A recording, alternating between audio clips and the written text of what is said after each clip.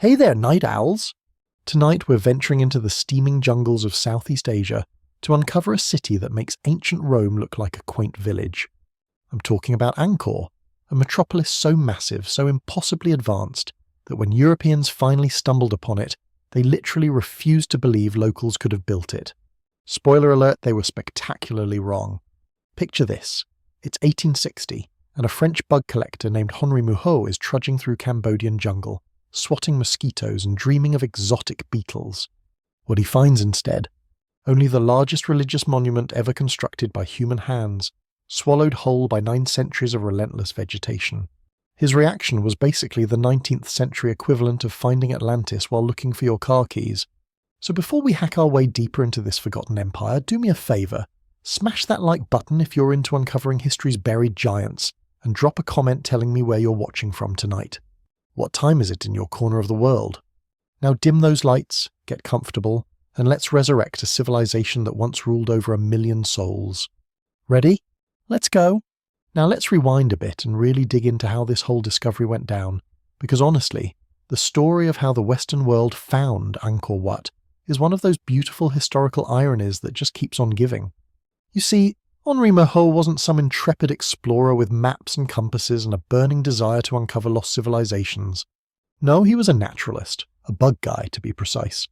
The man was obsessed with beetles, butterflies and anything with more than 4 legs. He'd already made a name for himself collecting specimens across Southeast Asia, and in 1860 he found himself tramping through the dense jungles of Cambodia with one goal in mind: find some really impressive insects to send back to France. Now picture the scene. It's the height of the monsoon season. The air is so thick with humidity you could practically swim through it, and Mouhot is probably cursing his life choices as he battles through vegetation that seems personally offended by his presence. His local guides are leading him deeper into the wilderness, and he's probably dreaming of a nice Parisian cafe and a croissant rather than another night sleeping in a hammock surrounded by things that bite. The man had already contracted malaria multiple times. This wasn't exactly a vacation. But he pressed on, because apparently the allure of exotic arthropods was stronger than his survival instinct. And then, through the tangle of strangler figs and towering dipterocarp trees, something impossible emerged. At first, Mouhot probably thought the heat was getting to him, that maybe he'd finally lost his grip on reality after one too many bouts of tropical fever. But no, there it was. Stone towers rising from the jungle canopy like the fingers of a buried giant reaching for the sky. These weren't just any towers, mind you. They were shaped like lotus buds, impossibly delicate for structures made of sandstone blocks weighing several tons each. The towers were covered in intricate carving so detailed that from a distance they looked like lacework, and the whole thing was being slowly consumed by the forest, with trees growing directly out of the stonework as if nature itself couldn't decide whether to preserve or destroy this monument. Mouhot stood there, jaw probably hanging open in a very undignified manner, and tried to process what he was seeing. Here was a temple complex so vast that he couldn't even see where it ended. The central structure alone was massive enough to swallow several European cathedrals whole, and it was surrounded by galleries, libraries and corridors that seemed to stretch on forever. The moat around the complex, because naturally there was a moat, was so wide that it looked more like a lake, spanning about 200 meters across and running for nearly 6 kilometers in total perimeter. That's not a defensive ditch. That's a small sea with architectural ambitions. What really got to Mouhot, though, wasn't just the size. Plenty of things are big without being impressive. Mountains, for instance, or certain egos in the French aristocracy. No, what stopped him in his tracks was the precision. These weren't rough-hewn blocks stacked on top of each other by enthusiastic amateurs. Every single stone fit together so perfectly that you couldn't slide a piece of paper between them. The towers were symmetrical to a degree that seemed almost obsessive, and the carvings that covered virtually every surface weren't just decorative. They told stories, depicted gods and demons in battle, illustrated scenes from Hindu epics with such clarity that you could practically hear the clash of celestial weapons. Now here's where the story takes a turn from amazing discovery to deeply uncomfortable colonial attitudes, because Mouhot's reaction to finding this marvel was, shall we say, problematic. In his journals, which he sent back to France along with his bug specimens, he wrote about Angkor Wat with genuine awe. He compared it to the temples of Solomon and the monuments of ancient Greece and Rome, which was high praise indeed. But then he made a claim that would echo through European academic circles for decades. He simply could not believe that the ancestors of the Cambodian people he'd met could have built such a thing. Let that sink in for a moment. Here was a man standing in the middle of Cambodia, surrounded by Cambodian jungle, looking at a temple that was very clearly built using techniques and artistic styles consistent with Southeast Asian traditions, and his conclusion was essentially, well, somebody else must have done this. It's the historical equivalent of finding a signed masterpiece in an artist's studio and insisting it must have been painted by their neighbour. Muhot speculated that perhaps an ancient race of superior beings had constructed Angkor before mysteriously vanishing, leaving the lesser locals to inhabit the ruins. This, unfortunately, wasn't just Muhot being particularly dense. It was a common European attitude of the time. The idea that non-European civilizations could achieve architectural and engineering feats that rivaled or surpassed European accomplishments was simply inconceivable to many Western minds in the 19th century. It's a reminder that sometimes the biggest obstacles to understanding history aren't gaps in the archaeological record, they're gaps in human empathy and imagination. But we're getting ahead of ourselves. Let's stay with Muhot a bit longer, because his exploration of the site, prejudices aside, gave the world its first detailed glimpse of this wonder. As he ventured deeper into the complex, he discovered that what he'd initially thought was a single temple was actually the centerpiece of an entire city. The jungle had reclaimed most of it, but traces were everywhere. Foundations of buildings, remnants of roads, the outlines of what must have been houses and palaces. He found other temples too, some in even worse states of decay, their stones scattered by centuries of tree roots forcing their way through the masonry. One temple, which would later be known as Taprom, was so completely engulfed by the forest that trees and stones had become inseparable, creating this hauntingly beautiful fusion of nature and architecture that looked like something from a fever dream.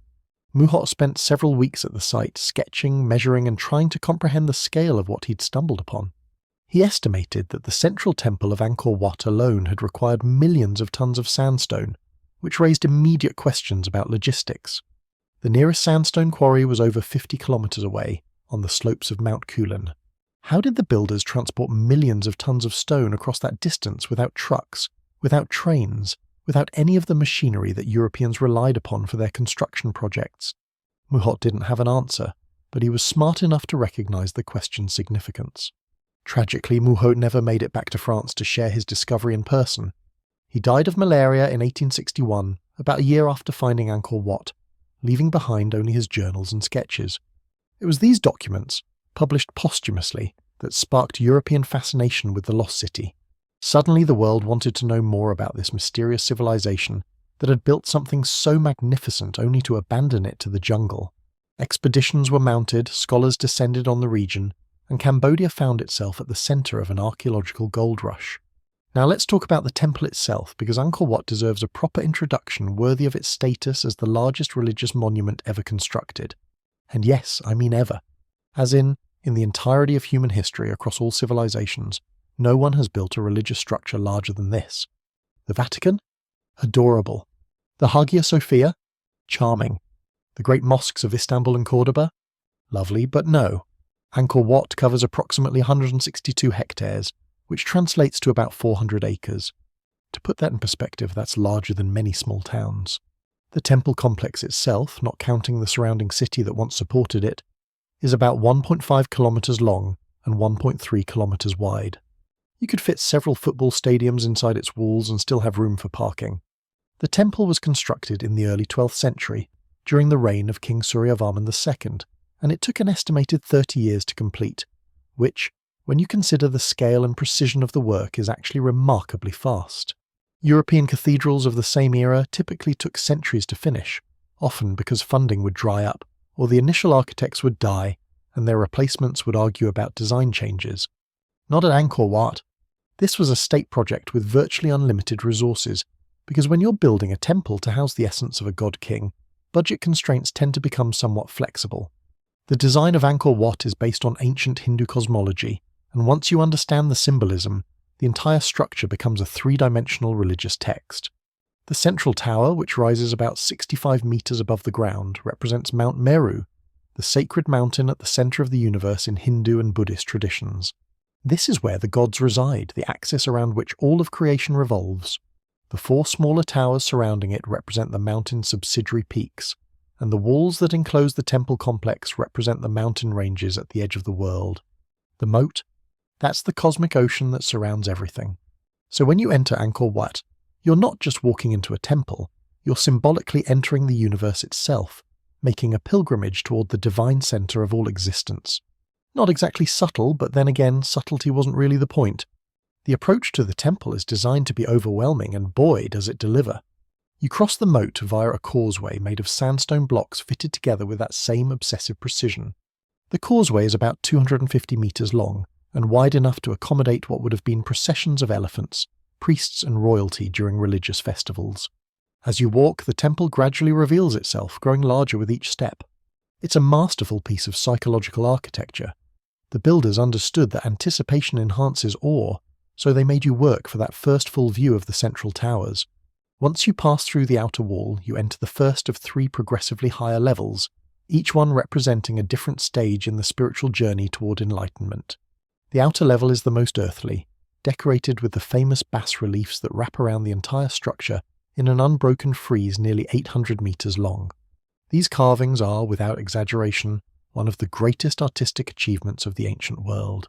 They depict scenes from Hindu epics like the Ramayana and Mahabharata, historical events from Suryavarman II's reign, and perhaps most famously, the churning of the ocean of milk, a creation myth showing gods and demons working together to churn the cosmic ocean and produce the elixir of immortality. The level of detail in these carvings is almost hallucinatory. Individual figures have distinct facial expressions, their clothing shows texture and movement, and the composition flows with a rhythm that draws your eye along the narrative like a stone comic strip. There are battle scenes with thousands of warriors, each one carved with care despite being only a few inches tall. You can see the tension in drawn bowstrings, the fear in the eyes of wounded soldiers, the triumphant expressions of victors. And this goes on for nearly a kilometre. The artists who created this weren't just skilled, they were possessed by some kind of divine craftsmanship that seems almost superhuman. As you ascend to the second level, the decorations become more restrained, more spiritual. Here you find the famous devatas, the celestial maidens carved into the walls. There are nearly 2,000 of these figures throughout the temple, and here's the remarkable thing, not a single one is identical. Each devata has unique jewellery, a different hairstyle, distinctive clothing, and individual facial features. Some scholars believe these might have been portraits of actual women from the royal court, though we can't know for certain. What we do know is that the carvers took extraordinary care to ensure variety, perhaps because uniformity would have been an insult to the divine beings these figures represented. The devatas are shown holding flowers, adjusting their hair, or simply standing in graceful poses, and they gaze out at visitors with expressions of serene welcome that have remained unchanged for 9 centuries. The third and highest level is where things get really interesting from an engineering perspective.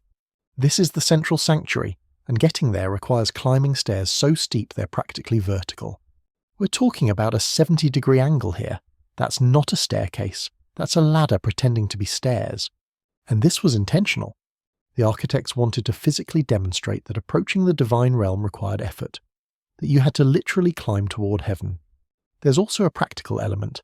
These stairs would have been impossible for enemies to charge up during an attack, providing a last line of defense for the sacred chamber.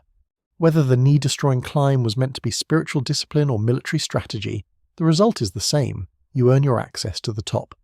Once you reach the summit, panting and probably reconsidering your fitness routine, you find yourself in the central sanctuary that once housed the statue of Vishnu that gave the temple its original purpose. The chamber is relatively small and dark, which is surprising after the grandeur of everything below. But this intimacy was deliberate. This was the holiest of holies, the spot where the god-king's essence would merge with the divine after his death. Suryavarman II was a devotee of Vishnu, and Angkor Wat was intended to be both his temple and his eventual mausoleum. The design ensured that upon his death, he would reside at the symbolic centre of the universe, united with his patron deity. Not a bad retirement plan, really. Now let's talk about the construction techniques, because this is where Angkor Wat really starts to embarrass its European contemporaries. The temple was built primarily of sandstone, with laterite used for the inner structures and foundations. Laterite is a fascinating material. It's a soil type that's soft when first quarried, but hardens when exposed to air, making it perfect for filling and support. But the sandstone is what's visible, and the logistics of its procurement and placement still boggle modern engineers. Remember that quarry on Mount Kulin, 50 kilometers away? The builders somehow transported between 5 and 10 million sandstone blocks from those quarries to the construction site. Each block weighed anywhere from a few hundred kilograms to several tons. Modern scholars believe they used a combination of canal systems, bamboo rafts, and elephants, moving blocks during the monsoon season when the waterways were navigable. But even understanding the method doesn't diminish the achievement. We're talking about moving the equivalent weight of several Eiffel Towers, block by block, using Bronze Age technology. And they did it so efficiently that the temple was completed in just 3 decades. The precision of the stonework is what really gets modern engineers excited, though. The blocks are fitted together without mortar, relying entirely on gravity and perfect cuts to stay in place. And they have stayed in place for 900 years, through monsoons, earthquakes, and the relentless pressure of jungle vegetation. When researchers measured the symmetry of the temple using modern laser technology, they found that the towers were aligned to within fractions of a degree of true north. The horizontal lines of the temple deviate from level by less than a centimetre over hundreds of metres. These people were achieving precision that we associate with computer-guided machinery, and they were doing it with hand tools, string, and careful observation of the stars. How did they achieve this? Partly through brilliant engineering, and partly through sheer organisational genius. The Khmer Empire had developed a bureaucracy sophisticated enough to coordinate the labour of thousands of workers over decades. Inscriptions found at the site reveal that the temple construction employed a vast workforce including architects, sculptors, stone cutters, elephant handlers, and labourers. Many of these workers were not slaves, but skilled craftsmen who were compensated for their expertise. The project was organised into teams, each responsible for specific sections, with master builders overseeing quality control. It's a level of project management that many modern construction companies would envy. The temple's orientation is another marvel. Unlike most Hindu temples, which face east toward the rising sun, Angkor Wat faces west. This has sparked considerable debate among scholars. Some argue that the westward orientation relates to the temple's function as a funerary monument, since west is associated with death in Hindu tradition. Others suggest it was designed so that the spring and autumn equinoxes would create specific lighting effects on the towers. Whatever the reason, the result is spectacular. The temple is perfectly positioned to create breathtaking sunrise views, with the towers silhouetted against the dawn sky reflecting in the moat below. It's likely that even the aesthetic experience of viewing the temple was carefully calculated into its design. Let's compare this achievement to what was happening in Europe at the same time, because the contrast is illuminating. In the early 12th century, Europe was in the midst of what we call the Romanesque period, with the Gothic age just beginning. The great cathedrals that would define medieval European architecture, Chartres, Notre Dame, Canterbury, were either just being planned or wouldn't be started for decades yet. And when they were built, they took centuries to complete.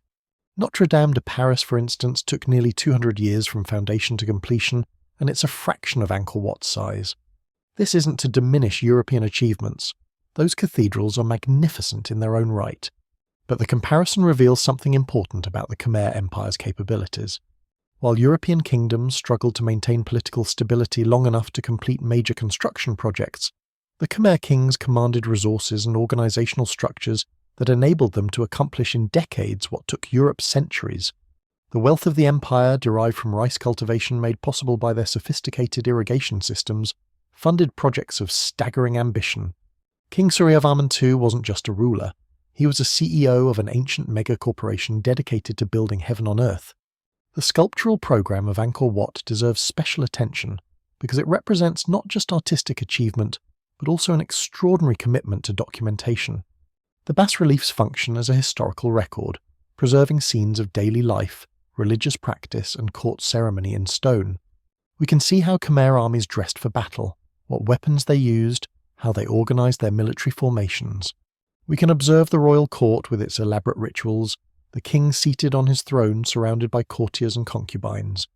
There are scenes of ordinary people too, fishermen casting nets, farmers working their rice paddies, merchants trading goods. It's like a documentary filmed in stone, providing insights into Khmer civilization that no written record could match. The quality of this carving becomes even more impressive when you consider the scale and the time constraints. The artists weren't leisurely chipping away at stone over generations. They had to work quickly to meet the ambitious construction schedule, yet they refused to sacrifice quality for speed. Some sections show signs of hasty completion, with less refined details in areas that were presumably finished as deadlines loomed. But even these rushed sections are better than what you'd find in most ancient temples. It's like watching a master chef quickly plate a dish. Even their fast work exceeds normal standards. The iconography throughout the temple reveals the sophisticated theological understanding of the Khmer people. Angkor Wat seamlessly blends Hindu and Buddhist elements, reflecting the syncretic nature of Khmer religion. The temple was originally dedicated to Vishnu, but over time, as Buddhism gained prominence in the empire, Buddhist imagery was added without removing the Hindu elements.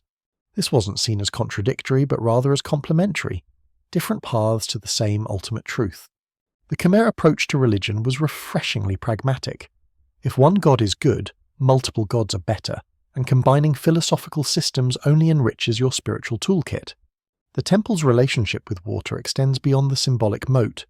The entire complex is designed to work with the surrounding hydrology, channeling water during the monsoon season and storing it during the dry months. The moat wasn't just decorative or symbolic, it was functional, part of the larger water management system that made Angkor possible. Water would flow into the moat, be held there, and gradually released to irrigate surrounding fields.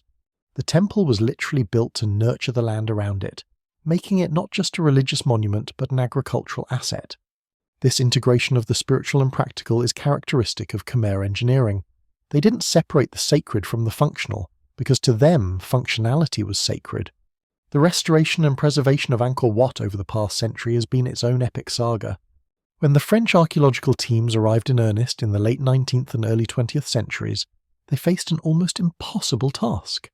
The jungle had spent centuries trying to reclaim the temple, and trees growing directly from the stonework had become structural elements themselves. Remove the trees and walls collapse. Leave them, and the roots continue to crack and displace stones. The restorers had to become part architect, part surgeon, making careful decisions about what to remove and what to preserve. The French team developed a technique called anastylosis, which involved completely dismantling sections of the temple, strengthening the foundations, and then reassembling the stones in their original positions. It's like taking apart a puzzle, reinforcing the table and putting the puzzle back together, except the puzzle weighs thousands of tons and has been sitting there for 900 years. This technique proved successful for much of the restoration work, though some sections were too far gone to save and remain in their ruined state as testament to time's power. One of the most challenging aspects of preservation has been protecting the bas-reliefs from further degradation. Centuries of exposure to rain, humidity, and biological growth have taken their toll on the carvings. Algae, moss, and lichen colonize the stone surface, while bat colonies inside the galleries produce guano that damages the rock. Chemical treatments have been used to clean the surfaces, but these must be applied carefully to avoid damaging the delicate carvings. It's a constant battle, and one that requires ongoing resources and expertise. The temple's status as a UNESCO World Heritage Site since 1992 has brought both benefits and challenges. The designation brought international attention and funding, which has aided preservation efforts. But it also brought tourists, millions of them. Before the pandemic, Angkor Wat was receiving over 2.5 million visitors annually, and while tourism provides crucial revenue for Cambodia's economy, it also stresses the ancient infrastructure.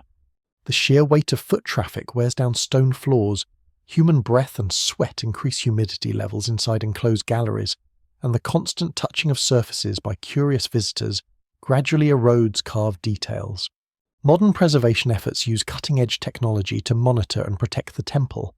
3D scanning has created detailed digital models of the entire structure, preserving every carved detail in digital form. These models allow researchers to track degradation over time and identify areas needing immediate attention. Structural sensors monitor the temple's response to environmental stresses, alerting conservators to potential problems before they become catastrophic. It's a marriage of ancient wonder and modern science, each informing and protecting the other.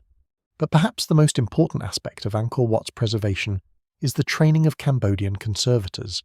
For too long, the preservation of Cambodia's cultural heritage was dominated by foreign experts.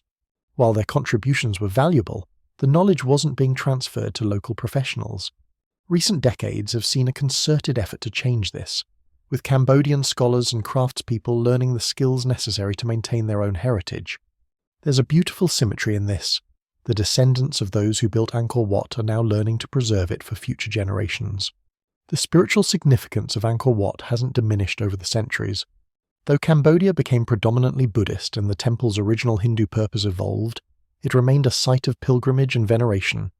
Buddhist monks have maintained a presence at the temple for centuries, and religious ceremonies continue to take place within its walls. For many Cambodians, Angkor Wat isn't just a historical monument, it's a living spiritual site, a place where the past and present converge in acts of devotion. The temple appears on the Cambodian flag, symbolizing the nation's cultural identity and resilience. The temple has witnessed Cambodia's turbulent modern history, surviving occupation, civil war, and the horrific Khmer Rouge regime. During the Khmer Rouge period of the 1970s, Angkor Wat was used as a symbol of Khmer superiority, while simultaneously being neglected. The regime's ideology was contradictory. They claimed the glories of the ancient Khmer Empire while destroying modern Cambodian culture and killing anyone with education. The temple survived this dark period, but with little maintenance, jungle growth accelerated its decay. Post-Khmer Rouge restoration efforts have worked to repair not just the physical damage, but also the broken cultural connection between Cambodians and their heritage. Visitors today experience Angkor Wat differently than those first European explorers. Where Muhot saw mystery and impossibility, we see a masterpiece of human achievement. We understand now that this wasn't built by lost races or aliens, but by the Khmer people, skilled engineers, dedicated artists, and visionary rulers who created a monument to their belief system, using the natural resources available to them. The temple stands as evidence that sophisticated civilization isn't the exclusive domain of any one culture or region. Genius blooms wherever humans gather their ambition and creativity toward a common purpose. Walking through Angkor Wat today, you're walking through a textbook of architectural evolution, religious transformation, and artistic excellence. The smooth, cool stone under your feet was placed there 9 centuries ago by hands that understood the weight of their task. The carvings that line the walls tell stories that still resonate, tales of heroism, devotion, struggle, and transcendence. The towers that reach toward the sky are physical manifestations of spiritual aspiration, monuments to humanity's eternal desire to touch the divine. As dawn breaks over Angkor Wat, casting the towers in silhouette against a sky painted in shades of orange and pink, it's easy to understand why this place has captivated visitors for over a century and a half. There's something profound about standing before something so ancient and so magnificent, something that reminds us of both the transience and persistence of human endeavour. Empires rise and fall, jungles reclaim what was cleared, but somehow, improbably, beautifully, this temple remains. It's not just a monument to the gods or the kings who built it, it's a monument to human possibility itself. And to think, none of us might know it existed if a French bug collector hadn't gotten lost while looking for beetles. Sometimes the greatest discoveries come when we're searching for something else entirely. Muhot died young and far from home, his body resting in a Laotian forest, but his legacy lives on every time someone stands before Angkor Wat and feels that same sense of wonder he must have felt. He was wrong about who built it, prejudiced by his era's blindness, but he was absolutely right about one thing. This place is magnificent beyond words, a masterpiece that deserves to be known and preserved for as long as humans walk this earth. The story of Angkor Wat is far from over. New discoveries continue to emerge as technology improves our ability to see beneath the jungle canopy. We're still learning about the people who built it, the civilization that supported it, and the circumstances that led to its abandonment. Each year brings new insights, new questions, and new appreciation for this architectural miracle. So as you settle in for the rest of our journey tonight, remember that what we're exploring isn't just ancient history. It's a living mystery, one that continues to reveal its secrets to those patient enough to listen. The temples speak to us across centuries, their stones whispering tales of gods and kings, of monsoons and droughts, of triumph and tragedy. And we, lucky listeners in our modern age, get to hear these whispers and piece together the story of one of humanity's most extraordinary achievements. So let's continue our exploration, because there's so much more to discover about this lost world in the Cambodian jungle. The next chapter will reveal how we finally cracked the code of the ancient inscriptions and found a first-hand account of what life was actually like in this forgotten metropolis. Trust me, reality was stranger than any fiction we could imagine. For decades after Muhot's discovery, Angkor Wat remained a magnificent puzzle. Scholars could admire its architecture, measure its dimensions, and sketch its carvings, but they couldn't actually understand it. The temple was like a beautiful book written in a language no one could read. You could appreciate the cover and feel the weight of it in your hands, but the actual story remained frustratingly inaccessible. And here's the thing about ancient civilizations. Buildings and sculptures are wonderful, but without understanding the words these people left behind, you're basically playing the world's most elaborate guessing game. Were those carvings religious scenes or royal propaganda? Was that inscription a prayer or a grocery list? Nobody knew, and guessing wasn't exactly scholarly methodology. The problem was Sanskrit. Now, Sanskrit itself wasn't unknown to European scholars. It had been studied for centuries, and philologists in Europe had developed a solid understanding of the language. But the Khmer inscriptions weren't straightforward Sanskrit. They were a localized version, mixed with Old Khmer language, written in scripts that had evolved over centuries, carved into stone by people who'd been dead for 800 years. It's like if someone gave you a text written in a blend of Latin and medieval French, using a slightly modified alphabet, and said, "Figure it out." Some scholars could puzzle out fragments, but getting a comprehensive understanding, that remained elusive. Enter Georges Cadès, a French philologist who would become the Rosetta Stone of Angkor studies. Except, instead of being a stone, he was a very dedicated man with excellent glasses and an apparently inexhaustible patience for staring at ancient inscriptions. Cadès arrived in Southeast Asia in the early 20th century, initially working at various museums and academic positions in the region. He wasn't just a language expert, he was someone who understood that language was the key to unlocking everything else. You want to know what the Khmer believed? Read what they wrote. You want to understand their politics? Read what they carved into temple walls. You want to grasp their worldview? Well, you better learn to read their scripts first.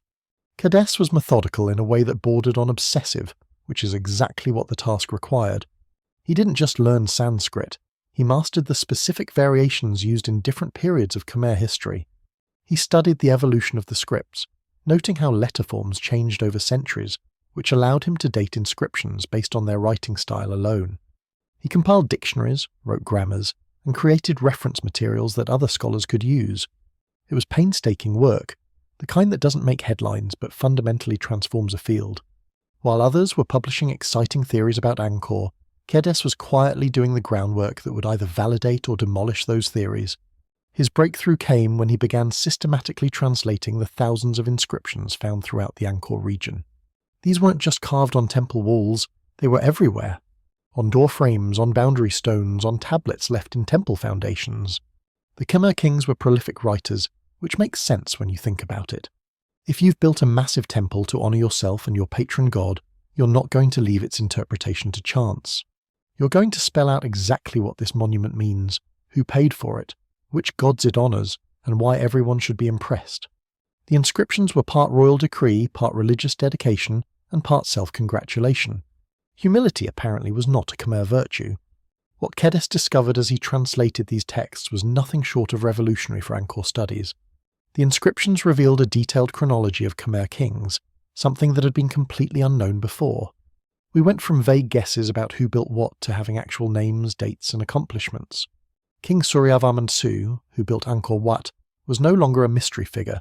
His inscriptions detailed his military campaigns, his religious devotions, and his administrative reforms. We could see him as a real person making real decisions, not just a shadowy historical figure. The inscriptions even revealed aspects of his personality. He was ambitious, militarily aggressive, devoted to Vishnu, and apparently quite concerned with his legacy, which explained why he commissioned the largest religious monument in human history. But Cadès didn't just give us names and dates. He unveiled the entire theological framework that drove the Khmer Empire. Through his translations, scholars finally understood the concept of Devaraja, the god-king. This wasn't just a fancy title, it was a fundamental belief that shaped every aspect of Khmer society. The king wasn't simply a political ruler, he was a divine being, a physical manifestation of a Hindu god on earth. His authority came not from military might alone or hereditary right, but from his spiritual status. To disobey the king was to disobey the gods themselves.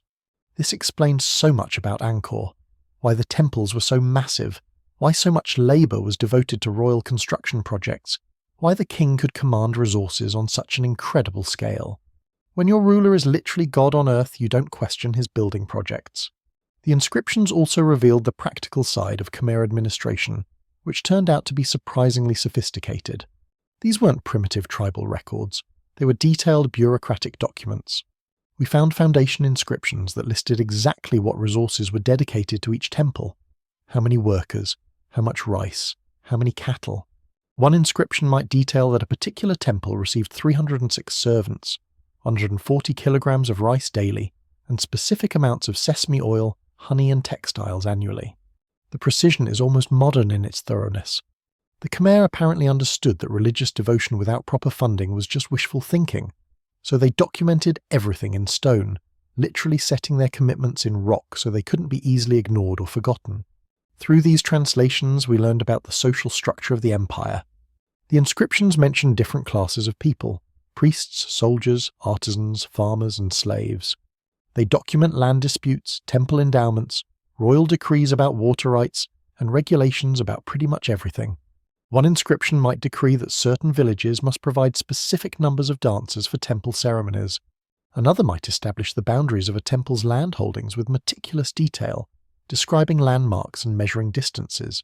It's administrative paperwork preserved for eternity in stone, which is both tediously mundane and wonderfully illuminating. We know more about 12th century Khmer bureaucracy than we do about many medieval European kingdoms, and we have their obsessive record-keeping to thank for it. But perhaps the most valuable aspect of Khedr's work was how it corrected the racist misconceptions that had plagued Angkor studies since Muhot's time. Remember those early European theories about lost races and mysterious builders? The inscriptions demolished them completely. Here, in the Khmer's own words, was documentation of their achievements. They wrote about their construction techniques, their artistic traditions, their religious practices. They named their architects and honoured their craftsmen. There was no mystery about who built these temples. The builders proudly proclaimed their accomplishments in stone for all eternity. The only mystery was why European scholars had refused to believe the obvious truth that was literally written in front of them. But then, acknowledging sophisticated non-European civilizations would have complicated the convenient narrative of European superiority, and apparently, some scholars found racist speculation easier than actually doing the translation work. Khedr published his findings prolifically, producing volumes of translations and analyses that became essential reading for anyone studying Southeast Asian history. His multi-volume work on Khmer inscriptions remains a foundational text, still referenced today despite being nearly a century old. He demonstrated that the Khmer weren't isolated from the broader world, but were connected to extensive trade networks, influenced by Indian religious thought, while developing their own unique interpretations, and engaged in diplomatic relationships with neighbouring kingdoms. Angkor wasn't a mysterious anomaly, it was the crown jewel of a sophisticated regional civilization. However, as comprehensive as the inscriptions were, they had a significant limitation. They were official documents, royal propaganda, religious dedications, legal decrees. They told us what the kings wanted us to know, which is great for understanding official ideology but terrible for understanding daily life. What did ordinary people eat? How did they dress? What were their homes like? The inscriptions were silent on these matters because, frankly, kings don't typically document peasant fashion choices on temple walls. We had the official Khmer version of themselves, carefully curated for eternity, but we lacked the candid, unfiltered view of actual life in Angkor. And this is where our story takes an absolutely wonderful turn, because buried in Chinese historical archives was a document that would provide exactly what the inscriptions lacked. And discovering this document is one of those delightful historical accidents that reminds us that sometimes the best primary sources are found in the most unexpected places. In 1902, a French sinologist named Paul Pelliot was rummaging through Chinese texts, because apparently that's what sinologists do for fun, when he came across a manuscript that made him sit up straighter. It was titled The Customs of Cambodia, and it was written by a Chinese diplomat named Zhou Daguan, who had visited Angkor in 1296. Pelliot immediately recognized the significance.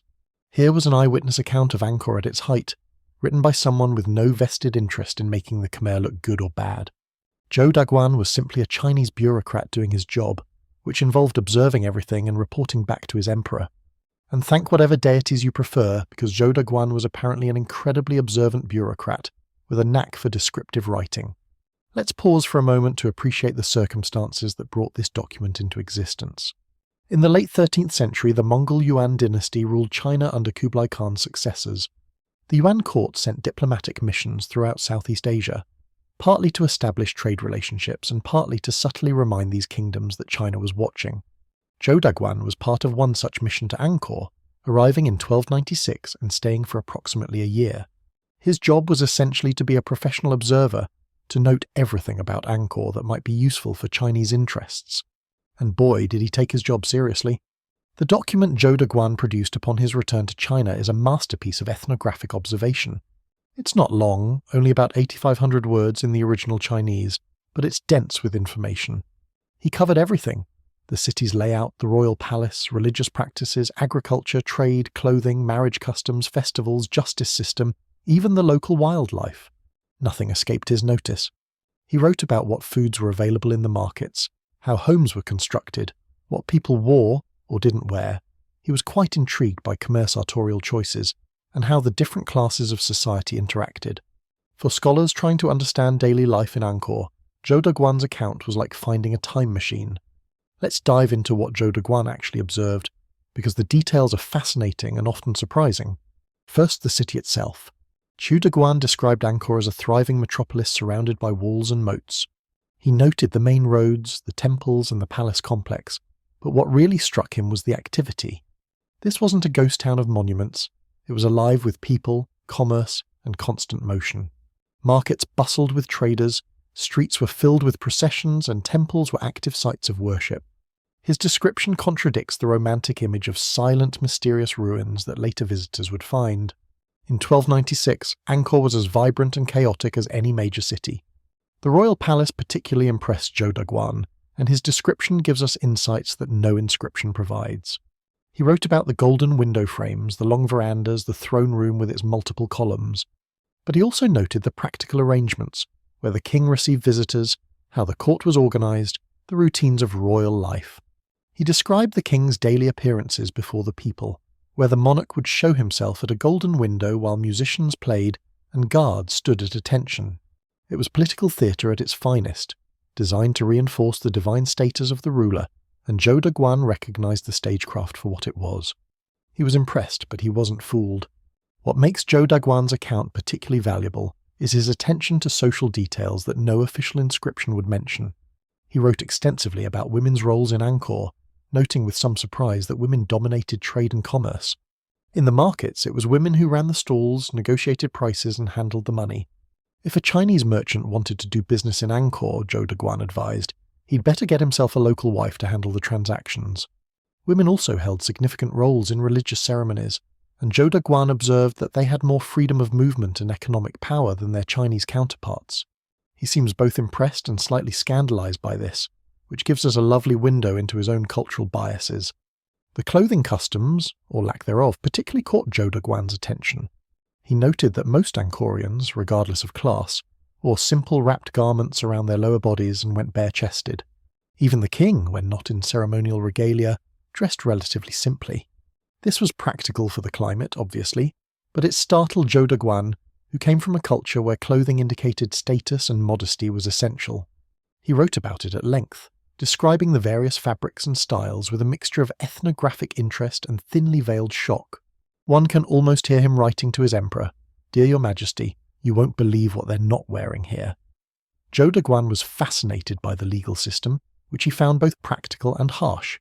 He described trials by ordeal where accused persons might be forced to carry hot metal or retrieve objects from boiling oil. If they were guilty, their flesh would burn. If innocent, they'd be unharmed. He also noted punishments that included fines, banishment, and amputation of fingers or limbs for serious crimes. The justice system was closely tied to religious beliefs. Temples served as courts, and oaths were sworn before the gods. Zhou Daguan observed that the Khmer took these religious oaths extremely seriously, more so than any written contract. Breaking an oath sworn in a temple was believed to bring divine retribution, which was apparently motivation enough for honesty. The religious practices Zhou Daguan witnessed were a syncretic blend that he found confusing but intriguing. By 1296, Buddhism had become prominent in Angkor, though Hindu practices persisted. Zhou Daguan described Buddhist monks in their yellow robes, temples with Buddha images, and daily almsgiving rituals. But he also saw Hindu ceremonies, offerings to Brahminical gods, and the continued veneration of the Devaraja concept. The Khmer seemed comfortable with this religious plurality in a way that Zhou Daguan, coming from more doctrinally rigid Chinese traditions, found bewildering. He dutifully recorded it all, probably shaking his head at the theological chaos. One of the most valuable aspects of Zhou Daguan's account is his description of agriculture and water management. He observed the sophisticated irrigation systems that made rice cultivation possible on a massive scale. He noted the seasonal flooding patterns, the canal networks, and the reservoirs that stored water during the dry season. He remarked on the abundance of fish in the waterways, the multiple rice harvests possible each year, and the general agricultural prosperity of the region. This wasn't a civilization struggling to feed itself. It was one that had mastered its environment to produce surplus wealth. Zhou Daguan's practical Chinese eyes immediately recognized the engineering achievement this represented. The festivals Zhou Daguan witnessed gave him insight into Khmer cultural values. He described elaborate celebrations involving fireworks, boat races, wrestling matches, and theatrical performances. The entire city would participate, with the king presiding from his palace and commoners crowding the streets.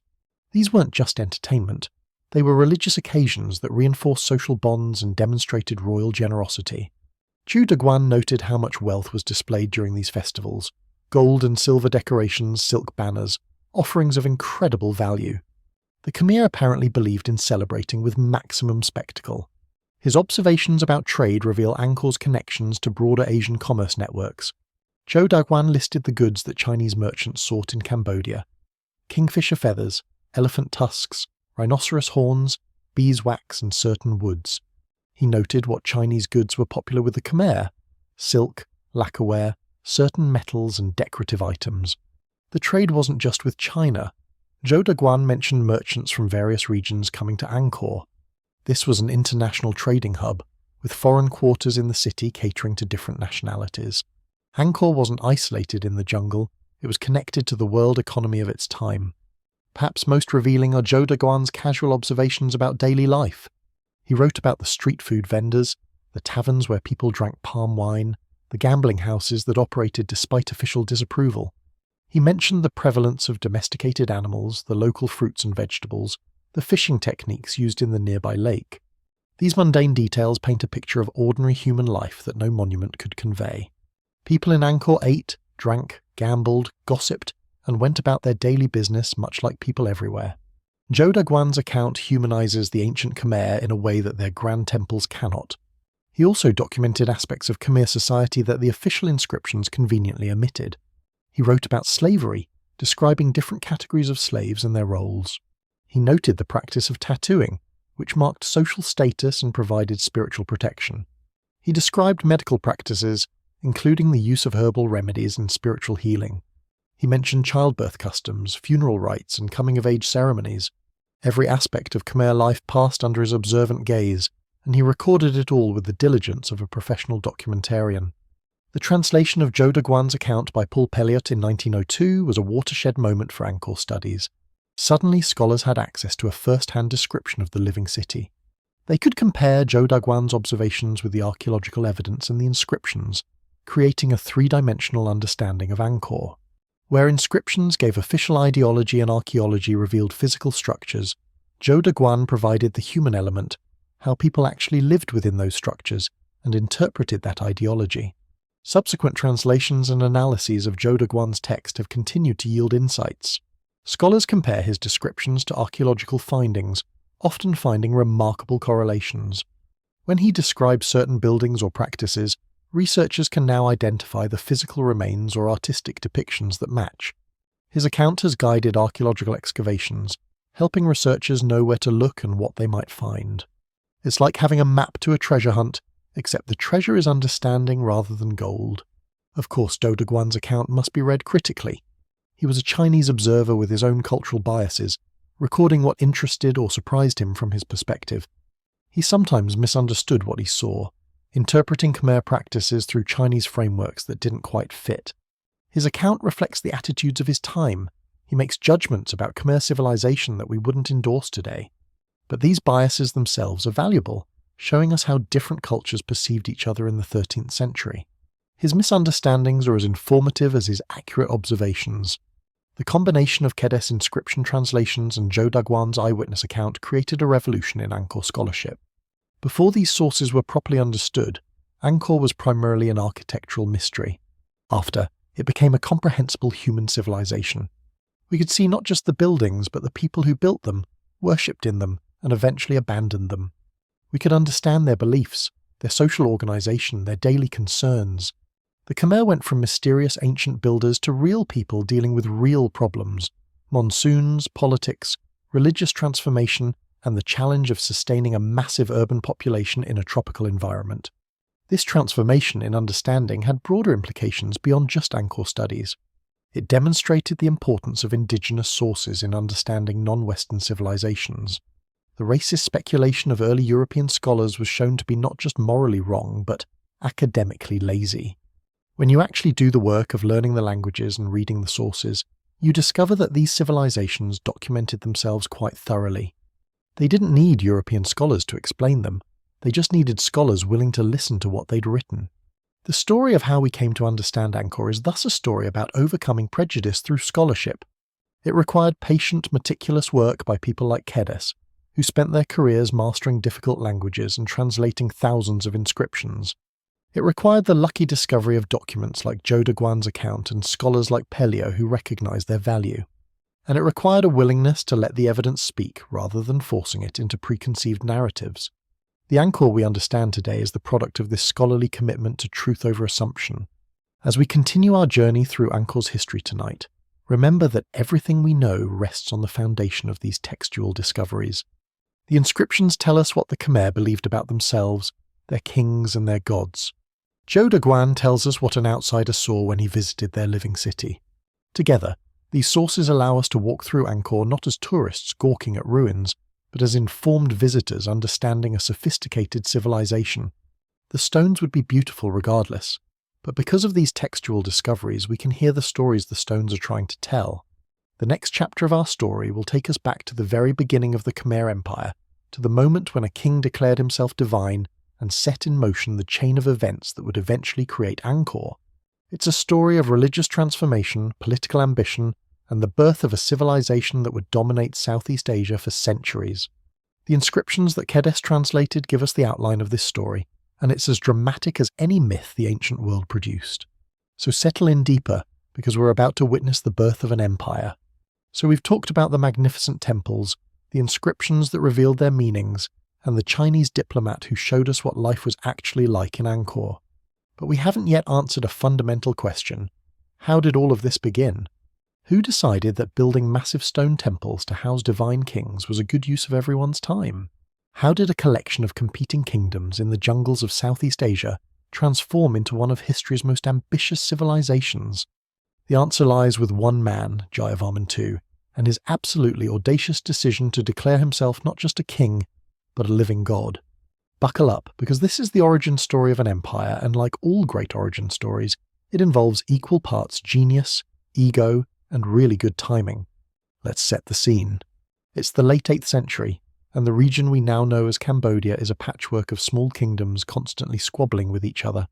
These kingdoms are Hindu in religion, influenced by centuries of trade and cultural exchange with India, but they're not unified in any meaningful way.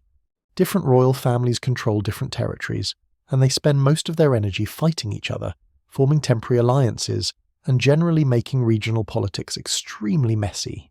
The area had once been part of larger kingdoms, notably the Chenla Confederation, but that had fragmented into what historians call Land Chenla and Water Chenla, which is a fancy way of saying things had fallen apart and nobody was really in charge.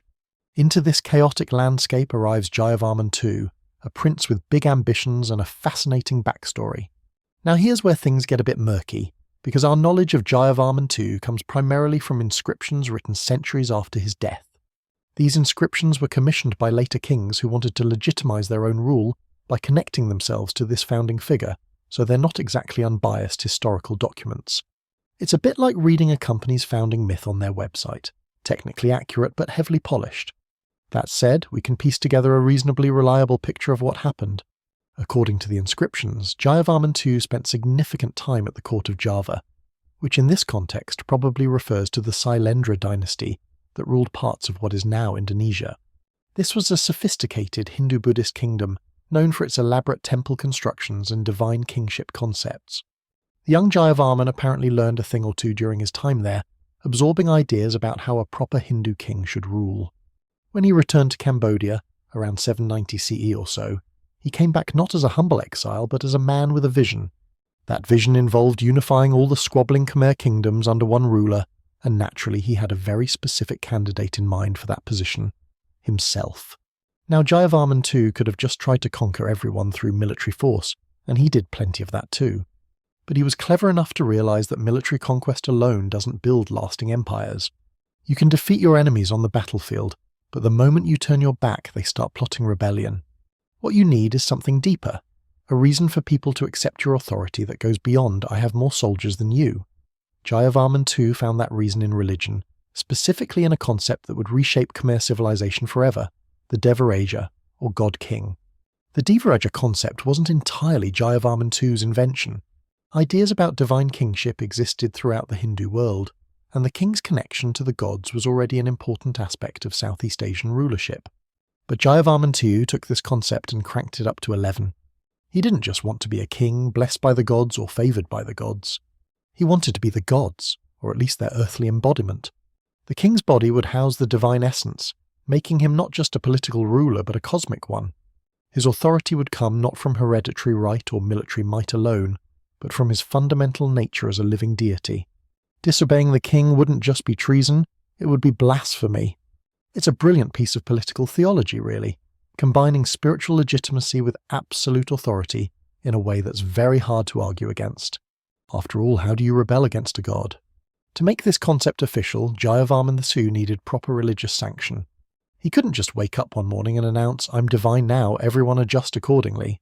Well, he could have, but it would have lacked that crucial air of legitimacy that makes people actually believe these things.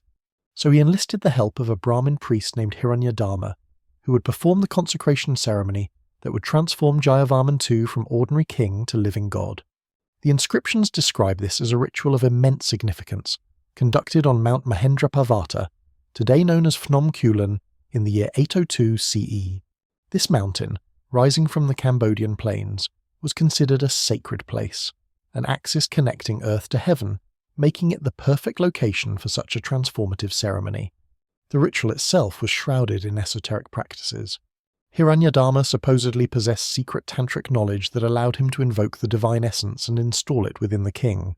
The ceremony involved elaborate chanting of Sanskrit mantras, offerings to the gods, and the creation of a sacred linga, a phallic symbol representing the god Shiva, which would serve as the spiritual anchor for the kingdom. This linga wasn't just a religious object, it was the mystical link between the earthly kingdom and the cosmic order. The king's power flowed from this connection, and the linga would be housed in a temple at the centre of the kingdom, literally placing divine authority at the heart of the realm. During this ceremony, Jayavarman II declared himself Chakravartin, a universal monarch, supreme ruler of the world. Now obviously he didn't actually rule the whole world.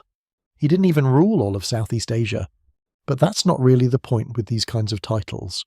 The claim to universal sovereignty was a spiritual assertion as much as a political one. It meant that Jayavarman II's authority was cosmically sanctioned, that he was the legitimate ruler ordained by divine order, regardless of what other kings might think. It's like declaring yourself CEO of the universe. Ambitious, perhaps not entirely accurate, but definitely a power move. What made this declaration particularly significant was that Jayavarman II explicitly proclaimed independence from Java. The inscriptions emphasized that this ceremony freed the Khmer from Javanese overlordship. Now historians debate how literal this Javanese domination actually was. Some think there might have been actual political control, others believe it was more about cultural influence or spiritual authority. Whatever the case, Jayavarman II was making a clear statement. The Khmer people were their own masters now, with their own divine king beholden to no foreign power. It's nation-building through ritual declaration, and remarkably it worked. The impact of the Devaraja concept on Khmer society cannot be overstated. This wasn't just a change in royal titles, it was a fundamental reimagining of the entire social and political order. Once you accept that your king is a living god, everything else flows from that premise. Why should you labour to build massive temples? Because you're creating a worthy dwelling for divine presence. Why should you pay taxes and tribute? Because you're supporting cosmic order. Why should you follow the king's laws? Because they're not arbitrary human rules but divine decrees. The whole social structure becomes sacralized, imbued with religious meaning that justifies hierarchies and demands obedience. Its ideology made manifest in stone and ritual, and it proved incredibly effective at maintaining Khmer royal authority for centuries. The temple building that would come to define the Khmer Empire was directly tied to this Devaraja concept. Each major king, being a god on earth, needed a suitable home for his divine essence, a temple mountain that would serve as Mount Meru, the cosmic center, during his reign. These weren't just places of worship, they were the spiritual engines of the kingdom. The king's power radiated outward from these temples, maintaining cosmic order and ensuring the prosperity of the realm. Building them wasn't vanity or wasteful spending, it was the king fulfilling his divine duty. Every block of sandstone hauled from distant quarries, every carving meticulously crafted, every drop of sweat from labouring workers, all of it was service to the cosmic order maintained by the god king. This also explains why each major king felt compelled to build his own state temple, rather than simply using his predecessors. The temple was tied to the specific divine essence of each king. When a king died, his temple became his mausoleum, housing his spiritual power for eternity. The new king, with his own divine connection, needed his own temple mountain. It's like each divine franchise required its own headquarters. This produced a sort of competitive temple building that drove the architectural achievements we marvel at today. Each king tried to outdo his predecessors, building larger, more elaborate temples to demonstrate his divine magnificence. Angkor Wat, the culmination of this tradition, was Suryavarman II's statement that his divine essence was the greatest yet. Jayavarman II didn't just declare himself divine and call it a day, though. He understood that building an empire required more than spiritual authority. He spent decades consolidating his power through a combination of military campaigns, strategic marriages, and shrewd politics. The inscriptions record that he established his capital in multiple locations over the years, moving from place to place as he gradually brought more territory under his control. He started in the eastern regions, establishing himself at Indrapura, then moved to various locations around the Great Lake Tonle Sap, eventually settling in the Angkor region that would become the heartland of the empire. His choice of the Angkor region was strategically brilliant. The area around Tonle Sap offered several advantages that would prove crucial for the empire's success. The lake itself is remarkable. During the monsoon season, the Mekong River actually reverses the flow of the Tonle Sap River, causing the lake to expand to several times its dry season size. This flooding creates incredibly fertile soil, perfect for rice cultivation. The region's topography allowed for the construction of sophisticated water management systems that could harness the seasonal flooding, storing water for year-round irrigation. Jayavarman II, whether through his own insight or his advisor's guidance, recognized that controlling this water meant controlling agricultural wealth, and agricultural wealth meant power. The transition in Khmer society under Jayavarman II went beyond just royal ideology. The Devaraja concept required an entire supporting infrastructure. You need priests who understand the rituals and maintain the spiritual connections. You need scholars who can read and write the Sanskrit texts that contain the divine knowledge. You need artists who can create worthy representations of the gods. You need architects who can design temple mountains that properly reflect cosmic order. You need bureaucrats who can organize the massive labor force needed for construction projects. Basically, you need to create an entire class of educated specialists, and that's exactly what happened. The Khmer court became a center of learning and religious practice, attracting Brahmin priests from across the Hindu world. This intellectual and religious elite didn't just serve the king's immediate needs, they created a cultural renaissance. They translated Sanskrit texts into Khmer, adapting Indian religious concepts to local conditions. They developed artistic traditions that blended Indian influences with indigenous Southeast Asian aesthetics. They refined the Khmer writing system, making it suitable for both religious and administrative purposes. They established temples as centers of learning where knowledge was preserved and transmitted. In effect, they created the cultural infrastructure that would sustain the empire for centuries. All of this stemmed from Jayavarman II's initial decision to base his authority on divine kingship, which required this entire supporting apparatus. The religious transformation wasn't just Hindu either. Buddhism was already present in the region, and it continued to develop alongside Hindu practices. The Khmer adopted a remarkably syncretic approach to religion. If one god is good, more gods are better, and different philosophical systems can coexist without contradiction. This practical flexibility became a hallmark of Khmer spirituality. Kings might favor Shiva or Vishnu or even Buddhist teachings depending on their personal inclinations. but the underlying Devaraya concept adapted to accommodate these different focuses. The God King might be an avatar of Vishnu in one reign and a bodhisattva in another, but the fundamental principle of divine royal authority remained constant. Jayavarman II's legacy extended far beyond his own lifetime. He reigned for about 50 years, a remarkably long time that allowed him to firmly establish the new order. When he died around 835 CE, he left behind not just a unified kingdom, but a complete system of governance and belief that would endure for centuries. His successors inherited both his territorial conquest and his ideological framework. They became god kings in their own right, continuing the temple-building tradition he had started and expanding the empire's reach. The dynasty he founded would rule until the empire's eventual decline in the 15th century, and the Devaraja concept he established would influence every aspect of Khmer civilization throughout those 6 centuries. Interestingly, Jayavarman II himself didn't build the massive temples we associate with Angkor. His reign was focused on consolidation and establishing the ideological foundation rather than monumental construction. His temples were more modest, though they laid the groundwork for what would come. It was his successors who would take the Devaraja concept and express it through increasingly ambitious architectural projects. His grandson, Indravarman III, built the first major water reservoir and significant temples. Yasovarman Thamdas, who came after, formally established the city of Angkor itself. Each subsequent king added to the legacy, but they were all building on the foundation that Jayavarman II had laid with his mountaintop ceremony in 802 CE. The story of Jayavarman II is also a reminder of how much history depends on individuals making bold choices at crucial moments. Southeast Asia in the late 8th century could have continued as a patchwork of competing kingdoms, never unifying into anything larger. But one man's ambition, combined with a brilliant religious innovation, changed the trajectory of an entire region. It's a testament to the power of ideas. Jayavarman II's lasting achievement wasn't the land he conquered, but the concept he established. The Devaraja ideology proved more durable than any army, more binding than any alliance, more powerful than any single king's reign. Of course, we should also recognize that the Devaraja system had its darker aspects. The concentration of power in a divine king, while effective for building empires, also meant absolute authority with no checks or balances. The massive construction projects that glorified the god king required enormous labour forces, and while some workers were certainly compensated, others were essentially conscripted or enslaved. The resources poured into temple construction came from taxation of ordinary people whose labour sustained the rice fields that fed the empire. The beauty of Angkor Wat was built on the backs of countless workers whose names we'll never know. This is the uncomfortable truth behind many ancient monuments. Their grandeur often came at significant human cost.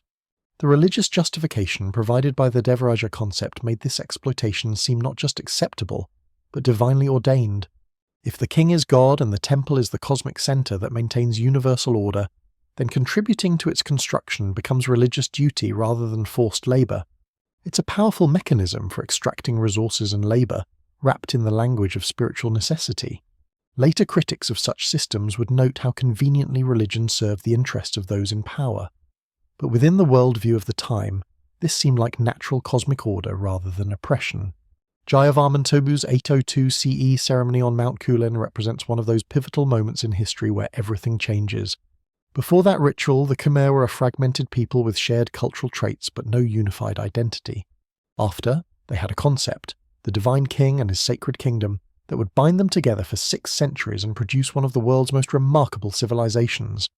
The temples that amaze visitors today, the sophisticated water systems that enabled massive urban population, the artistic achievements that rival anything produced in the ancient world, all of these trace their origins to that moment when a prince declared himself a god and somehow convinced everyone to believe him. As we move forward in our journey tonight, we'll see how subsequent kings took Jayavarman II's foundation and built upon it, literally and figuratively. We'll explore the hydraulic engineering that made Angkor possible, turning a monsoon-swept landscape into a controlled environment that could support hundreds of thousands of people. We'll discover how modern technology has revealed the true extent of the Angkor civilization, showing us that what we see today is just the tip of an immense urban iceberg. But as we explore these wonders, remember that they all trace back to one man's ambition and one transformative idea, that a king could be divine, and that divine authority justified the creation of heaven on earth. The echoes of Jayavarman II's revolution still resonate today. Modern Cambodia's flag features Angkor Wat, a direct link to the glory of the Khmer Empire he founded.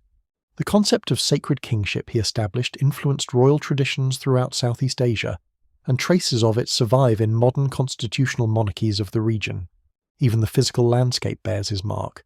The infrastructure he and his successors created shaped the hydrology of the region in ways that persist to the present day. An 8th century king's decision to declare himself divine continues to influence millions of lives over a millennium later. Now that's a legacy. So as you settle in deeper tonight, contemplate for a moment the power of ideas. A ritual performed on a Cambodian mountaintop in 802 CE set in motion events that would create architectural wonders, support massive urban populations, and establish a civilization that still amazes us today. Jayavarman II couldn't have known what would grow from the seeds he planted, but he understood something fundamental about power and belief, that people will move mountains, quite literally, if they believe they're serving a higher purpose. The next chapter will show us exactly how the Khmer moved their mountains, using water as their tool to reshape the landscape itself. Get ready for some ancient engineering that would make modern hydrologists weep with admiration. So we've established that the Khmer kings were divine, that they commanded armies of labourers to build magnificent temples, and that they ruled over an increasingly powerful empire. But here's a practical question that doesn't get asked often enough. How did they feed everybody? Because divine kingship is all well and good, but gods or not, people still need to eat. And in Angkor at its peak, we're talking about feeding potentially 1 million people. That's not a village, that's a metropolis. And this metropolis existed in the middle of a tropical monsoon zone where the climate has 2 modes: drowning in rain or parched in drought. Good luck farming in those conditions without some serious engineering.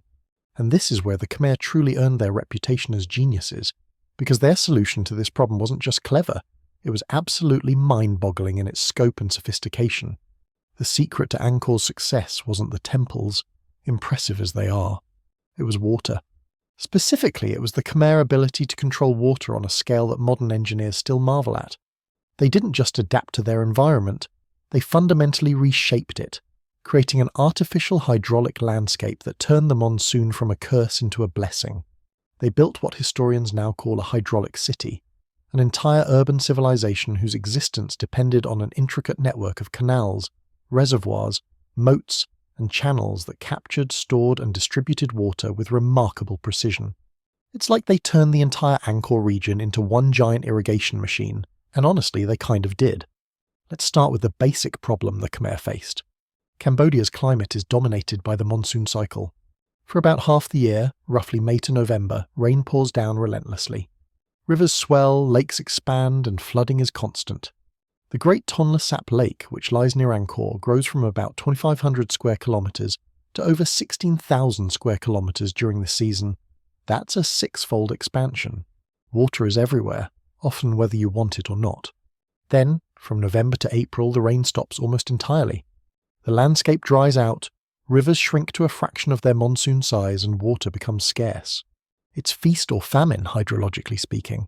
Too much water, then not enough. Neither condition is ideal for sustaining large populations. Traditional rice farming in this region relied on the monsoon. Farmers would plant when the rains came and harvest before the dry season. This worked fine for small populations, but it meant only one growing season per year and complete dependence on the monsoon's timing and intensity. A late monsoon or insufficient rain meant crop failure and famine. This wasn't going to cut it for the ambitious Khmer kings who wanted to build an empire. You can't maintain armies, support massive construction projects, and fund an elaborate court if your food supply is at the mercy of weather patterns. The Khmer needed to control water itself, and so they set about doing exactly that. The centerpiece of the Khmer hydraulic system was the Baray, a massive artificial reservoir. These weren't modest irrigation ponds. They were artificial lakes of staggering proportions. The West Baray, constructed in the 11th century under King Suryavarman I, measures approximately 8 kilometers long and 2.2 kilometers wide. That's roughly the size of 1,600 football fields, or if you prefer, you could fit several international airports inside it. The West Baray could hold about 50 million cubic meters of water. Let that number sink in for a moment. 50 million cubic meters. That's not a reservoir. That's an inland sea created entirely by human hands. And the West Baray wasn't even the only one. There was also the East Baray, slightly smaller but still enormous, and numerous smaller reservoirs throughout the Angkor region. Building these braes required moving earth on a scale that boggles the modern mind. The Khmer didn't dig down to create these reservoirs. Instead, they built earthen dikes on 3 sides, with the 4th side open to receive water from upstream. These dikes had to be massive to contain the enormous water volume. We're talking embankments that were sometimes 30 metres wide and several metres tall, stretching for kilometres. They were constructed by packing earth and laterite in layers, creating stable structures that could withstand the pressure of millions of cubic metres of water pushing against them. And they did this without bulldozers, without hydraulic excavators, without any of the machinery we'd consider essential for such projects today. They had human labour, elephants, and hand tools. That's it. The logistics of construction are almost incomprehensible. Scholars estimate that building the West Baray would have required moving approximately 12 million cubic metres of earth. If workers moved 2 cubic metres of earth per day, a generous estimate given the technology available, and you had 10,000 workers dedicated to the project, it would still take around 20 years to complete. Some scholars think the labour force might have been larger, perhaps 50,000 workers during peak construction periods. But even then, we're talking about a project that consumed enormous resources over many years. The Khmer kings had to have phenomenal organisational capabilities to coordinate such efforts, feeding and housing workers, managing quarrying of laterite, ensuring continuous progress. It makes modern infrastructure projects look almost easy by comparison. But building the braes was just the beginning. The genius lay in how these reservoirs were integrated into a comprehensive water management system. The braes weren't just storage tanks sitting in isolation. They were connected to networks of canals that distributed water throughout the agricultural lands surrounding Angkor. These canals branched out from the main reservoirs like veins from a heart, carrying life-giving water to rice paddies across the region.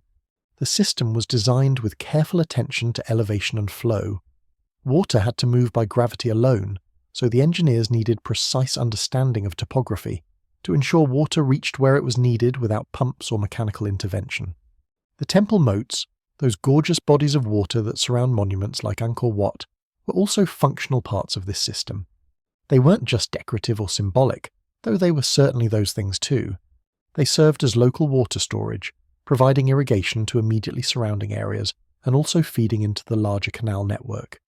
The moat around Angkor Wat alone holds several million cubic metres of water. When you have dozens of temples, each with its moat, you've got a distributed water storage system that adds up to significant capacity.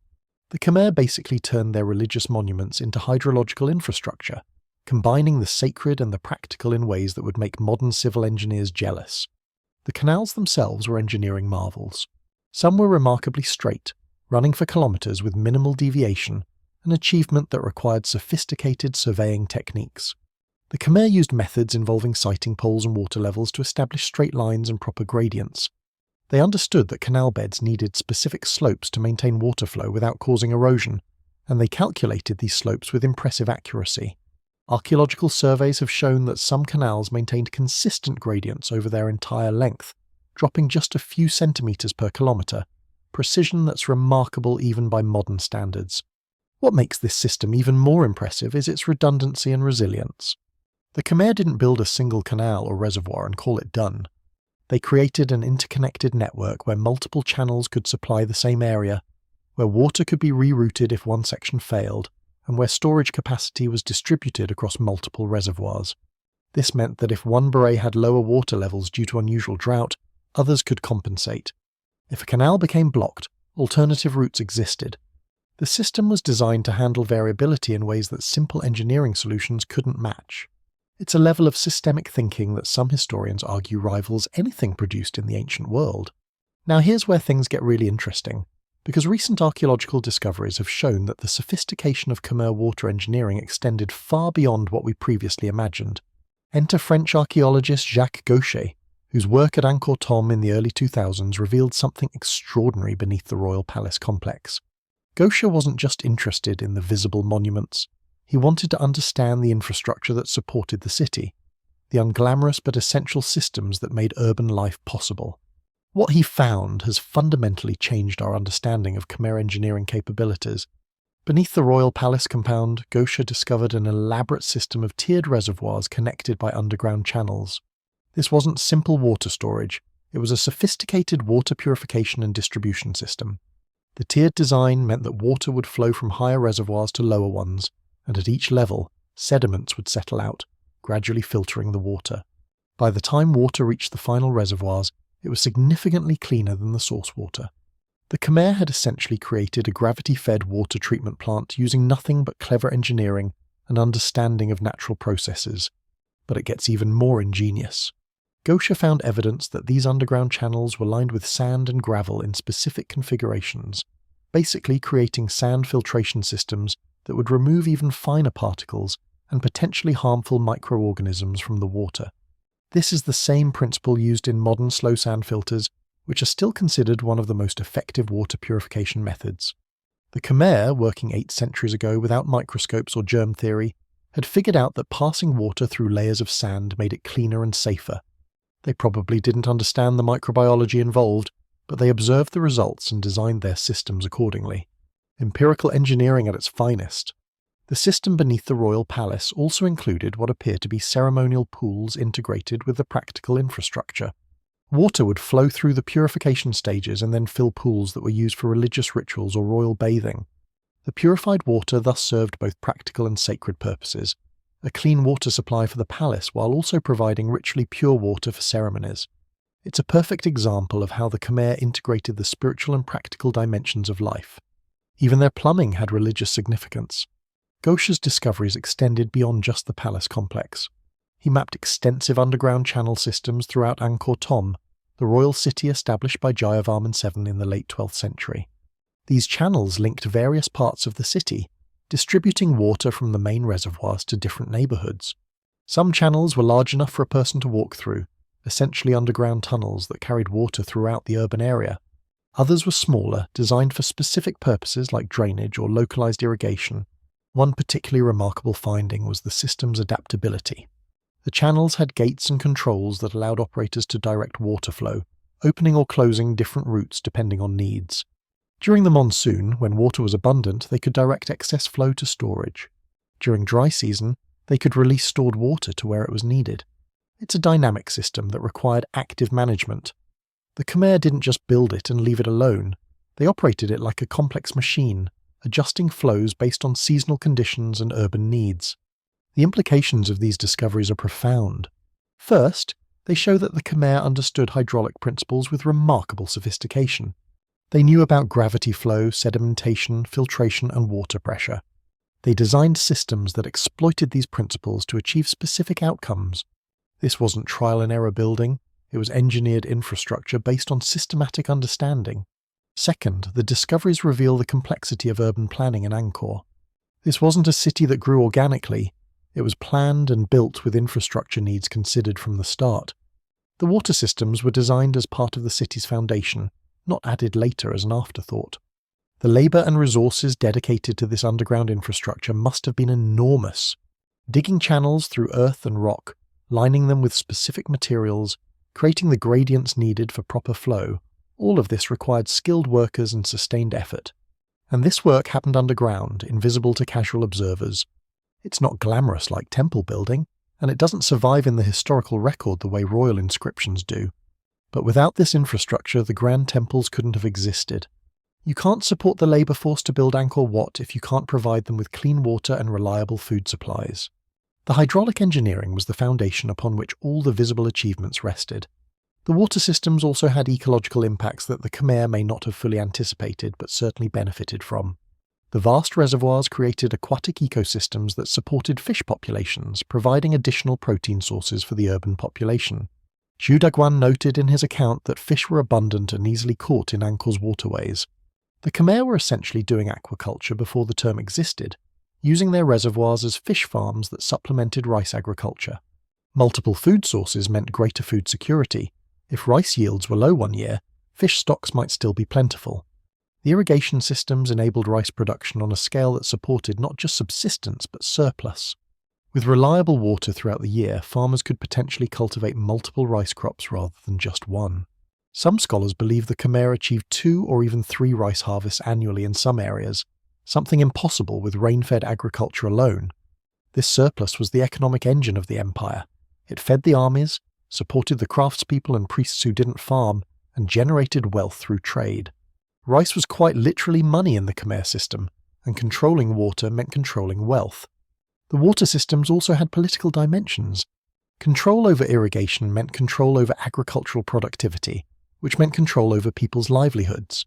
Kings who could guarantee water supplies commanded loyalty not just through divine authority but through practical necessity. The centralized management of the hydraulic system reinforced centralized political authority. Regional lords might have military power, but the king controlled the water infrastructure that made their lands productive. Its hydraulic power in both senses, the power of water flow and the political power derived from controlling it. The temples themselves were integrated into the water system in ways both practical and symbolic. The temple moats weren't just fed by rainfall, they were connected to the larger canal network, ensuring they maintained water levels year-round. This connection meant the temples were nodes in the hydraulic network, points where sacred architecture met practical infrastructure. When pilgrims visited temples, they were also witnessing the water engineering that made their civilization possible. The moats reflected not just the temple towers, but the engineering prowess of the empire. Symbolically, water played a crucial role in Khmer cosmology. The temple moats represented the cosmic ocean surrounding Mount Meru, but they also represented the king's ability to bring life-giving water to his people. A king who could control water was demonstrating divine power. Who but a god could command the elements? The massive beres were sometimes called seas, emphasizing their cosmic significance alongside their practical function. When King Yasovarman built the Isbari, inscriptions praised it as creating a mirror of the celestial ocean on earth. The engineering achievement was understood in religious terms, which reinforced both the practical and spiritual authority of the king. Modern studies using satellite imagery and LiDAR technology have revealed the full extent of the hydraulic network, and it's even more impressive than ground-level surveys suggested. The water management system extended far beyond the immediate Angkor area, covering hundreds of square kilometers of carefully managed landscape. Canals ran from the upland areas near Phnom Kulen, carrying water down to the plains where the city and agricultural areas spread. The entire network was designed as an integrated system, with water captured in the highlands, stored in multiple reservoirs, and distributed through branching canal networks to agricultural zones. It's environmental engineering on a landscape scale that has few parallels in the pre-industrial world. Researchers have also discovered that the system was continuously modified and expanded over the centuries of Khmer rule. Each generation of engineers built upon their predecessors' work, extending canals, adding reservoirs, and refining the system's capabilities. The water infrastructure wasn't static. It evolved as the population grew and demands increased. This adaptive management shows sophisticated understanding. The Khmer knew that systems need maintenance and improvement, not just initial construction. They invested in their infrastructure over generations, which is more than some modern societies can claim. The temples that attract millions of tourists today would not exist without this hydraulic infrastructure. The water systems made everything else possible. The agricultural surplus that fed the workers, the transportation routes that moved construction materials, the stable urban environment that supported specialized crafts and religious institutions. When you stand before Angkor Wat and marvel at its towers, you're really marveling at the entire system that made such construction feasible. The temple is the crown jewel, but the water networks are the crown itself. However, the sophistication of the system also created vulnerabilities, and understanding these vulnerabilities will become crucial when we later explore why Angkor was eventually abandoned. A system this complex requires constant maintenance. Canals need to be dredged to prevent silting. Embankments need to be repaired to prevent erosion. Gates and controls need to be maintained to function properly. If the political and administrative structures that support this maintenance falter, the entire system can degrade surprisingly quickly.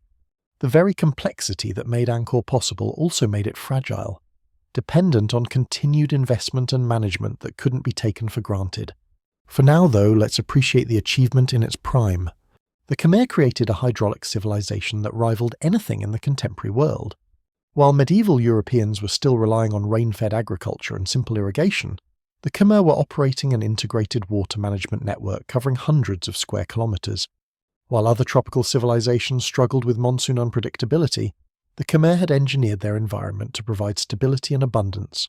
They turned their greatest environmental challenge, the monsoon cycle, into their greatest strength by capturing and controlling its waters. Jacques Gaucher's discoveries beneath the royal palace remind us that ancient achievements often extended beyond what immediately meets the eye. The tourists who visit Angkor today walk above underground channels they'll never see, drink water that flows in patterns established centuries ago, and observe temples that were once part of a living hydraulic machine. The system doesn't function as it once did. Modern dam construction and changed land use have altered water patterns, but the traces remain, testament to Khmer ingenuity. As you drift deeper into our story tonight, consider the engineering mindset required to conceive and execute such systems. These weren't random constructions, but carefully planned networks designed with understanding of hydraulic principles that modern engineers respect. The Khmer engineers, whose names are mostly lost to history, deserve recognition alongside the kings whose monuments they made possible. Without their expertise in moving water, the divine kings would have ruled over much humbler domains. The next chapter will reveal how modern technology has exposed the full extent of what these ancient engineers created. How radar and laser scanning have shown us that Angkor was even larger and more complex than anyone imagined. The jungle hides secrets that only space-age technology can uncover, and what it's revealed is nothing short of astonishing. So keep settling in, because we're about to see ancient Angkor through modern eyes, and the view is spectacular. For over a century after Muhot's discovery, archaeologists studying Angkor faced a frustrating limitation. They could only see what the jungle allowed them to see. And the jungle, it turns out, is a remarkably effective security system. Dense tropical vegetation covered the landscape like a thick green blanket, hiding everything beneath its canopy. Researchers could walk right over ancient structures without knowing they were there because the trees above blocked any view of what lay below. It's like trying to read a book while someone holds a curtain over the pages. You know there's text there, but good luck making it out. Traditional archaeological survey methods simply couldn't cope with the Cambodian jungle. You could hack through the vegetation with machetes, but that's slow, exhausting work that covers minimal ground. Plus, you risk damaging the very structures you're trying to find. You could use aerial photography, which archaeologists had employed successfully elsewhere, but in a dense forest, photographs just show you treetops. Pretty green treetops, but treetops nonetheless. The archaeological remains beneath remained stubbornly invisible. For decades, scholars suspected that Angkor was larger than the visible temple complexes suggested, but proving it, actually mapping what was hidden, seemed impossible. Then came space technology, and suddenly the rules changed completely. In 1994, NASA's Space Shuttle Endeavour flew over Southeast Asia, carrying something called the Spaceborne Imaging Radar C, or CRC for short. This wasn't your typical camera. It was a synthetic aperture radar system capable of penetrating through vegetation to detect ground-level features. The radar sends microwave signals down toward Earth, and these signals pass through tree canopies to bounce off the ground surface beneath. By analyzing the return signals, scientists can create detailed images of terrain that's completely hidden from visual observation. It's essentially X-ray vision for landscapes, and for archaeologists studying jungle-covered sites, it was like receiving a divine gift. The NASA team wasn't specifically looking for ancient Khmer structures. They were testing the radar system's capabilities for various applications, including geological surveys and environmental monitoring. But when they processed the data from the Angkor region, what emerged was startling. The radar revealed a landscape that was far from natural. Beneath the jungle canopy, there were geometric patterns, straight lines running for kilometers, rectangular shapes that could only be artificial, networks of what appeared to be channels and embankments. The jungle surface appeared to be a natural forest, but the ground beneath had been extensively modified by human hands. The Khmer hadn't just built temples, they had reshaped the entire landscape. The 1994 radar images showed features that archaeologists had never documented: ancient road networks, canal systems extending far beyond known boundaries, foundations of structures that had completely disappeared at surface level. The data suggested that the Angkor region was crisscrossed with infrastructure that connected the known temples and extended into what had been considered empty jungle.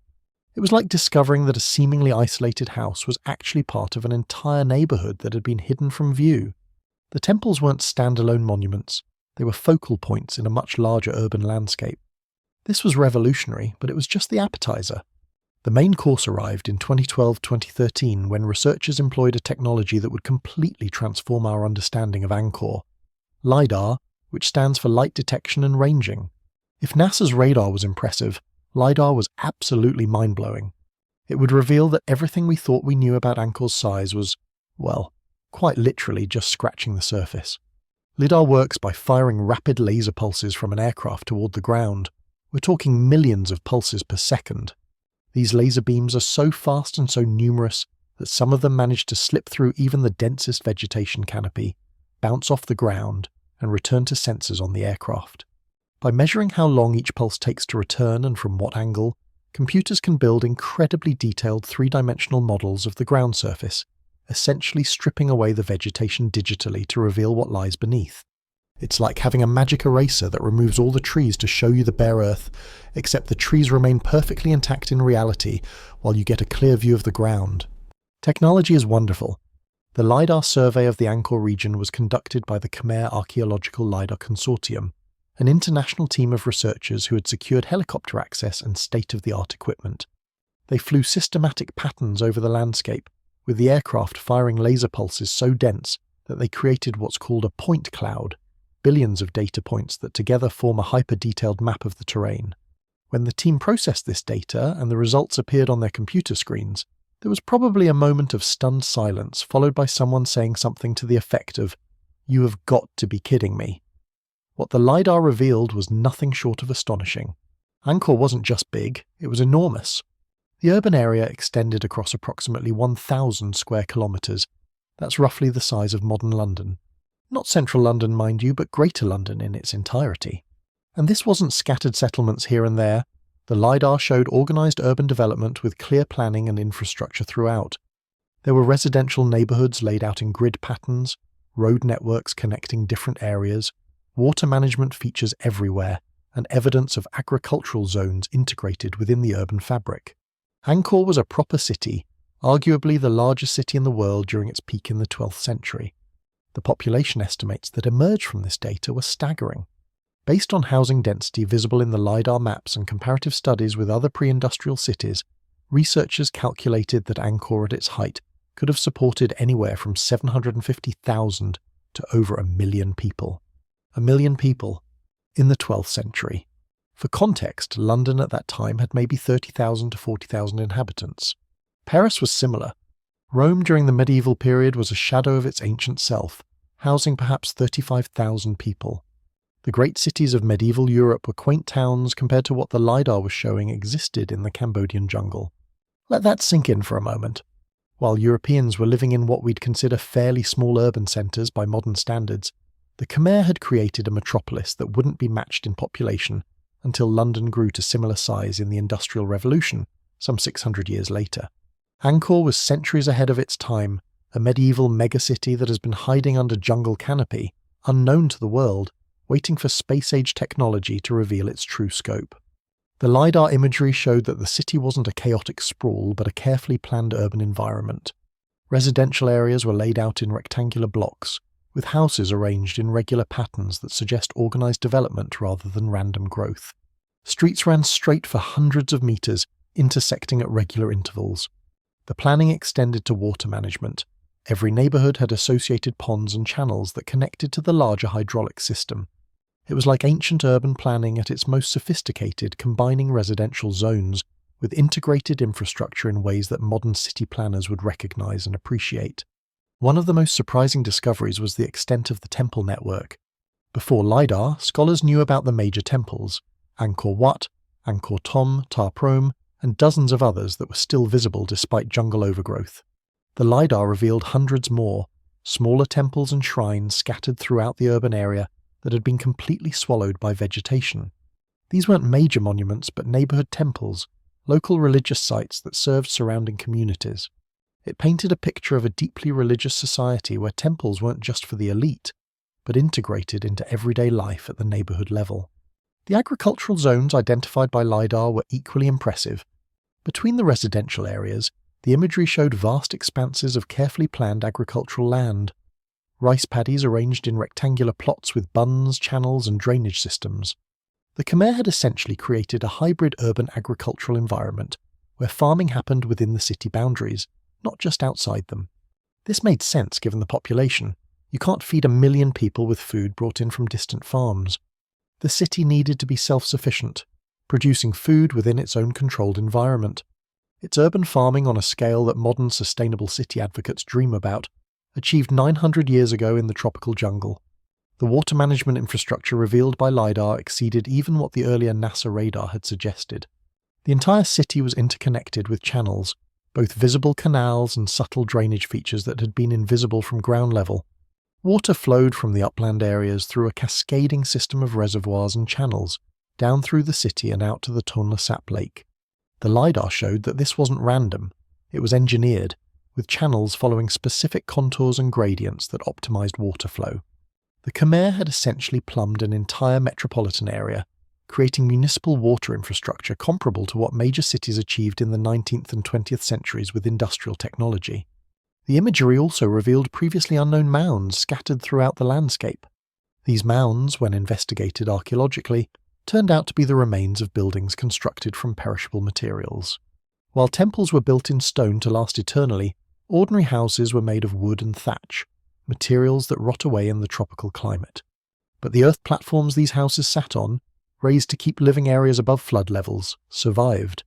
The LiDAR could detect these subtle elevation changes, essentially showing the footprints of thousands of houses that had long since decayed. It was like finding ghost buildings. The structures were gone, but their shadows remained in the landscape. The roads and causeways visible in the LiDAR data were particularly impressive. Major thoroughfares connected different parts of the city, some wide enough to suggest processional routes designed for ceremonial purposes. These roads were raised above the surrounding terrain, built up with earth and stone to remain passable even during the monsoon flooding. The LiDAR showed that these routes extended beyond the city centre, connecting Angkor to satellite settlements and distant resources. The Khmer had built a highway system that networked their empire, allowing movement of goods, armies, and people across their domain. What made the LiDAR discoveries particularly valuable was their precision. The data was accurate to within a few centimetres, allowing researchers to create detailed topographic models that revealed subtle features invisible to even careful ground survey. Slight depressions that indicated ancient ponds, gentle ridges that marked long-gone embankments, almost imperceptible mounds that were house platforms. All of these features popped out in the LiDAR imagery. Archaeologists could sit at their computers and see a landscape that had been invisible for centuries. It was like having a time machine that showed what the land looked like before the jungle reclaimed it. Following the initial 2012-2013 survey, additional LiDAR campaigns extended the coverage even further. Researchers discovered that Angkor's influence extended beyond what even the first surveys had shown. There were satellite cities, smaller urban centres connected to the main metropolis by roads and canals. One particularly significant discovery was Mahendra Parvata on Phnom Kulen, the mountain where Jayavarman held his God-King ceremony in 802 CE. The LiDAR revealed that this site wasn't just a ceremonial mountaintop. It was an extensive urban complex with temples, reservoirs, and residential areas spread across the mountain. The first capital of the Khmer Empire was far more developed than anyone had realized. The technology also revealed evidence of Angkor's decline that was previously speculative. The LiDAR data showed that the water management system had experienced multiple modifications and repairs over time, evidence of an infrastructure struggling to keep up with demands. There were signs of erosion damage, of channels that had silted up and been abandoned, of reservoirs that had breached their banks. The precise mapping allowed researchers to trace the hydraulic system's history, seeing where it had been modified, expanded, patched, and eventually neglected. The story of Angkor's fall was written in the landscape itself, visible now through the digital eyes of LiDAR. For archaeologists who had spent careers trying to understand Angkor through painstaking ground surveys, the LiDAR revelation was both exhilarating and humbling. Entire lifetimes of research could now be complemented with data gathered in a few hours of helicopter flight time. Features that would have taken decades to map by traditional methods were visible instantly in the processed imagery. This didn't make traditional archaeology obsolete. You still needed ground verification and excavation to understand what the features meant. But it transformed the field dramatically. Archaeologists could now see the big picture before focusing on specific details. The discoveries had implications beyond just understanding Angkor. The scale of Khmer urban development suggested that pre-industrial tropical societies were capable of far more sophisticated organisation than Western scholars had assumed. The old prejudices that Muhot displayed, doubting that local people could have built such wonders, were demolished not by argument, but by evidence. Here was proof that Southeast Asian civilization had created the world's largest pre-industrial city, using ingenious water management to sustain massive populations in a challenging tropical environment. If there was any lingering doubt about Khmer capabilities, the LiDAR images settled the matter definitively. The findings also raise new questions. How did the Khmer coordinate construction and maintenance across such a vast area without modern communication technology? How did they manage population distribution and resource allocation for nearly 1 million people? What administrative structures supported this level of urban complexity? The inscriptions and historical records give us hints, but they don't fully explain how such sophisticated organization was achieved. The LiDAR revealed the physical infrastructure but deepened the mystery of how it was all coordinated. For Cambodia itself, the LiDAR discoveries were a source of national pride. The evidence showed that their ancestors had created one of history's greatest civilizations, not a peripheral culture, but a central achievement of human urban development. The images of Angkor's true extent were shared worldwide, published in academic journals and popular media, making the Khmer achievement globally recognized. After decades of tragedy, including the Khmer Rouge genocide that devastated the country, this scientific validation of ancestral greatness was meaningful beyond just academic interest. The technology continues to yield discoveries. New LiDAR surveys in other parts of Cambodia and Southeast Asia are revealing additional sites, showing that the Khmer civilization's influence extended even further than the Angkor heartland.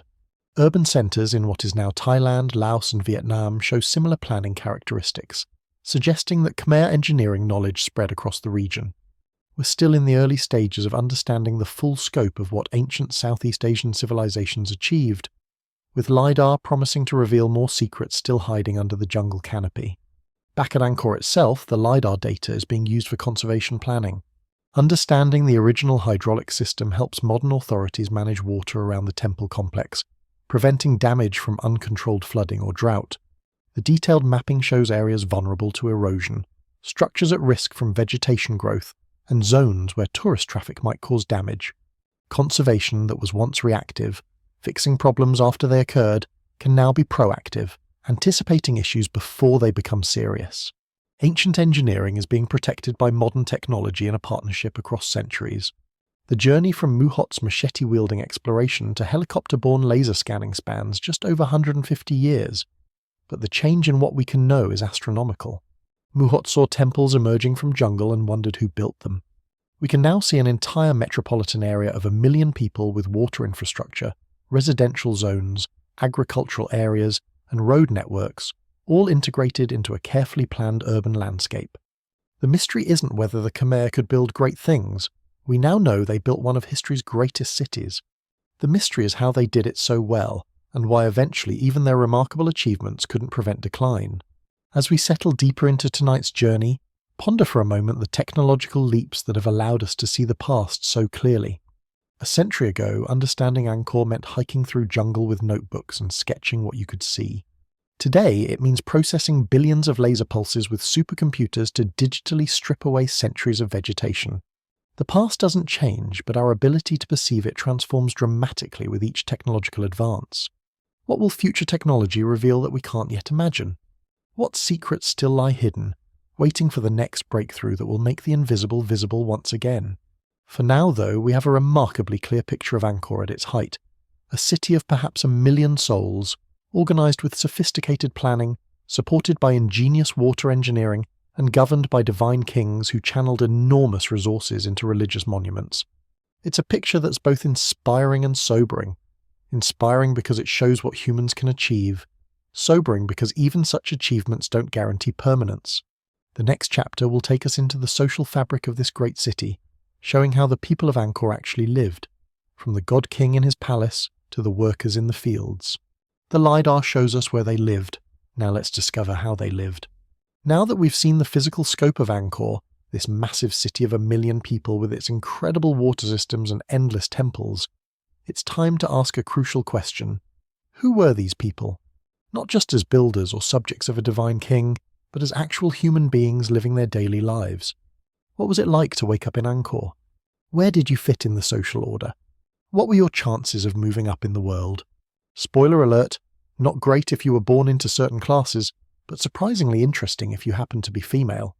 Because Angkor's social structure, while rigidly hierarchical in many ways, had some quirks that would have made medieval European societies scratch their heads in confusion. Let's start at the very top, because that's where all the action and all the power, wealth, and divine essence was concentrated. At the absolute pinnacle of Khmer society sat the king, and sat might be an understatement. The king didn't just rule, he existed on an entirely different plane of reality from everyone else. Remember that Devaraja concept we talked about? The king was literally considered divine, the earthly embodiment of a Hindu god, usually Shiva or Vishnu depending on the monarch's preference. His authority wasn't derived from political maneuvering or military conquest alone, it flowed from his fundamental nature as a living deity. Disagreeing with the king wasn't just treason, it was cosmic blasphemy. That's quite the intimidation factor to bring to political negotiations. The king's divinity was reinforced through elaborate court rituals that would make modern state ceremonies look positively casual. Zhou Daguan, our invaluable Chinese diplomat whose account we discussed earlier, provides fascinating details about royal appearances. The king would show himself to the people through a golden window in the palace, a theatrical presentation designed to remind everyone of his celestial status. He was accompanied by music, surrounded by armed guards, and framed by golden decorations that caught the sunlight. It was political theatre meets religious ceremony, a carefully choreographed spectacle meant to inspire awe and reinforce the social order. The king wasn't just appearing, he was blessing the people with his divine presence. If you think modern political photo opportunities are staged, you haven't seen Khmer royal theatre. And then there was the matter of the king's household, which was less a domestic arrangement and more like a small nation unto itself. Zhou Daguan reported that the king had 5 official wives, each with her own palace and retinue of servants. 5 queens, each presumably with her own court politics, favourite relatives to promote, and opinions about how things should be run. Managing those dynamics must have required diplomatic skills that would exhaust modern relationship counsellors. But wait, it gets more elaborate. Beyond the 5 official wives, the king maintained a harem of reportedly 3,000 to 5,000 women. Let's just sit with that number for a moment. 3,000 to 5,000. That's not a harem. That's a small town populated entirely by women serving the royal household. Now, before we clutch our pearls too tightly, we should understand what this harem actually meant in the context of Khmer society. These weren't all concubines in the romantic sense. Many were attendants, servants, ritual specialists, dancers, and musicians. The royal palace functioned as an enormous institution, requiring vast numbers of staff, and most of those staff positions were filled by women. Zhou Daguan noted that women performed most of the palace's internal functions, while men handled external affairs.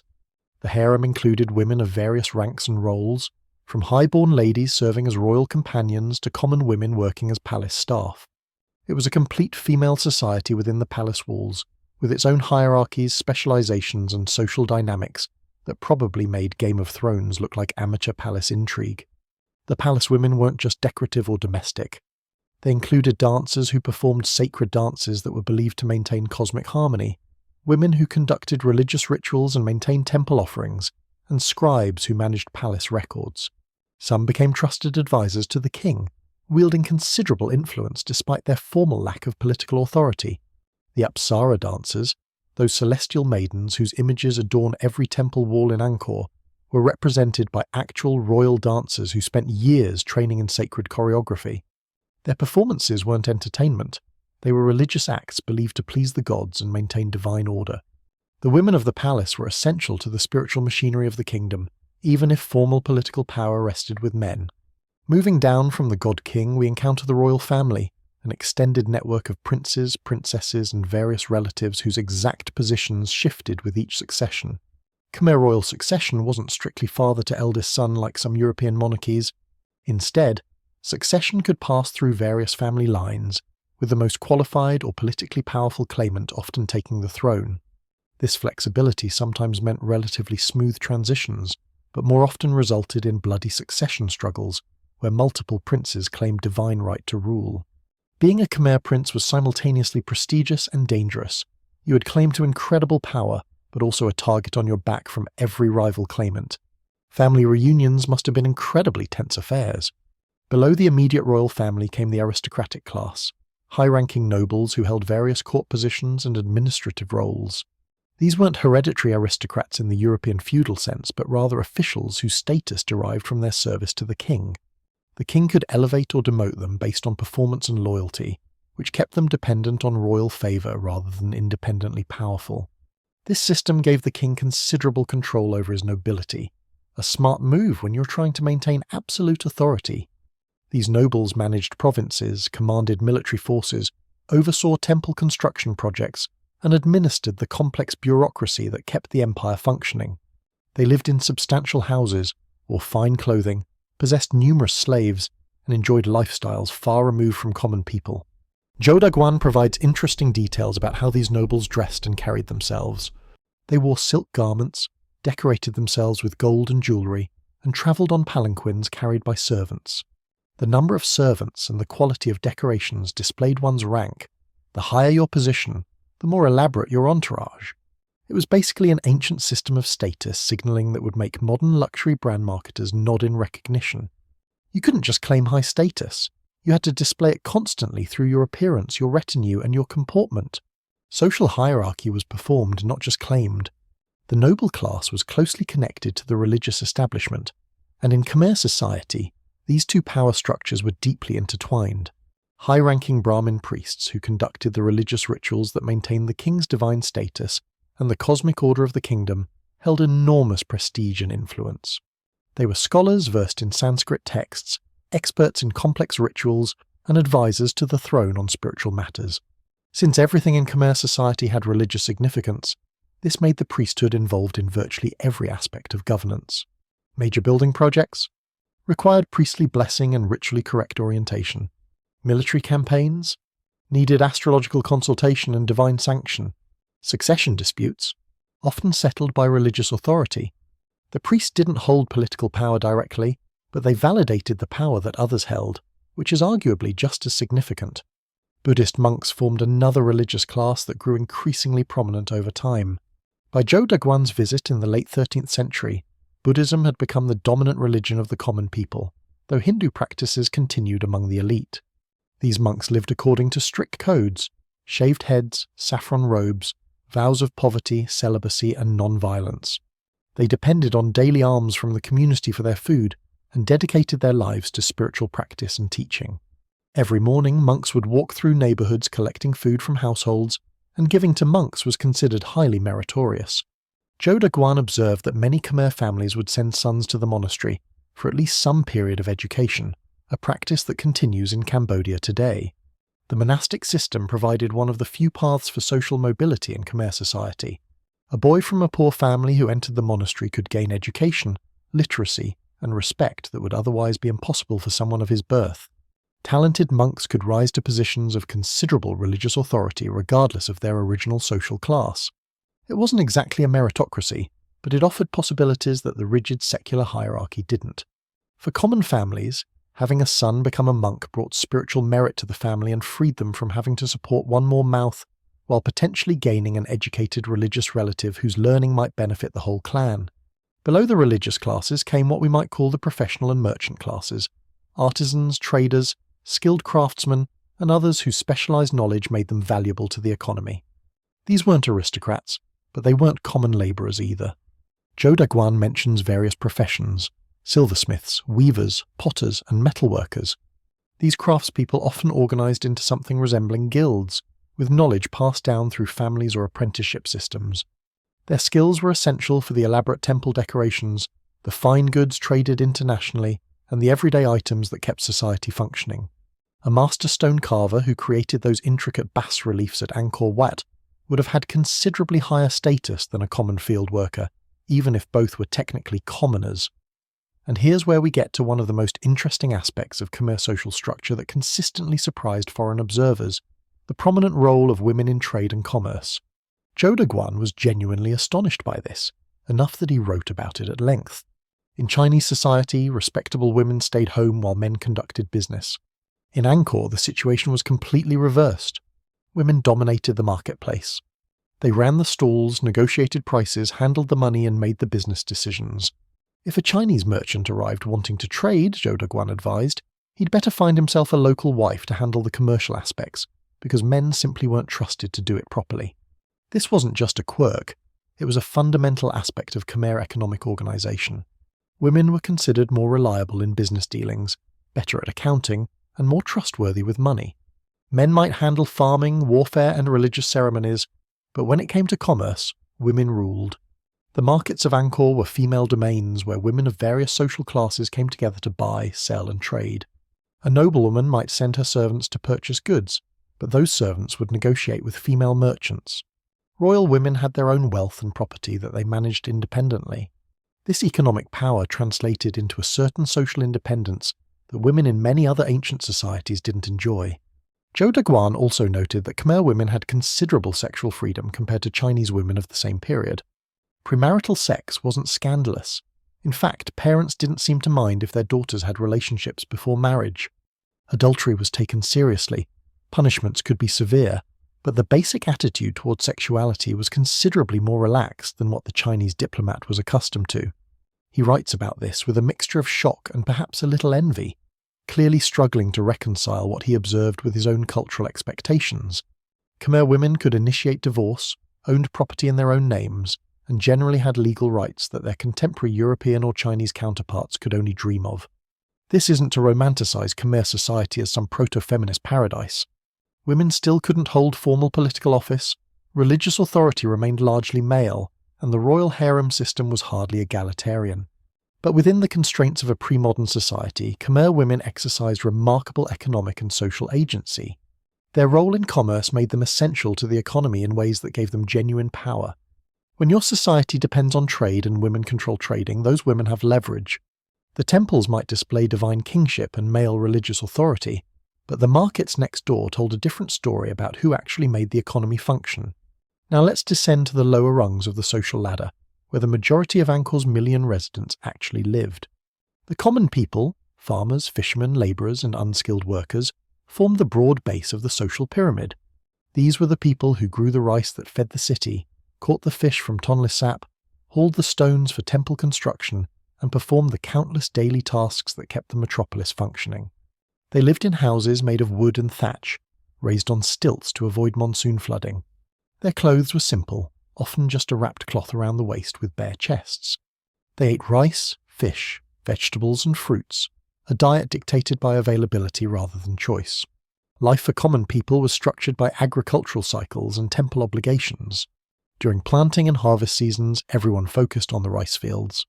The sophisticated irrigation systems we discussed earlier meant that farming was more reliable than in purely rain-fed areas, but it still required constant labour. Rice cultivation in flooded paddies is back-breaking work, wading through muddy water, planting seedlings by hand, maintaining water levels, harvesting by sickle. Modern machinery makes this work manageable, but in 12th century Cambodia it was all human labour, day after day, under tropical sun.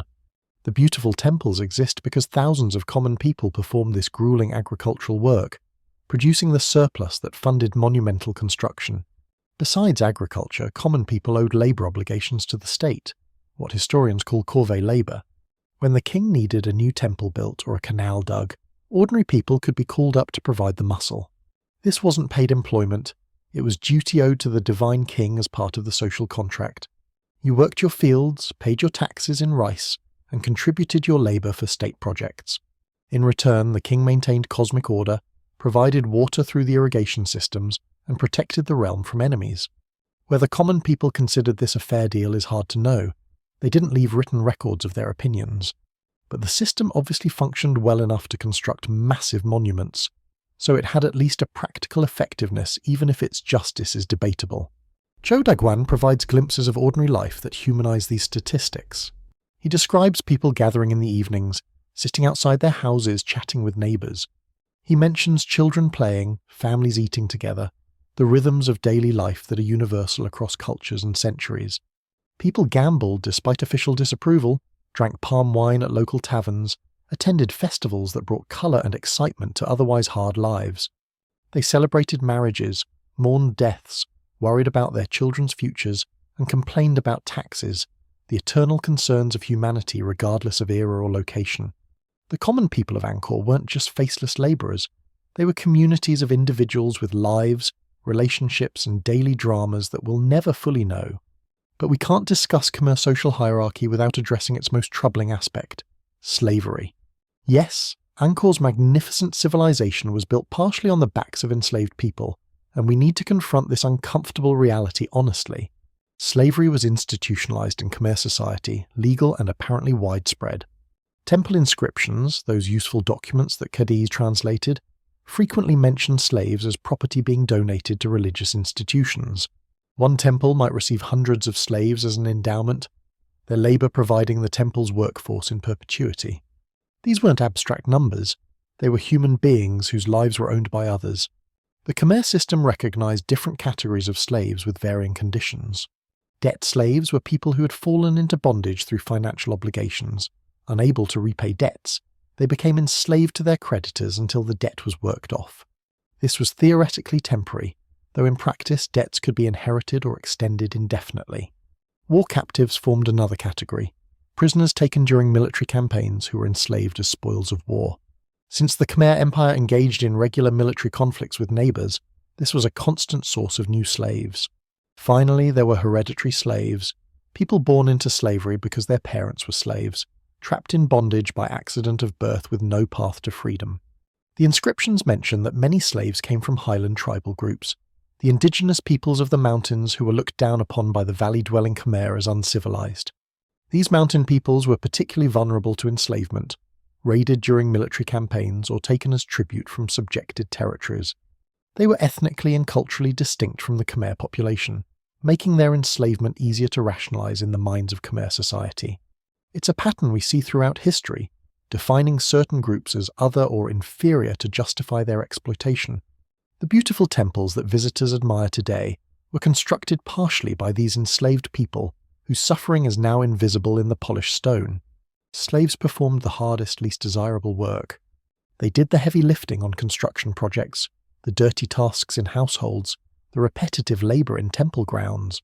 Some worked in agriculture, others in domestic service, still others in workshops producing goods.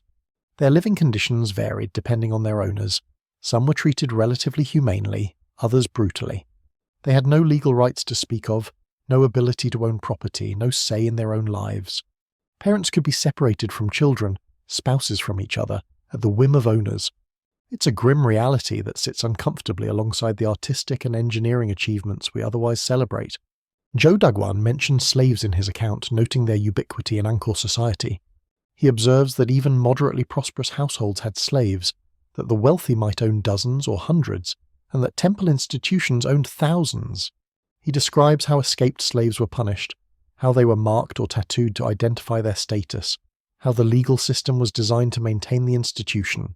His tone is largely matter-of-fact. Slavery existed in China too, so he wasn't morally outraged. But his detailed observations make clear how deeply embedded slavery was in Angkor's social fabric. The city couldn't have functioned at its scale without this exploited labour force. This raises uncomfortable questions about how we view Angkor's achievements. Can we admire the artistic genius of the temple carvings while acknowledging that enslaved people quarried and transported the stone? Can we marvel at the water engineering while remembering that slaves dug many of those channels? These aren't simple questions with easy answers. We don't dismiss the achievements of Greece or Rome because they were slave societies, but we also shouldn't forget the human cost of these civilizations. Angkor's grandeur was real, but so was the suffering that partially enabled it. Holding both truths simultaneously is part of honestly engaging with history. Between the common free people and the slaves existed another category, those attached to temples as permanent religious servants. These weren't exactly slaves, but they weren't free either. Temple inscriptions list thousands of people dedicated to specific temples, bound to serve there for life. Their children would inherit this status, creating hereditary temple communities. They tended temple grounds, performed rituals, maintained structures, grew food for religious offerings, and served the priests. It's somewhere between slavery and serfdom. They had more dignity than slaves, but less freedom than commoners. Their entire existence was tied to the religious institution they served. The social hierarchy extended to occupations that carried spiritual pollution, people who worked with death, leather, or other ritually unclean materials. Like many Hindu-influenced societies, the Khmer had concepts of purity that associated certain tasks with spiritual contamination. Butchers, executioners, and similar professions were looked down upon, their practitioners existing on society's margins. These occupational hierarchies created subcastes within the broader social structure, adding another layer of stratification to an already complex system. What strikes modern observers is how much of this hierarchy was based on birth rather than achievement. With few exceptions, like religious advancement, Your position in Khmer society was largely determined by whose womb you emerged from. Born to royalty? You're potentially divine. Born to slaves? You're property. Born to commoners? You'll work the fields. The rigid stratification that enabled the empire's organization also limited individual potential and perpetuated inequalities across generations. But this was the norm for pre-modern societies. The idea that social mobility should be based on merit is relatively modern. Despite the rigid hierarchy, Angkor's social structure had mechanisms that created cohesion. Religious festivals brought all classes together in shared celebration. The temple system, with its neighborhood shrines and community rituals, provided spiritual services to everyone. The water infrastructure benefited all residents, not just elites. And the ideological framework of divine kingship gave even the lowest-ranked person a sense of participating in cosmic order. You might be a humble farmer, but your labor supported the god-king whose divine authority maintained universal harmony. It's not exactly equality, but it's a shared narrative that bound society together. Zhou Daguan, coming from hierarchical Chinese society, found much of Angkor's social structure familiar, but with interesting variations. The power of women in commerce surprised him. The religious syncretism confused him. The clothing choices shocked him. But the basic principle of hierarchical society with a divine ruler at top, aristocratic bureaucracy beneath, and masses of common people at bottom, that he understood perfectly. It was a structure that had proven effective for organizing large pre-industrial societies, whether in China, India, or Cambodia. The specific cultural expressions differed, but the organizational principle was similar. As we reflect on Angkor's social hierarchy tonight, we see a society of enormous complexity and contradiction. Incredible artistic achievement alongside brutal slavery. Remarkable engineering managed by sophisticated bureaucracy. Women with commercial power in a system of male political authority. Divine kingship supported by practical administration. The Khmer created a social order that enabled one of history's greatest civilizations to flourish for centuries. But that order also institutionalized inequalities that concentrated wealth and power while exploiting the labor of many. The temples that survive today are monuments to royal and religious power. The common houses have rotted away, the slave quarters long vanished. What remains is literally the stone record of the powerful. But understanding Angkor requires seeing beyond the surviving monuments to imagine the complete social world. The bustling markets run by women, the neighborhoods of common people, the rice paddies tended by farmers, the construction sites worked by slaves. The million people of Angkor lived in a carefully orchestrated society where everyone had a defined place, and the spectacular achievements we admire emerge from that entire system, not just its beautiful tip. Next, we'll explore how this complex society's spiritual foundation began to shift dramatically, transforming from Hindu divine kingship to Buddhist Dharma rule. This religious transformation would reshape everything about Angkor, its construction programs, its royal ideology, and ultimately its sustainability. The temples we see represent the Hindu apex of Khmer civilization, but Buddhism's rise would change the entire game. Get comfortable, because we're about to witness a theological revolution that would alter the destiny of empires. Every great civilization eventually faces its reckoning, and Angkor was no exception. What makes Angkor's decline particularly fascinating, and particularly tragic, is that the very things that made it great also contain the seeds of its destruction. The sophisticated water systems that enabled 1 million people to thrive in the jungle, the elaborate temples that proclaimed divine kingship, the agricultural surplus that funded endless construction, all of these achievements carried hidden costs that would eventually come due. And when the bill arrived, the Khmer Empire couldn't pay it. This is the story of how perfection became fragility, how ambition outpaced sustainability, and how one of history's greatest cities was slowly strangled by the consequences of its own success. Let's start with King Jayavarman VII, because if we're looking for the beginning of the end, his reign is as good a place as any to start. Which is ironic, since his reign is also considered Angkor's absolute apex.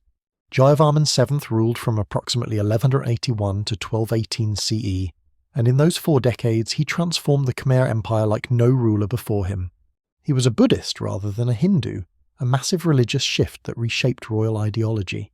He was also a builder of truly unprecedented ambition, making previous kings' construction programs look modest by comparison. This is saying something, given that modest hadn't exactly been a Khmer royal virtue. But Jayavarman VII took it to another level entirely. During his reign, Jayavarman VII constructed more temples, monuments, hospitals and infrastructure than any Khmer king before or after. We're talking about Angkor Thom, the entire walled royal city with its famous face towers. We're talking about the Bayon, that mesmerising temple with 216 massive stone faces gazing in all directions. We're talking about Ta Prohm, Preah Khan, Bante Kadeh, and dozens of other major temples. He built over 100 hospitals throughout the empire, each with dedicated staff and resources. He constructed rest houses along the major roads at regular intervals for travellers. He expanded and modified the water management systems. The man built like his legacy depended on it, which in the context of divine kingship it quite literally did. The scale of construction under Jayavarman VII is almost incomprehensible. Historians estimate that he moved more stone than all previous Khmer kings combined. The Bayon alone contains approximately 1.2 million cubic metres of stone.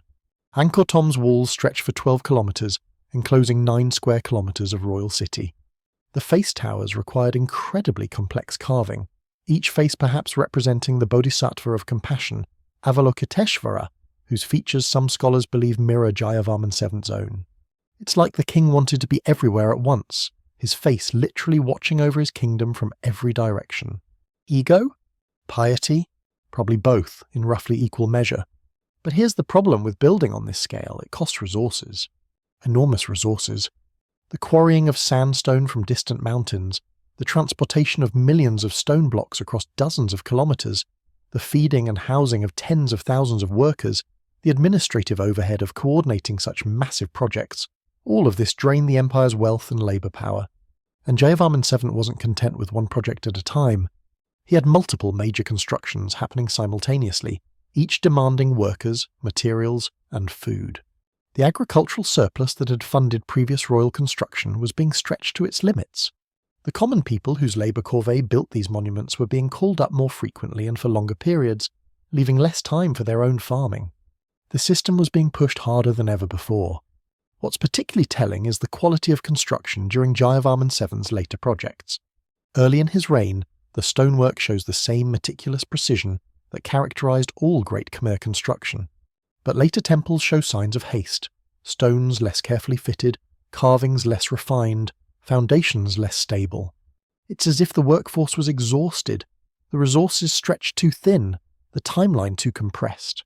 The king's ambition hadn't diminished, but the empire's capacity to realise that ambition was degrading. It's visible in the very stones, a king trying to outbuild his predecessors while his kingdom's ability to support such building was failing. The rush to complete projects before resources ran out led to inferior construction that would age poorly compared to earlier work. Beyond the immediate resource drain, Jayavarman VII's building programs had lasting environmental impacts that would haunt the empire for generations. To construct his temples and walls, vast quantities of stone were quarried. To fuel the lime kilns that produced the plaster coating many structures, enormous amounts of wood were burned. To clear land for construction sites and to provide timber for scaffolding, forests were cut down. Deforestation on this scale had cascading effects that the Khmer probably didn't anticipate. Trees don't just stand there looking pretty. They anchor soil, regulate water flow and prevent erosion. Remove the trees and the landscape becomes unstable. The deforestation around Angkor contributed to increased erosion, particularly on the slopes of Phnom Kulen, the very mountain range from which much of the city's water flowed. Soil that had been held in place by tree roots began washing down during monsoon rains, carrying sediment into the streams and channels that fed Angkor's water system. This sediment didn't just disappear, it accumulated in canals, reservoirs and channels, gradually reducing their capacity. A canal that once carried thousands of cubic metres of water would slowly fill with silt, its water-carrying ability diminishing year by year. This process, called siltation, is insidious because it's gradual. No single rainy season causes catastrophic failure, but over decades the system's efficiency degrades until it can no longer perform its essential functions. The water management system that we discussed earlier, that brilliant network of reservoirs, canals and channels that made Angkor possible, was remarkably sophisticated but also remarkably fragile. It required constant maintenance to function properly. Canals needed to be dredged to clear accumulated sediment. Embankments needed to be repaired when erosion weakened them. Gates and control structures needed to be maintained to regulate water flow. This maintenance wasn't optional, it was the price of having such a complex system.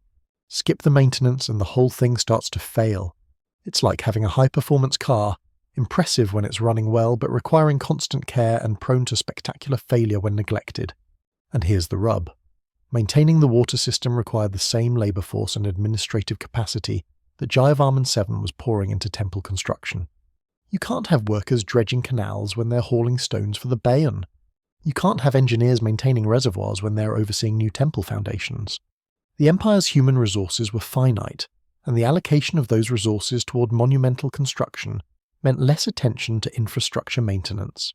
It's a classic prioritization problem, the urgent, or in this case the glorifying, crowding out the important but less glamorous. Building temples enhances royal prestige, cleaning canals doesn't make for impressive inscriptions, but the canals are what makes the temples possible in the first place.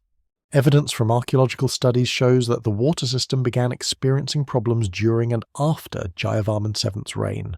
Lidar and ground surveys reveal channels that were modified multiple times, apparently in attempts to work around sections that had silted up or failed. Some reservoirs show signs of having breached their embankments, suggesting that maintenance wasn't keeping up with deterioration. The carefully balanced system that had distributed water precisely across the urban landscape was becoming increasingly dysfunctional. Some areas probably received too much water while others received too little. The reliable agricultural production that had sustained 1 million people was becoming less reliable. Climate change, and yes, even the medieval world experienced significant climate shifts, added another layer of stress to an already strained system. Paleoclimate research using tree rings, sediment cores, and other proxy data has revealed that the 14th and 15th centuries saw significant fluctuations in the monsoon patterns that governed Angkor's water supply. There were periods of severe drought interspersed with periods of unusually intense monsoons. A functioning water system might have managed this variability. That's partly what it was designed for. But a system already degraded by silting, deforestation, and deferred maintenance couldn't buffer against these extremes. Droughts emptied reservoirs that weren't being properly maintained. Intense monsoons broke weakened embankments and caused flooding through clogged channels. The climate wasn't causing Angkor's problems alone, but it was exacerbating existing vulnerabilities. The decline of the hydraulic system had direct impacts on agricultural productivity. Rice yields that had been reliably high began to fluctuate. Some years brought good harvests, others brought shortfalls. For a city of potentially 1 million people entirely dependent on locally produced rice, even modest drops in agricultural output meant serious problems. Food shortages don't just cause hunger, they cause social instability. When people can't feed their families, their loyalty to the ruling system understandably weakens. The divine king, who was supposed to maintain cosmic order and provide prosperity, was presiding over declining fortunes. How divine does a king seem when harvests fail and canals don't flow? This connects to the religious transformation that was already reshaping Khmer ideology. Remember, Jayavarman VII was a Buddhist, not a Hindu. His embrace of Buddhism wasn't just personal preference, it reflected broader societal shifts. Buddhism, particularly the Theravada Buddhism that was spreading through Southeast Asia, didn't emphasize divine kingship the way Hinduism did. In Buddhist thought, kings weren't gods. They were men who could accrue merit through good deeds and piety, but they remained human. This theological shift undermined the entire ideological foundation that had justified the god king's absolute authority and the massive resource extraction that funded his temples. When common people embraced Buddhism and its emphasis on individual spiritual development and the impermanence of worldly things, the justification for endless temple construction became weaker. Why should farmers labor to build massive monuments when Buddhist teaching emphasized simplicity and detachment from material display? Why should the god king receive divine reverence when Buddhist monks taught that all beings were fundamentally equal in their potential for enlightenment? The religious transformation wasn't causing the empire's material decline, but it was eroding the ideological framework that had made the Khmer system coherent.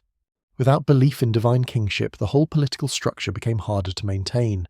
The religious shift also meant that royal construction programs lost their ideological momentum. After Jayavarman VII, Khmer kings largely stopped building massive temple mountains. This wasn't necessarily because they couldn't afford to, it was partly because the Buddhist worldview that was becoming dominant didn't require such constructions. Buddhist kings built monasteries and stupas, but these were generally simpler structures that didn't demand the same resource investment as Hindu temple mountains.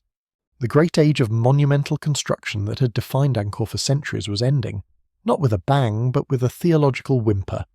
The construction machine that had operated for generations gradually wound down, its purpose no longer clearly justified in the new religious paradigm. Political instability followed the religious and economic disruptions. After Jayavarman VII's death, succession became increasingly contested. Without the clear ideological framework of divine kingship, claims to the throne were harder to legitimize.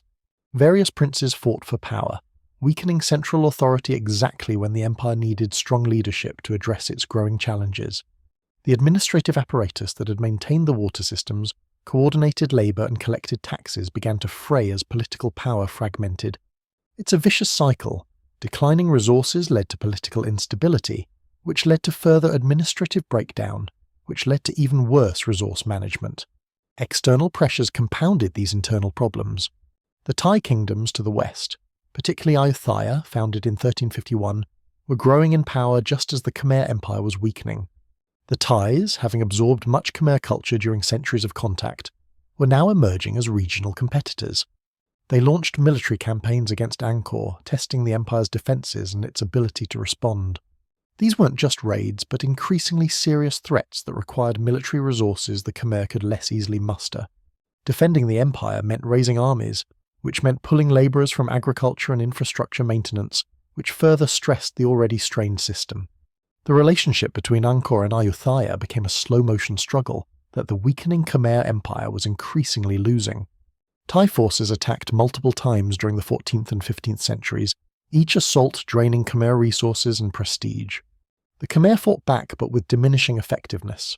The massive walls that Jayavarman VII had built around Angkor Thom were still standing, but walls are only as good as the soldiers defending them and the supplies that sustain those soldiers.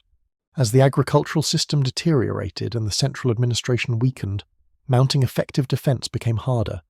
Then came 1431. The year that historians traditionally mark as Angkor's fall, though the reality was more complicated than a single dramatic event.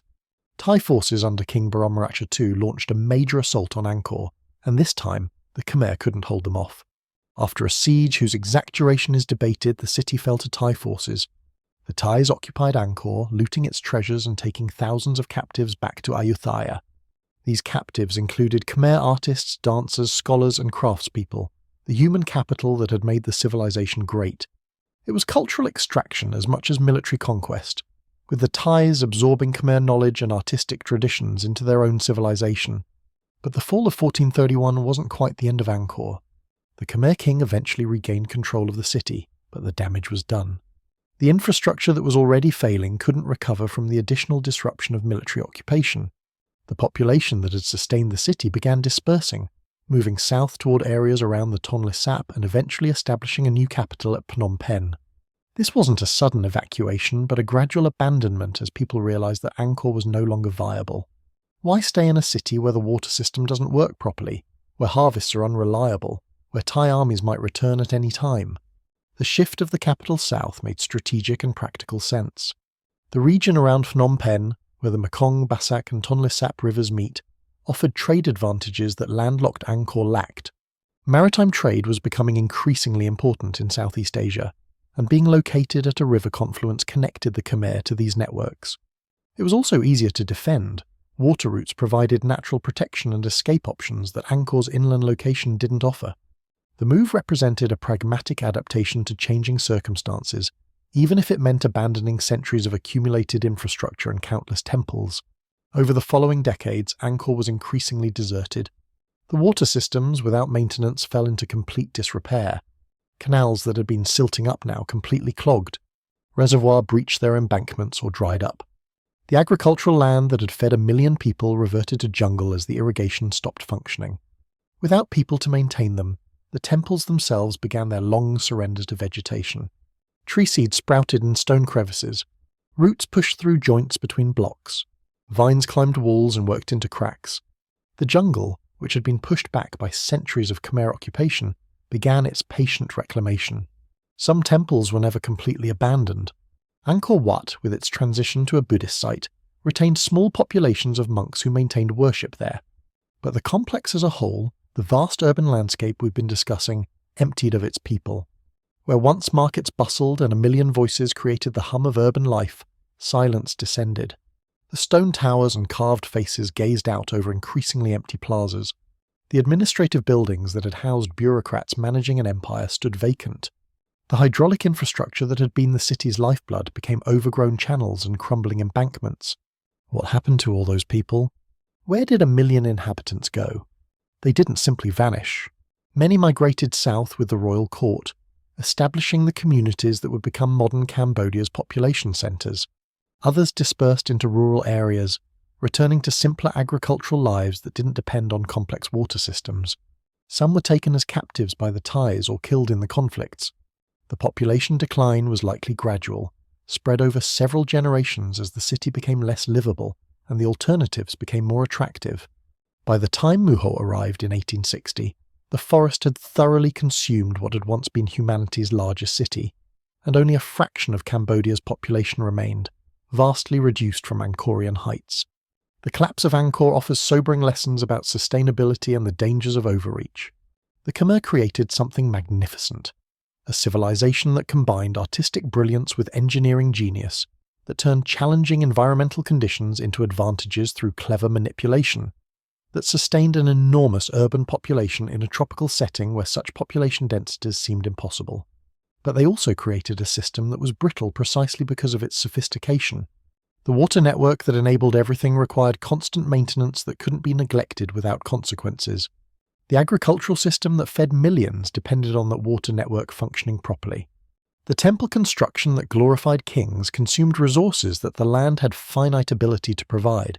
Jayavarman VII's reign represents both the height of Khmer achievement and the overreach that initiated collapse. His genuine accomplishments, the temple's, hospitals, infrastructure, were remarkable. His Buddhist compassion, expressed through hospitals and public works, showed a king concerned with his people's welfare. But his building ambitions exceeded what the empire could sustain long term. The resources he extracted, the labour he demanded, the environmental damage his construction caused, these created debts that future generations couldn't pay.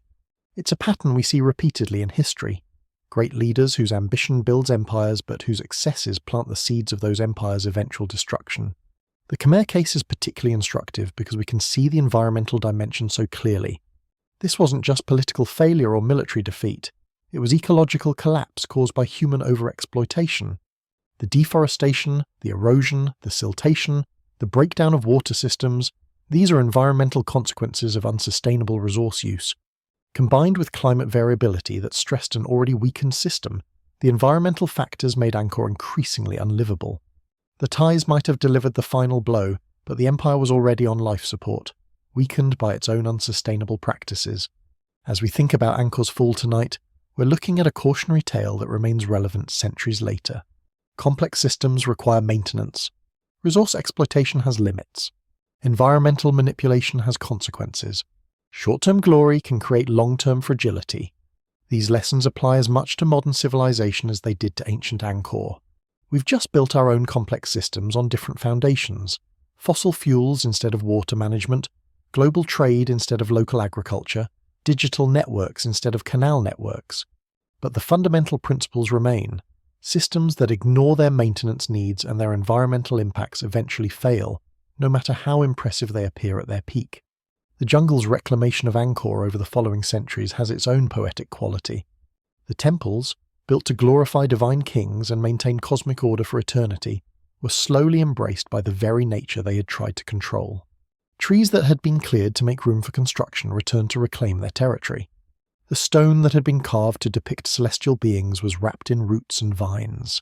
It's a reminder that human constructions, however monumental, are temporary when measured against natural processes. The jungle didn't care about divine kingship or architectural brilliance.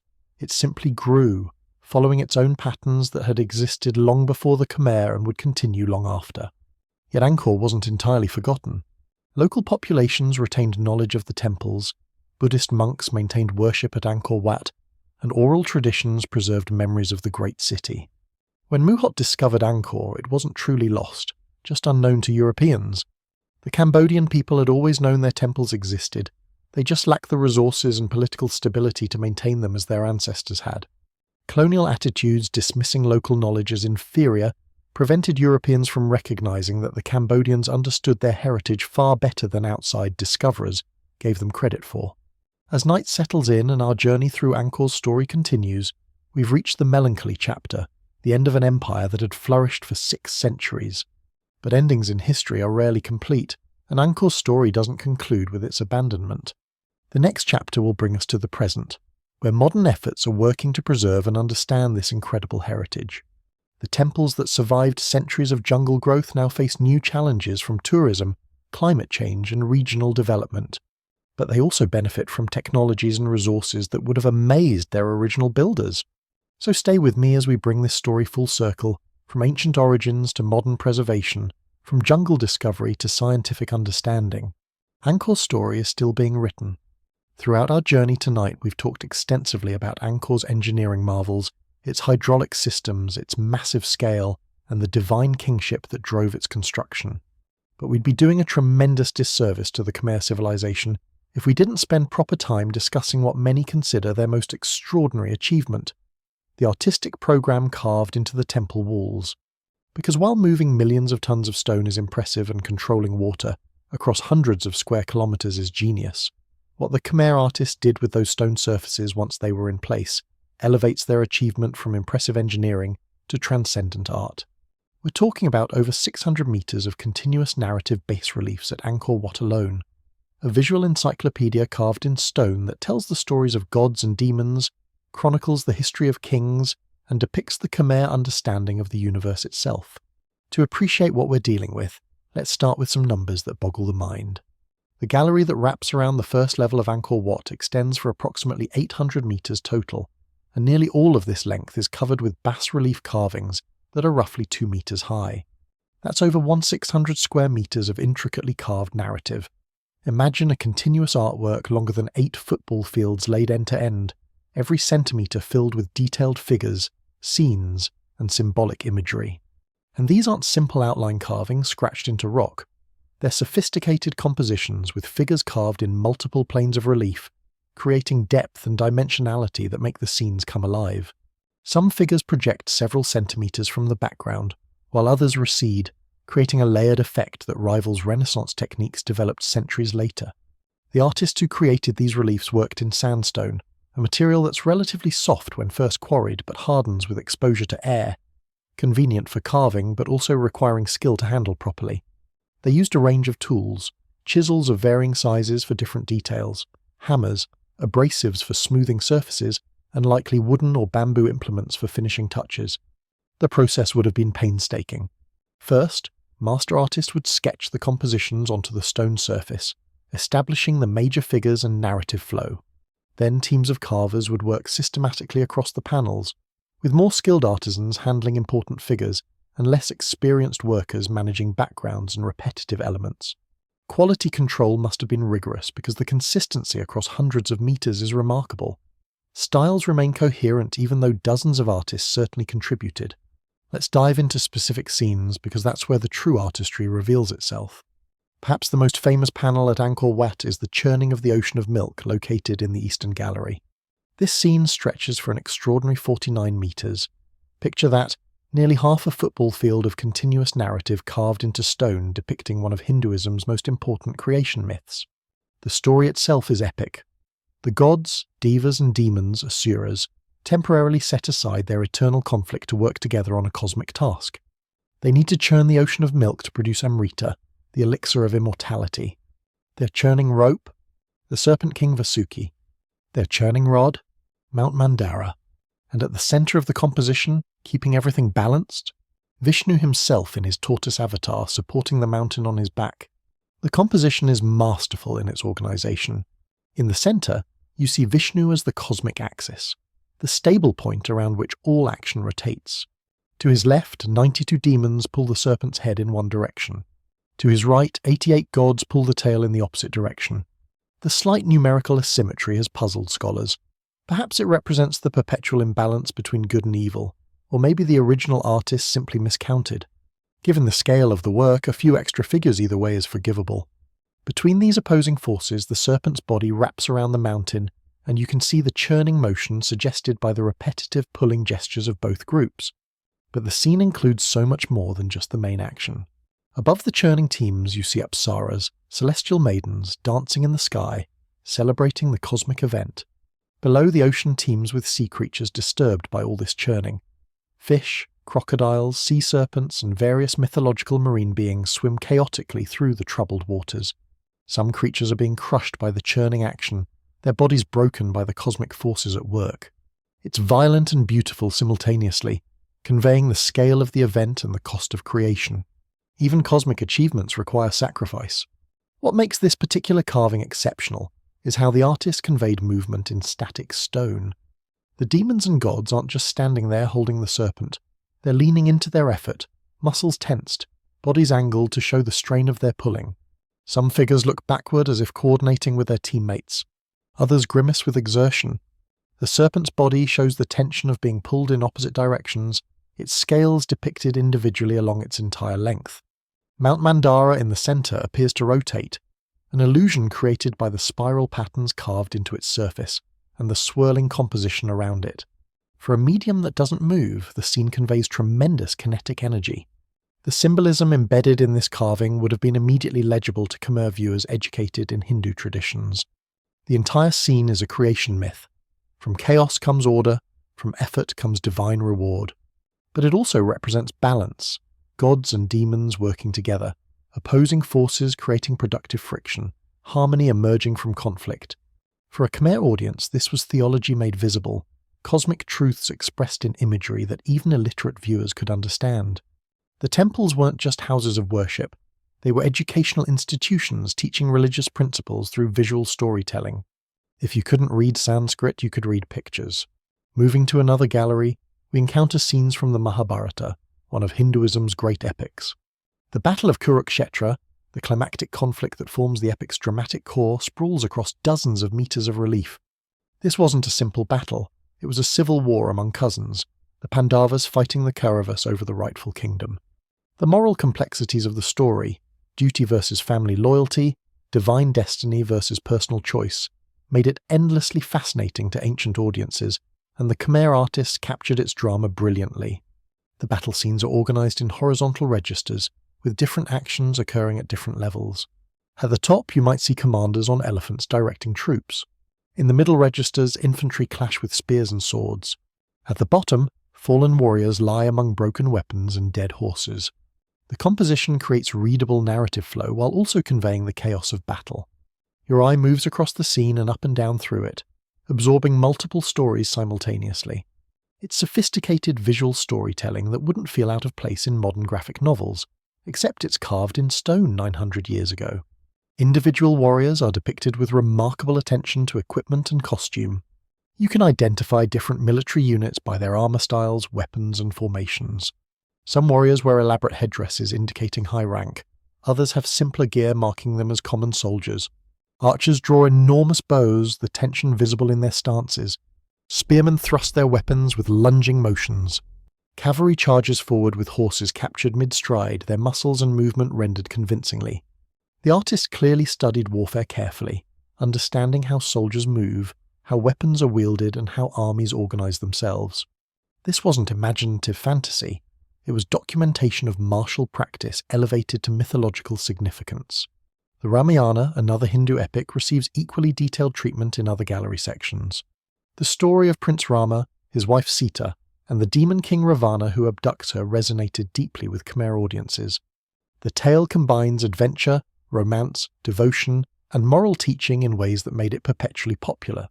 At Angkor Wat, key scenes from the Ramayana appear with Rama depicted as the ideal king, noble, handsome, devoted to dharma, righteous duty.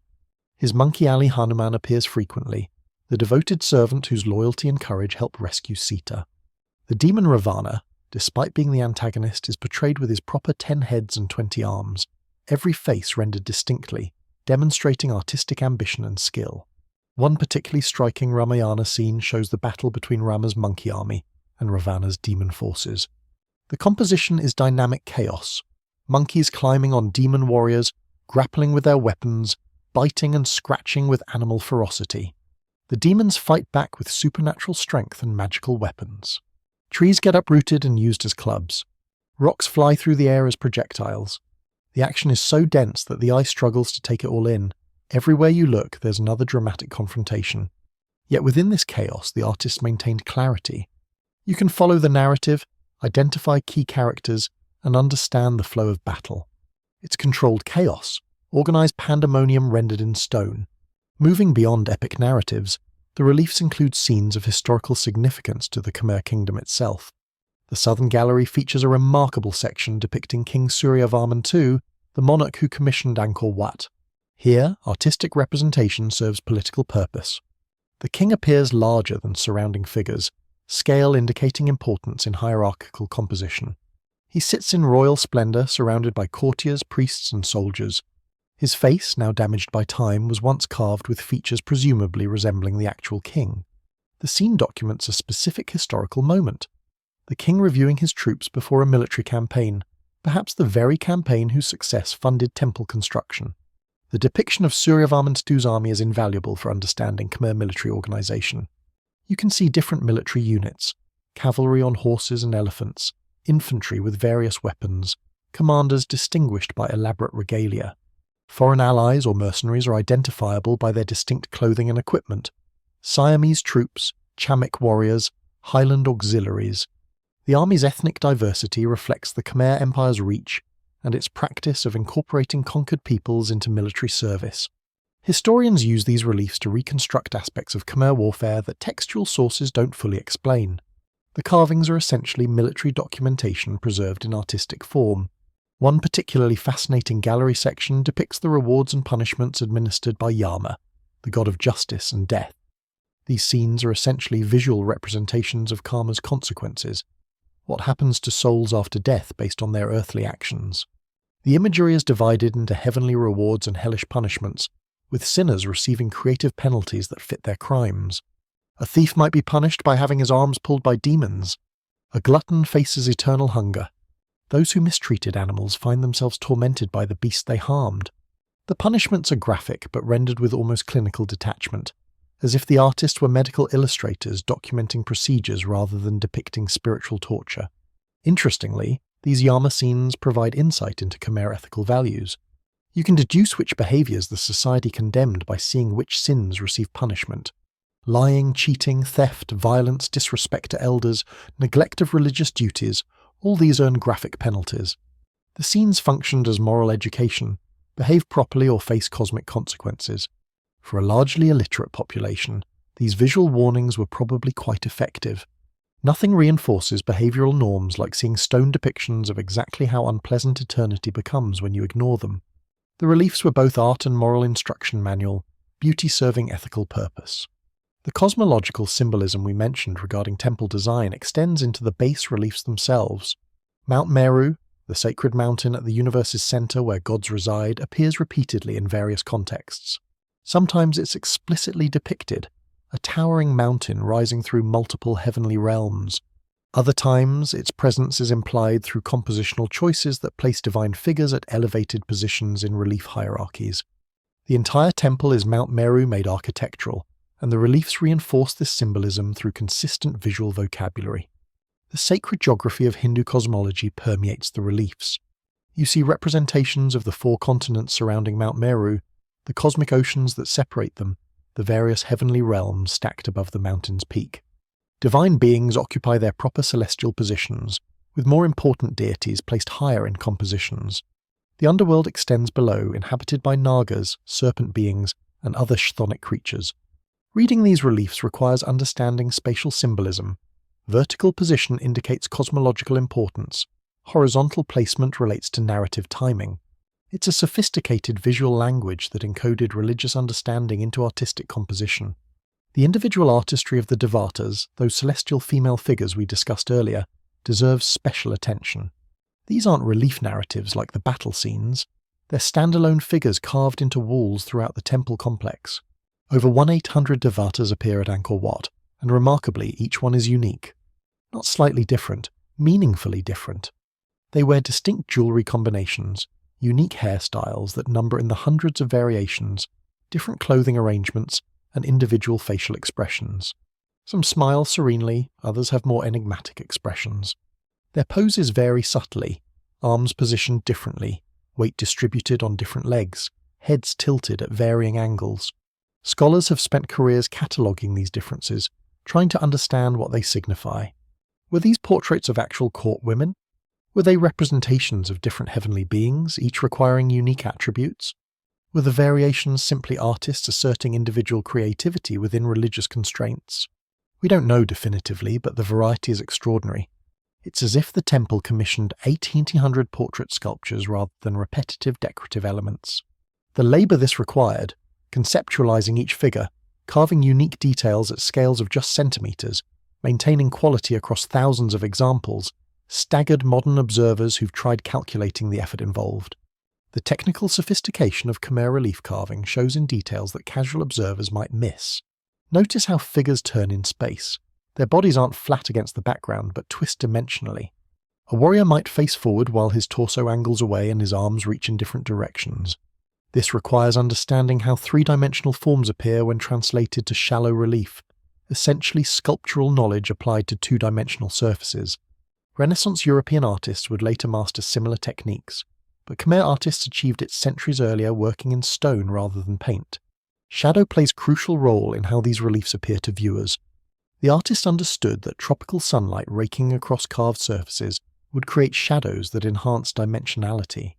They carved depth specifically to catch light in ways that make figures pop from backgrounds. As sunlight moves throughout the day, the shadows shift, making reliefs appear slightly different at different hours. Morning light creates one set of shadows, afternoon light creates another. The figures almost seem to move as shadows change their apparent contours. Whether this effect was intentionally designed or happy accident is debated, but it suggests awareness of how environmental conditions would interact with artistic choices. The narrative flow of the reliefs follows specific directional conventions. At Angkor Wat, the reliefs are designed to be read counterclockwise. You walk around the gallery with reliefs on your left, experiencing them in intended sequence. This matches funeral circumambulation patterns in Hindu tradition, where mourners circle sacred spaces keeping them on their left. Since Angkor Wat faced west, associated with death, and functioned as Suryavarmana II's funerary monument, the counterclockwise viewing path reinforced the temple's mortuary purpose. The narrative sequence isn't random. It tells a cosmic story moving from creation myths through epic battles to historical events and finally to judgment scenes. You literally walk through the Hindu understanding of existence, from cosmic origins to cosmic accountability. Comparing Khmer relief art to contemporary traditions elsewhere reveals its unique characteristics. Indian temple reliefs, which obviously influence Khmer art, tend toward higher relief with figures projecting more dramatically from backgrounds. They're often more ornate, with decorative elements sometimes overwhelming narrative clarity.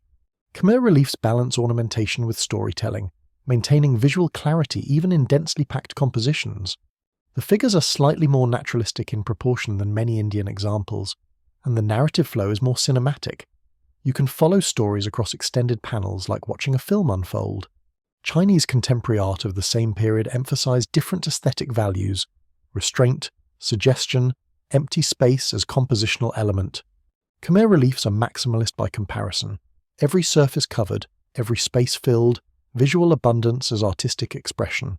European Romanesque and early Gothic sculpture, contemporary with Angkor's peak, focused on individual figures and smaller narrative scenes.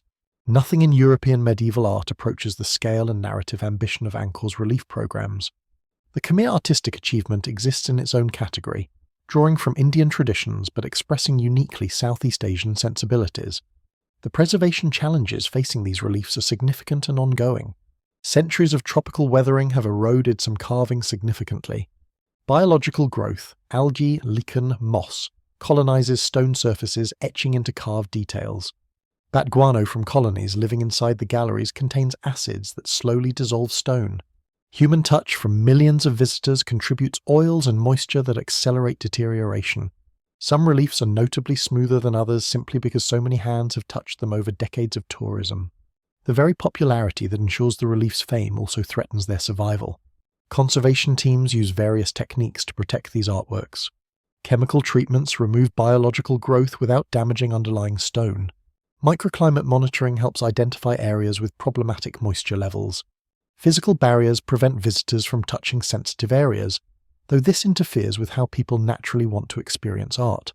Debate continues about proper conservation approaches. How much cleaning is too much? Should restoration attempt to recreate lost details or preserve current states? Each approach has advocates and critics with no perfect answers. Digital documentation provides insurance against further loss. High-resolution photography, 3D scanning, and photogrammetry have created detailed digital records of every relief panel. Should carvings deteriorate further, these records preserve information about their current state. Researchers can study reliefs digitally without physically accessing them, reducing wear from scholarly investigation. The digital archives also allow global access. Anyone worldwide can examine Angkor's reliefs in detail without travelling to Cambodia. Its preservation meeting democratization, ancient art becoming globally accessible through modern technology. As you drift deeper into rest tonight, carry with you these images of stone transformed into storytelling. Picture ancient artists pausing mid-carving, checking their work against the master design. Imagine their satisfaction when a particularly difficult figure came out perfectly. A warrior's face capturing exactly the right expression, an apsara's jewelled headdress rendered with exquisite delicacy. Think about the generations of viewers who stood before these same reliefs, medieval Khmer worshippers reading sacred narratives, colonial explorers marvelling at artistic sophistication they hadn't expected, modern tourists photographing scenes that connect them to ancient creative genius. The reliefs at Angkor represent human artistic achievement at its finest, not just technical skill, though that abounds, but meaningful expression that communicated important ideas to communities. These weren't decorations, they were visual philosophy, stone sermons, historical documents, and aesthetic masterpieces simultaneously. They taught religious principles to the illiterate, reinforced cultural values, celebrated royal achievements, and encoded cosmic understanding.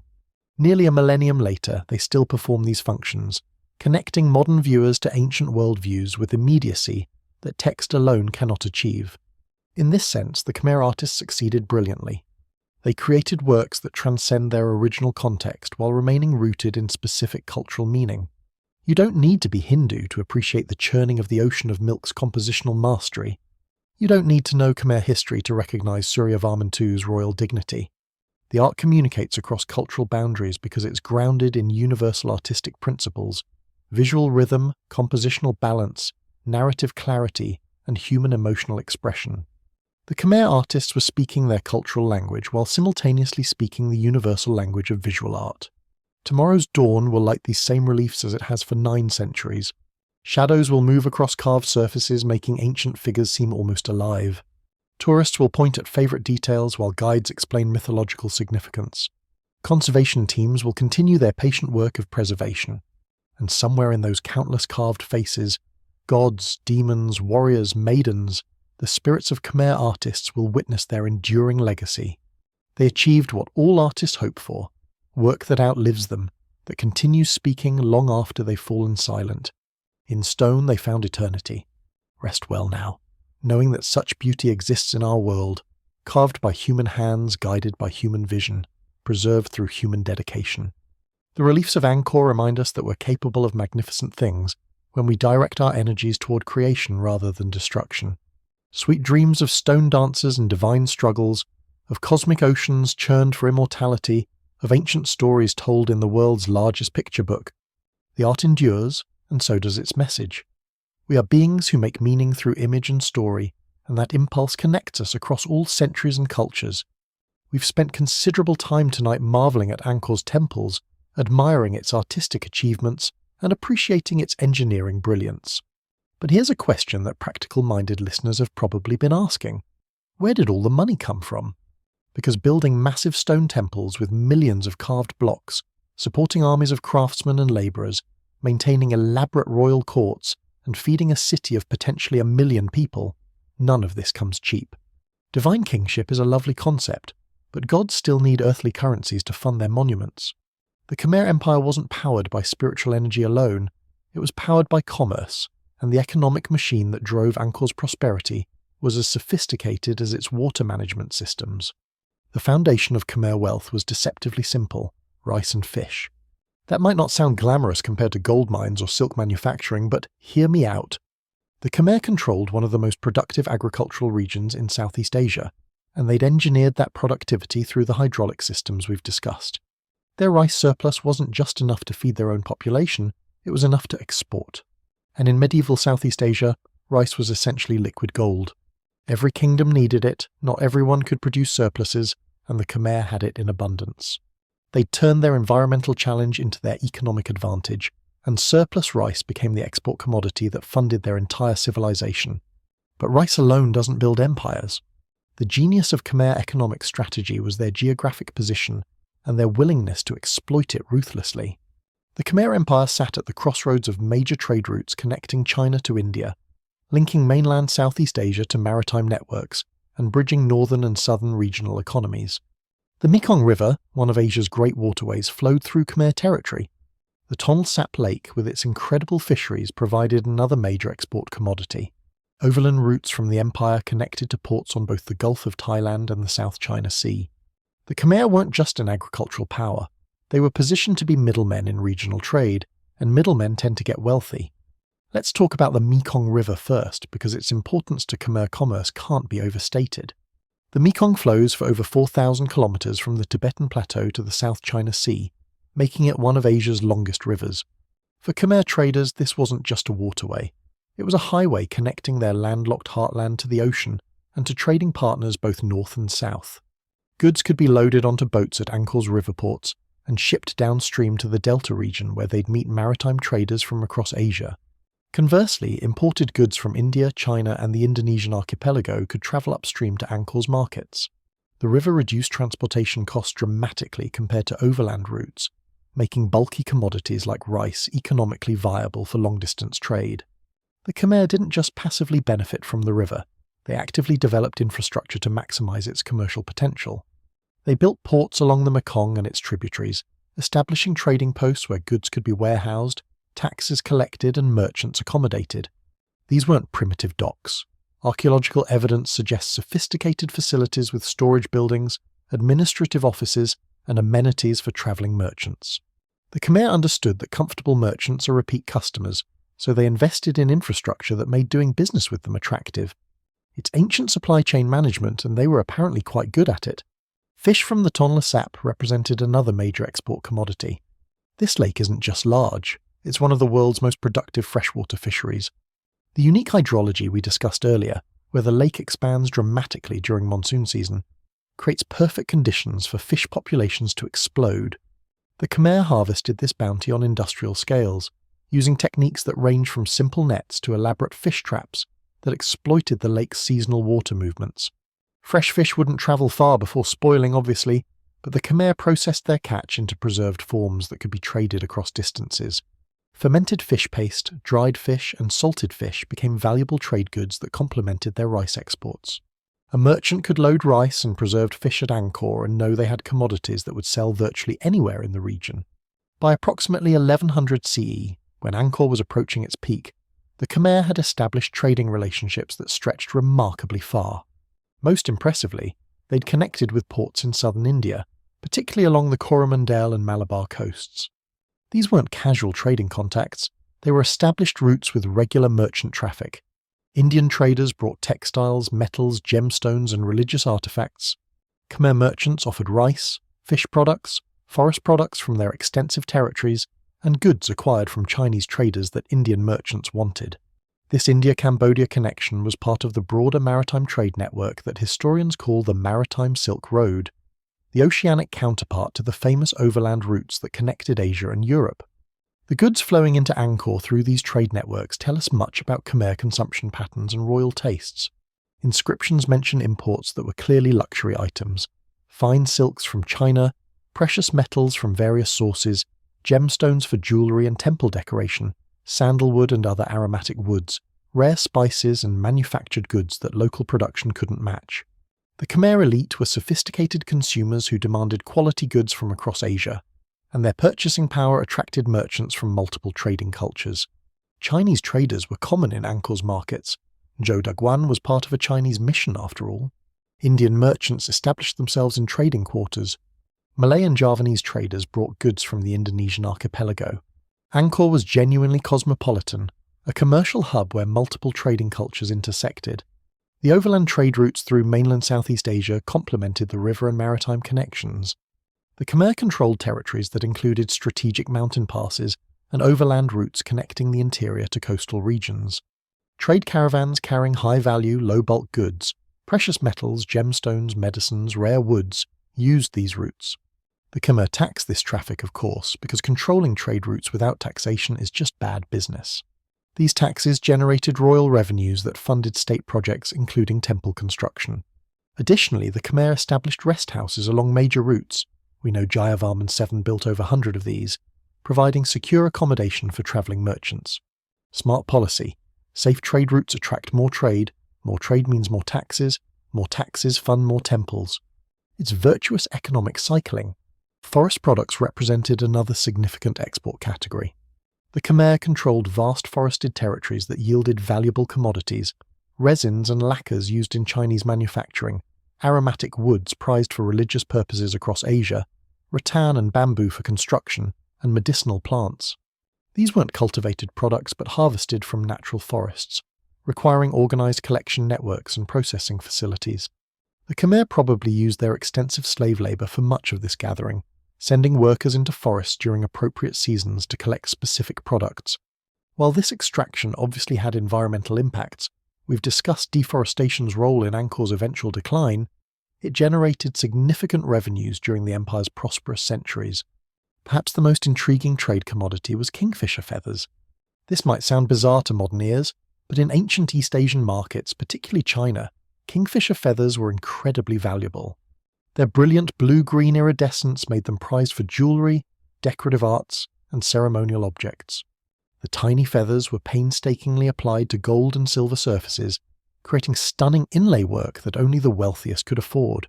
Cambodia had abundant kingfisher populations in its wetlands, and the Khmer developed techniques for harvesting and preparing these feathers for export. It's essentially medieval luxury goods trade, and the profit margins were impressive. A bundle of feathers weighing almost nothing could fetch prices that made transportation costs irrelevant.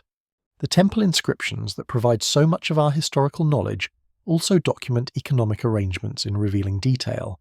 Temple foundations list their economic endowments, how much rice land supported each temple, how many workers maintained it, what goods it received. Some temples owned significant agricultural lands whose produce funded temple operations. Other temples received portions of trade revenues as royal grants.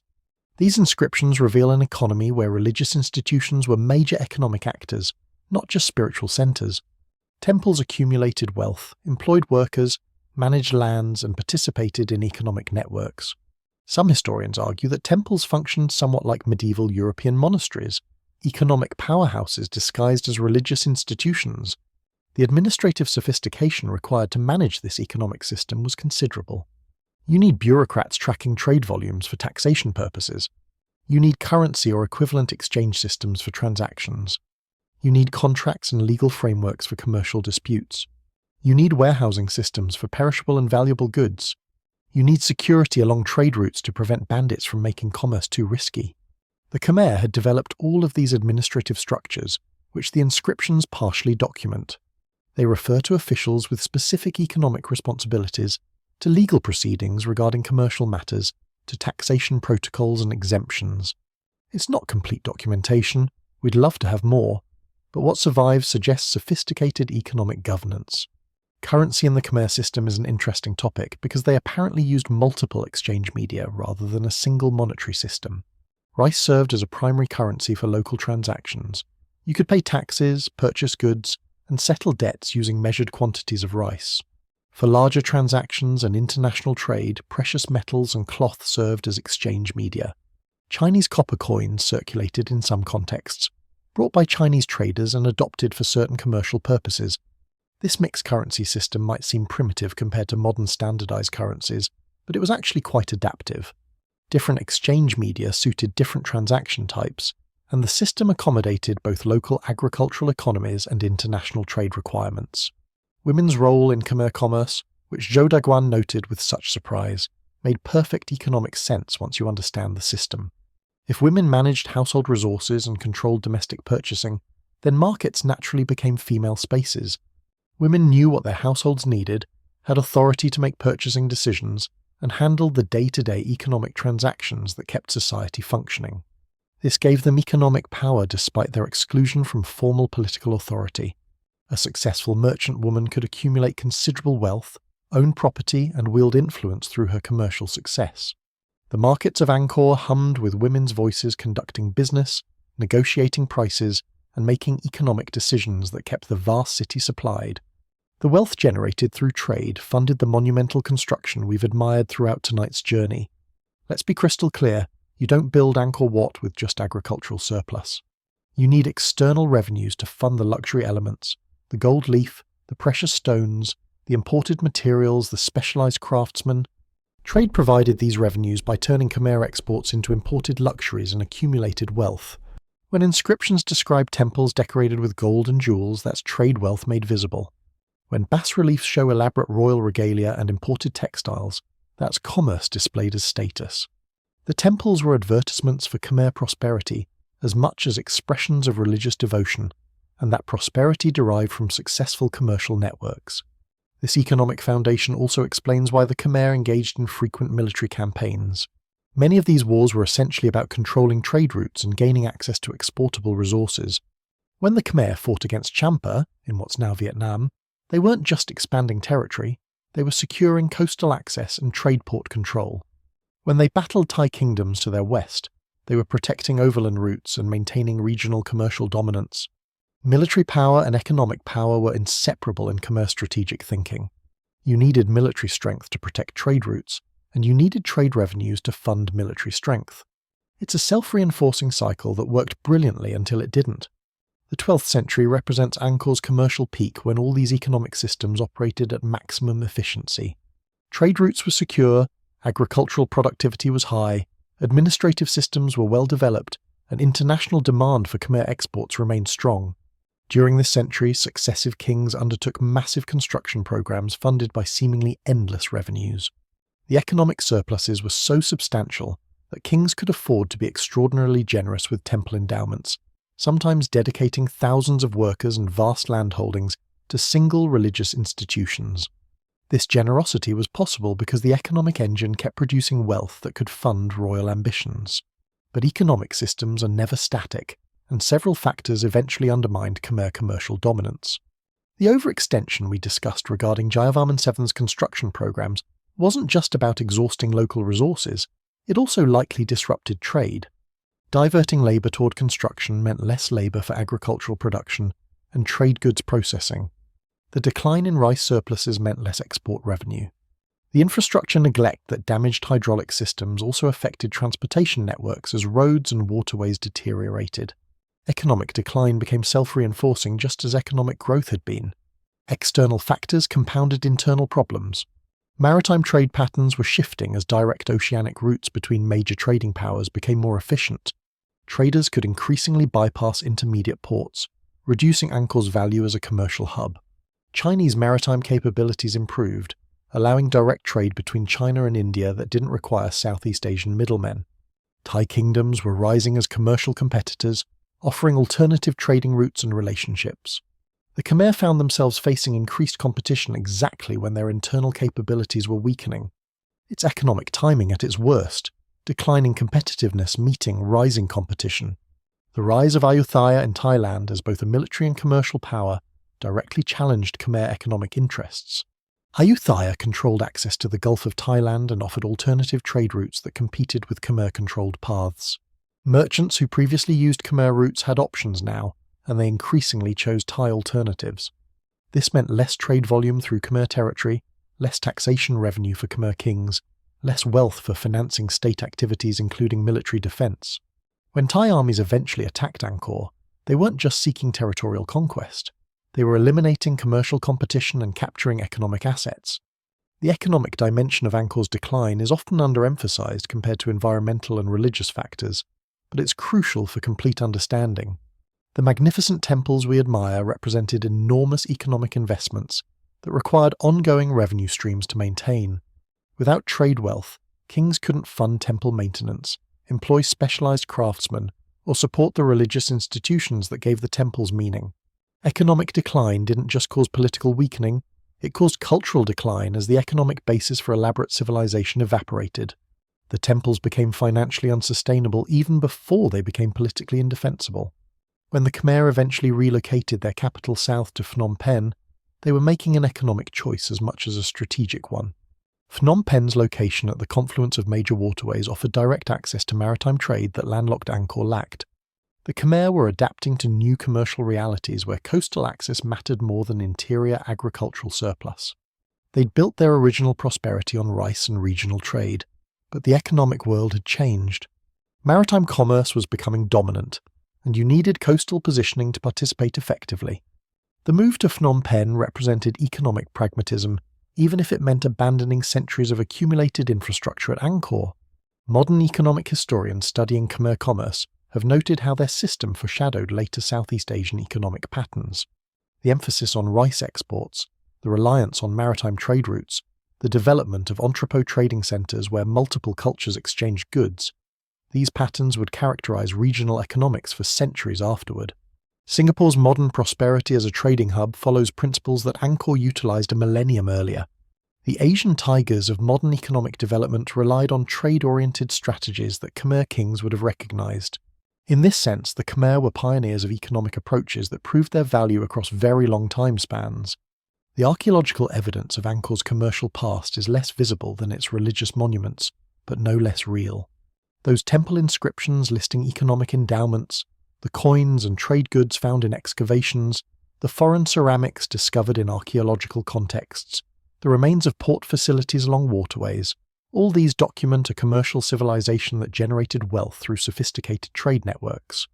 The temples themselves are economic documents, physical records of surplus wealth converted into permanent religious form.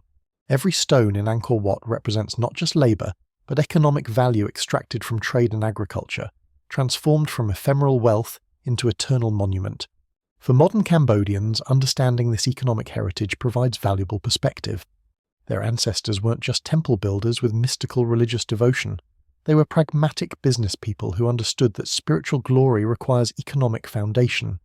They built trade networks, developed administrative systems, and generated prosperity through commercial acumen.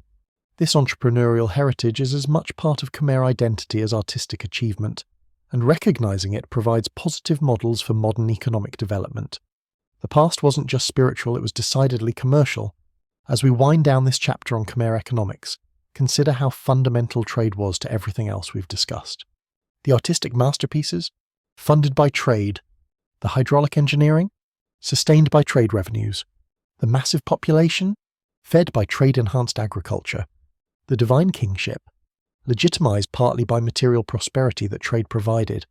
Pull the economic thread, and the entire tapestry of Angkorian civilization becomes clearer. These people weren't dreamers building temples in the jungle. They were sophisticated economic actors who translated commercial success into cultural legacy. The temples remain while the trading posts have vanished. The stone carvings endure while the trade goods have dispersed. But understanding that economic foundation makes the temples themselves more comprehensible. They weren't anomalies or accidents. They were intentional expressions of accumulated wealth directed toward religious purposes. The Khmer understood what many civilizations have learned. Spiritual greatness requires material support, and material support requires successful commerce. They built both sides of this equation brilliantly, creating prosperity that enabled artistry, engineering that supported prosperity, and religious monuments that expressed their achievements. It's a complete civilizational package, and economics was the engine that drove all of it. So we've arrived at the complicated present, where Angkor's story becomes less about ancient mysteries and more about modern dilemmas. The temples survived centuries of jungle growth, monsoons, military conflicts, and colonial exploitation. They even survived the Khmer Rouge regime, though barely. But now they face threats that their ancient builders never could have imagined. Mass tourism, development pressures, climate change, and the endless human appetite for profit. The irony is thick. The same global recognition that brought Angkor protection as a UNESCO World Heritage Site also brought millions of tourists whose footsteps slowly erode the very stones they came to admire. Welcome to heritage preservation in the 21st century, where saving cultural treasures sometimes means protecting them from the people who love them most. Let's start with the UNESCO designation itself, which happened in 1992. On paper, this was a tremendous victory for Angkor. UNESCO World Heritage status means international recognition of outstanding universal value, access to preservation expertise and funding, and global attention that discourages destruction. Cambodia's post-war government, struggling to rebuild after decades of conflict, couldn't possibly protect Angkor alone.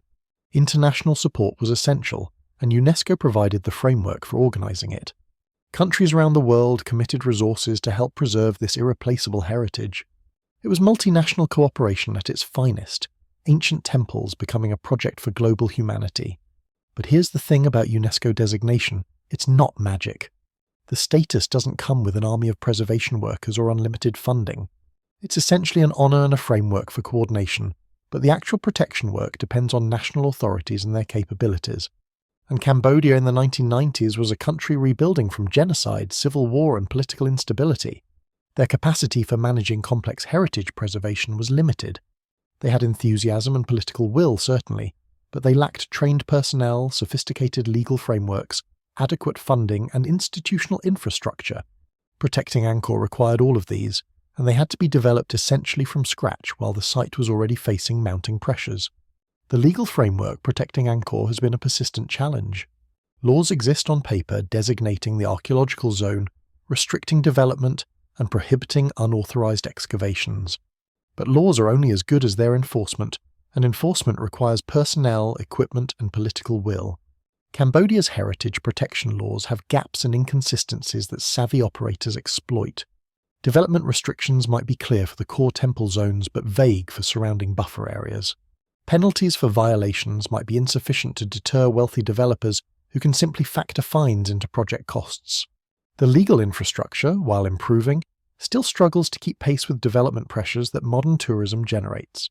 Staffing at Apsara Authority and other protection agencies represents another critical weakness. These organisations need trained archaeologists, conservation specialists, hydrologists, engineers, administrators, and security personnel. Training such specialists takes years, and Cambodia's educational institutions are still building capacity after the Khmer Rouge deliberately murdered educated people. International organisations have helped train Cambodian professionals, but brain drain remains a problem. Trained specialists can earn far more working for private companies or international organisations than for government agencies. Apsara constantly battles to retain qualified staff while simultaneously needing more personnel to adequately monitor the vast archaeological zone.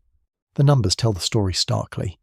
The Angkor Archaeological Park covers over 400 square kilometres. At any given time, Apsara might have a few hundred rangers and monitors responsible for this entire area. Do the math. That's one person responsible for multiple square kilometres of archaeological sites that include hundreds of monuments, countless artefacts, and continuous illegal activity threats. These rangers can't be everywhere, and those who want to exploit the sites know this. It's like having a handful of security guards responsible for protecting all the museums in a major city simultaneously. They do their best, but the task exceeds their capacity. Illegal excavations and artifact smuggling represent perhaps the most heartbreaking threats to Angkor's heritage. Despite legal protections, criminal networks continue looting archaeological sites, digging illegally to find statues, ceramics, and decorative elements that sell for substantial prices on the international antiquities market. These aren't desperate locals pocketing occasional finds. They're organised operations with funding, equipment, and international connections. A single Khmer statue can fetch tens or hundreds of thousands of dollars on the black market, making the risk worthwhile for criminal syndicates who corrupt local officials, bribe impoverished villagers to do the dangerous digging, and move stolen pieces through complex international channels. The damage from illegal excavations extends beyond the stolen objects themselves. Archaeological context is destroyed when sites are dug without scientific methodology. The information that proper excavation would reveal, stratigraphy, associated finds, environmental evidence, is lost forever when looters rip through sites looking for saleable items. We lose not just the objects, but the knowledge those objects could provide. Every looted site is a page torn from the book of Khmer history, information destroyed that can never be recovered. The sculptures that end up in private collections might be beautiful, but they're orphaned from their historical context, their full meaning permanently diminished. International efforts to combat antiquities trafficking have increased, but the problem persists. UNESCO maintains databases of stolen cultural property. Countries have bilateral agreements for returning looted artifacts. Interpol coordinates international law enforcement against trafficking networks. Museums increasingly refuse acquisitions without clear provenance documentation. Yet the market continues because demand continues. Wealthy collectors worldwide still want Khmer antiquities for their private collections, and as long as that demand exists, criminal networks will find ways to supply it. The temples and sites around Angkor continue losing pieces to this illegal trade, heritage hemorrhaging slowly but steadily. Some recovery efforts have succeeded dramatically. In notable cases, looted Khmer statues have been identified in museum or private collections, their theft documented, and legal action taken to secure their return. Cambodia has successfully repatriated dozens of significant pieces from American museums, European collectors, and Asian dealers. These victories receive media attention and provide hope, but they represent a fraction of what's been lost. For every statue dramatically returned in a ceremony of cultural repatriation, dozens of others disappear quietly into private hands, never to be seen again. The recoveries, while important, don't stop the ongoing losses. Tourism, that double-edged sword, deserves extensive discussion because it's simultaneously Angkor's greatest economic asset and a primary threat to its preservation.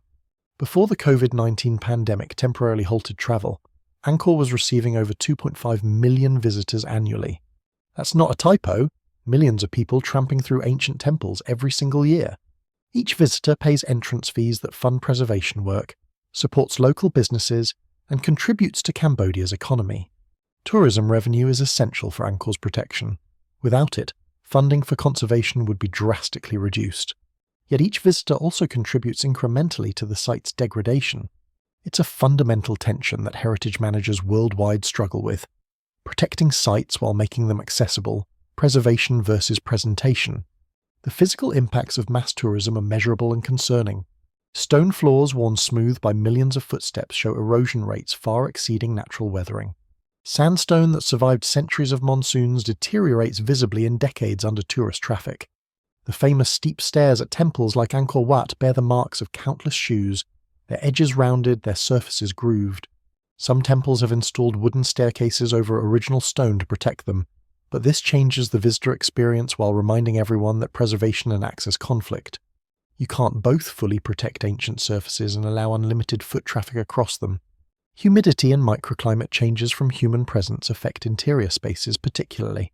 Inside enclosed galleries where bas-reliefs line the walls, thousands of breathing visitors daily increase humidity levels significantly. Human breath contains moisture and microorganisms that affect stone surfaces. The temperature fluctuations from body heat change the thermal environment in ways that stress materials. Conservators have documented biological growth patterns that correlate with tourism intensity. More visitors mean more biological colonization of surfaces that damages the carvings. The very act of appreciating ancient art contributes to its degradation, a sad irony that forces difficult management choices. Tourist behavior creates additional preservation challenges. Despite signage and verbal warnings, visitors touch carvings, lean against walls, climb on structures, and sometimes attempt to take souvenirs, chipping away small pieces of stone to take home. One person touching a carving might seem insignificant, but multiply that by millions of visitors over decades, and the cumulative impact becomes substantial. The famous devatas at Angkor Wat show visible wear on their most accessible surfaces where countless hands have stroked them. Some visitors even rub specific spots believing it brings luck, creating focused wear patterns that damage details the ancient artist carefully carved. Education and enforcement help, but they can't prevent all damaging behavior when crowds are massive and supervision is limited. The infrastructure required to support tourism creates its own threats. Hotels, restaurants, roads, water supply systems, sewage treatment facilities, all the amenities that tourists expect require construction and operation that impacts the archaeological zone. The city of Siem Reap, gateway to Angkor, has exploded in size over recent decades. Where once stood a quiet provincial town now sprawls a tourist city with international hotels, nightlife districts, and all the infrastructure of a modern tourism destination. This urban growth pushes against the boundaries of the archaeological zone, creating constant development pressure. The expansion of Siem Reap's airport exemplifies the tension between tourism development and preservation. The airport needs expansion to handle increasing visitor numbers, more runways, larger terminals, better facilities. But airport expansion requires land, and land near the archaeological zone is already designated for protection. Development proposals inevitably bump against heritage boundaries, triggering debates about priorities. Should preservation zones shrink to allow economic development? Should tourism growth be limited to protect heritage? These aren't abstract questions. They're real policy decisions with significant economic and cultural implications. Various interests, developers, conservationists, local communities, government authorities, international organizations, all have different perspectives and priorities. Uncontrolled construction around the archaeological zone represents perhaps the most immediate threat. Despite zoning regulations, illegal construction happens constantly.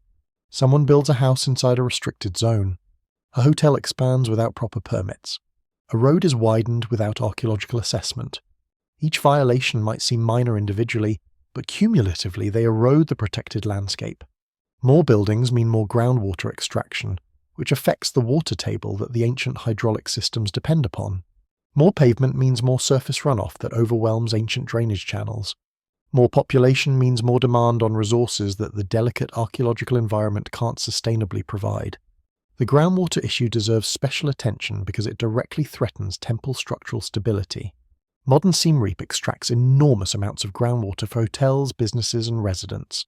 This extraction lowers the water table, which changes soil moisture conditions around temple foundations. Remember those sophisticated hydraulic systems that maintained stable ground moisture? They worked because water was distributed, not extracted. Modern pumping reverses this, draining water from the soil matrix that supports temple foundations. When soil moisture drops, ground subsidence can occur, the earth literally sinking as water is removed. Several temples have shown structural problems potentially linked to groundwater depletion, cracks appearing in walls, towers leaning slightly, foundations settling unevenly. Climate change adds another layer of concern that wasn't anticipated when UNESCO designated the site. Weather patterns are becoming more extreme.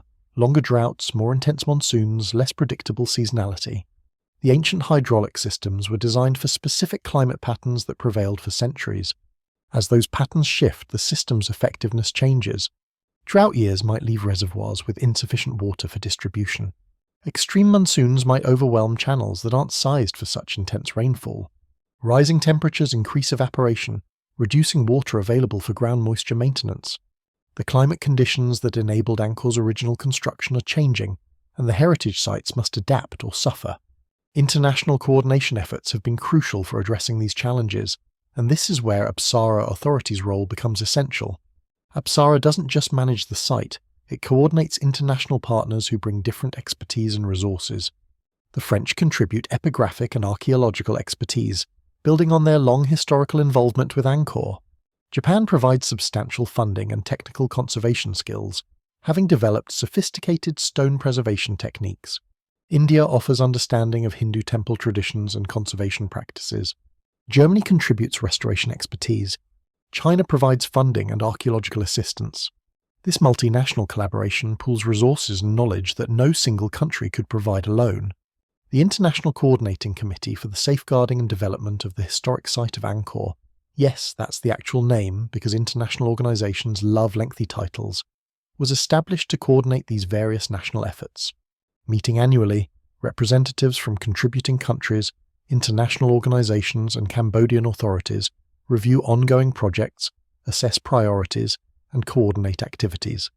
This prevents duplication of efforts and ensures that different projects don't conflict with each other. Without this coordination, you might have French teams working on one temple, using methods that contradict Japanese restoration approaches at a neighboring temple. The committee ensures coherent strategy across the entire site. One significant international initiative was the creation of a documentation center to centralize technical and scientific information about Angkor. This center collects research from all international teams working at the site, creating comprehensive databases of conservation interventions, archaeological findings, and technical analyses. Previously, each national team maintained their own records, making it difficult to get complete pictures of site conditions.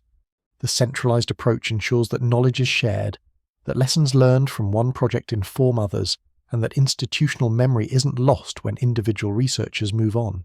It's information management serving heritage preservation. Training programs constitute another crucial international contribution. Countries with established conservation expertise train Cambodian professionals in specialized skills, stone conservation techniques, archaeological methodology, site management, documentation practices. These programs build local capacity, reducing dependence on foreign experts while ensuring that preservation knowledge transfers to Cambodians. The goal is that eventually Cambodia will have sufficient trained professionals to manage Angkor's preservation independently, though international cooperation will likely always remain valuable, given the site's scale and significance. Despite all these efforts, challenges persist and new ones emerge constantly. The COVID-19 pandemic, while devastating for tourism-dependent Siem Reap, provided unexpected respite for the temples. With tourists absent, sites experienced dramatically reduced wear. Water clarity improved without speedboat traffic on Tonle Sap. Wildlife returned to areas normally crowded with visitors. It was an accidental experiment in what happens when human pressure removes itself, and the results were illuminating. But this wasn't sustainable. Local communities depend on tourism income, and extended closures cause severe economic hardship. The pandemic highlighted the difficult balance between preservation needs and economic necessities. Looking forward, Angkor's preservation requires addressing structural challenges that no amount of international coordination can solve alone. Cambodia needs stronger heritage legislation with real enforcement teeth. Penalties for violations must be sufficiently severe to deter profitable illegal activities. Staffing at protection agencies needs substantial increases with competitive compensation to retain trained professionals. Local communities need economic alternatives so they don't feel preservation comes at their expense. Regional planning must consider archaeological values alongside development priorities. Tourism management needs sophisticated strategies that generate revenue while limiting impacts. Technology offers some promising approaches. Virtual and augmented reality could allow people to experience Angkor remotely, reducing physical visitor numbers while maintaining engagement. Improved monitoring systems using sensors and satellites could detect threats more quickly. Digital preservation ensures that even if physical sites deteriorate, detailed records preserve information. These technological solutions don't replace physical preservation, but they complement traditional approaches and offer new possibilities for managing the site's multiple challenges. The fundamental question facing Angkor's preservation isn't technical, it's philosophical and political. Who decides how the site is managed? What balance should exist between preservation and access, between heritage protection and economic development, between international involvement and national sovereignty? These questions don't have simple answers, and different stakeholders have legitimate but conflicting interests. Resolving them requires ongoing dialogue, compromise, and shared commitment to the principle that Angkor belongs to humanity collectively, while remaining Cambodia's sovereign responsibility. As you settle deeper into sleep tonight, consider that Angkor's preservation challenges mirror broader questions our world faces. How do we balance economic development with environmental protection? How do we make cultural treasures accessible while protecting them from overuse? How do we coordinate international cooperation while respecting national sovereignty? The struggles at Angkor aren't unique to ancient temples. They're microcosms of global challenges that humanity grapples with across contexts. The way we handle Angkor's preservation reveals something about how we value the past, how we plan for the future, and how we balance competing goods in the present. The temple survived centuries of jungle growth because nobody was there to damage them, hardly an ideal preservation strategy. They survived colonial exploitation because early archaeologists valued documentation over destruction, though they also took plenty. They survived the Khmer Rouge because even that brutal regime recognized some symbolic value in ancient monuments, though they devastated contemporary culture. Now they must survive their own popularity, their own economic value, and their own symbolic significance. The challenge is unprecedented, and the outcome remains uncertain. Yet there's reason for hope alongside the concerns. Thousands of people worldwide care deeply about Angkor's survival and contribute their expertise toward that goal. Cambodian professionals increasingly lead preservation efforts with growing expertise. Technology provides new tools for monitoring and protection. International frameworks for cultural heritage have strengthened over decades. Public awareness about preservation challenges is higher than ever. The threats are serious, but so are the responses. Ancient stones that have stood for 9 centuries will likely stand for many more, provided current generations exercise the wisdom to protect them wisely. Sweet dreams tonight, knowing that across the world people work to preserve heritage that connects us to our collective past. The temples of Angkor, despite all threats, continue inspiring awe and dedication. They've survived much, they'll survive more. But their survival isn't guaranteed by their inherent durability. It depends on human choices, human dedication, and human wisdom. We are the latest custodians of treasures our ancestors created, and our actions determine what future generations will inherit. Rest well knowing that this responsibility, while heavy, is also a privilege. To protect beauty, to preserve knowledge, to maintain connection with the past, these are worthy human endeavours that give meaning to our present and hope for our future. And so we arrive at the present day, or at least the very recent past, where Angkor's story takes a remarkable turn. After centuries of abandonment followed by decades of colonial study, civil war, genocide and political instability, Cambodia finally found itself in a position to not just preserve its ancient heritage, but to actually learn from it. What scientists and engineers have discovered in the 21st century isn't just academically fascinating, it's practically useful. The ancient Khmer water management systems, those sophisticated networks we've discussed throughout tonight's journey, aren't merely historical artifacts. They're still functional, still relevant, and still capable of teaching us lessons about sustainable environmental management. The ghosts of Khmer engineers are essentially reaching across 9 centuries to offer advice, and surprisingly, modern experts are smart enough to listen. The organisation at the centre of this modern story is Apsara National Authority, which stands for Authority for the Protection and Management of Angkor and the region of Siem Reap. Created in 1995, Apsara took on the monumental task of preserving and managing one of the world's most important archaeological sites. This wasn't a simple assignment. We're talking about hundreds of square kilometres of ancient temples, urban remains and water infrastructure, all requiring protection from natural decay, tourism pressure, illegal development, and climate change. It's like being handed the keys to one of humanity's greatest treasures and being told, "Good luck, try not to break anything." The weight of that responsibility is considerable. Apsara's approach to Angkor has been genuinely innovative because it recognised something that earlier preservation efforts often missed. You can't protect the temples without protecting the environment they exist within. The monuments aren't isolated objects that can be preserved independently. They're part of a complex environmental system that includes soil, water, vegetation and climate. Damage that system, and you damage the temples. This holistic understanding led Apsara to pay special attention to the ancient water management infrastructure, not just as archaeological features to study, but as functional systems that might still serve practical purposes.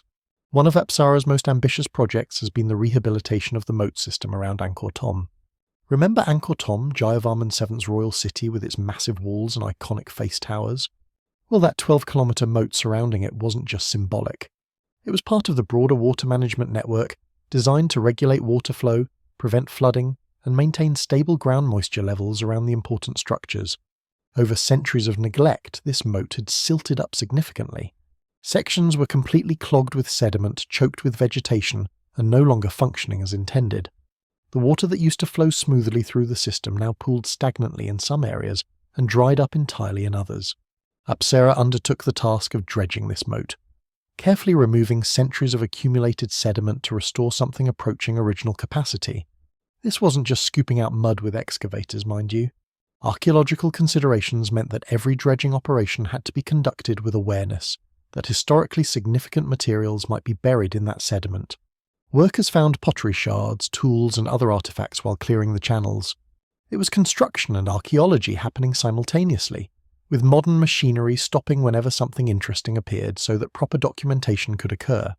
The project took years and considerable resources, but the results were worth the effort. Once the moat was restored to functional condition, something remarkable became apparent. The ancient system started working again. Water began flowing through channels that had been stagnant for centuries. The moat started regulating moisture levels around the temple complex the way it was originally designed to do. Ground stability around Angkor Thom improved as the water system prevented both excessive saturation during monsoons and desiccation during dry seasons. The temples, some of which had been experiencing structural problems related to ground moisture fluctuations, began showing signs of stabilization. It's like the ancient engineers had designed the system so well that it could resume operation after centuries of dormancy once someone bothered to clean it out. But the Angkor Thom moat was just one piece of the larger puzzle. Apsara also turned attention to Sra Srang, the royal bathing pool dating to the 10th century. This beautiful reservoir, approximately 700 metres by 350 metres, had been constructed as a royal ceremonial site where the king would conduct ritual ablutions. It was fed by the same water network that supplied the rest of Angkor, and it served both spiritual and practical functions, religious ceremonies and water storage combined in that characteristic Khmer way, of blending the sacred with the useful. Over the centuries, Sra Srang had experienced the same degradation as other water features: silting, erosion of its banks, deterioration of its stone terraces. The water levels fluctuated wildly between seasons, and the structure was slowly falling apart. Apsara's restoration work at Sra Srang involved dredging the bottom to restore capacity, repairing the stone terraces and steps that provided access to the water, and reconnecting it to the broader water network.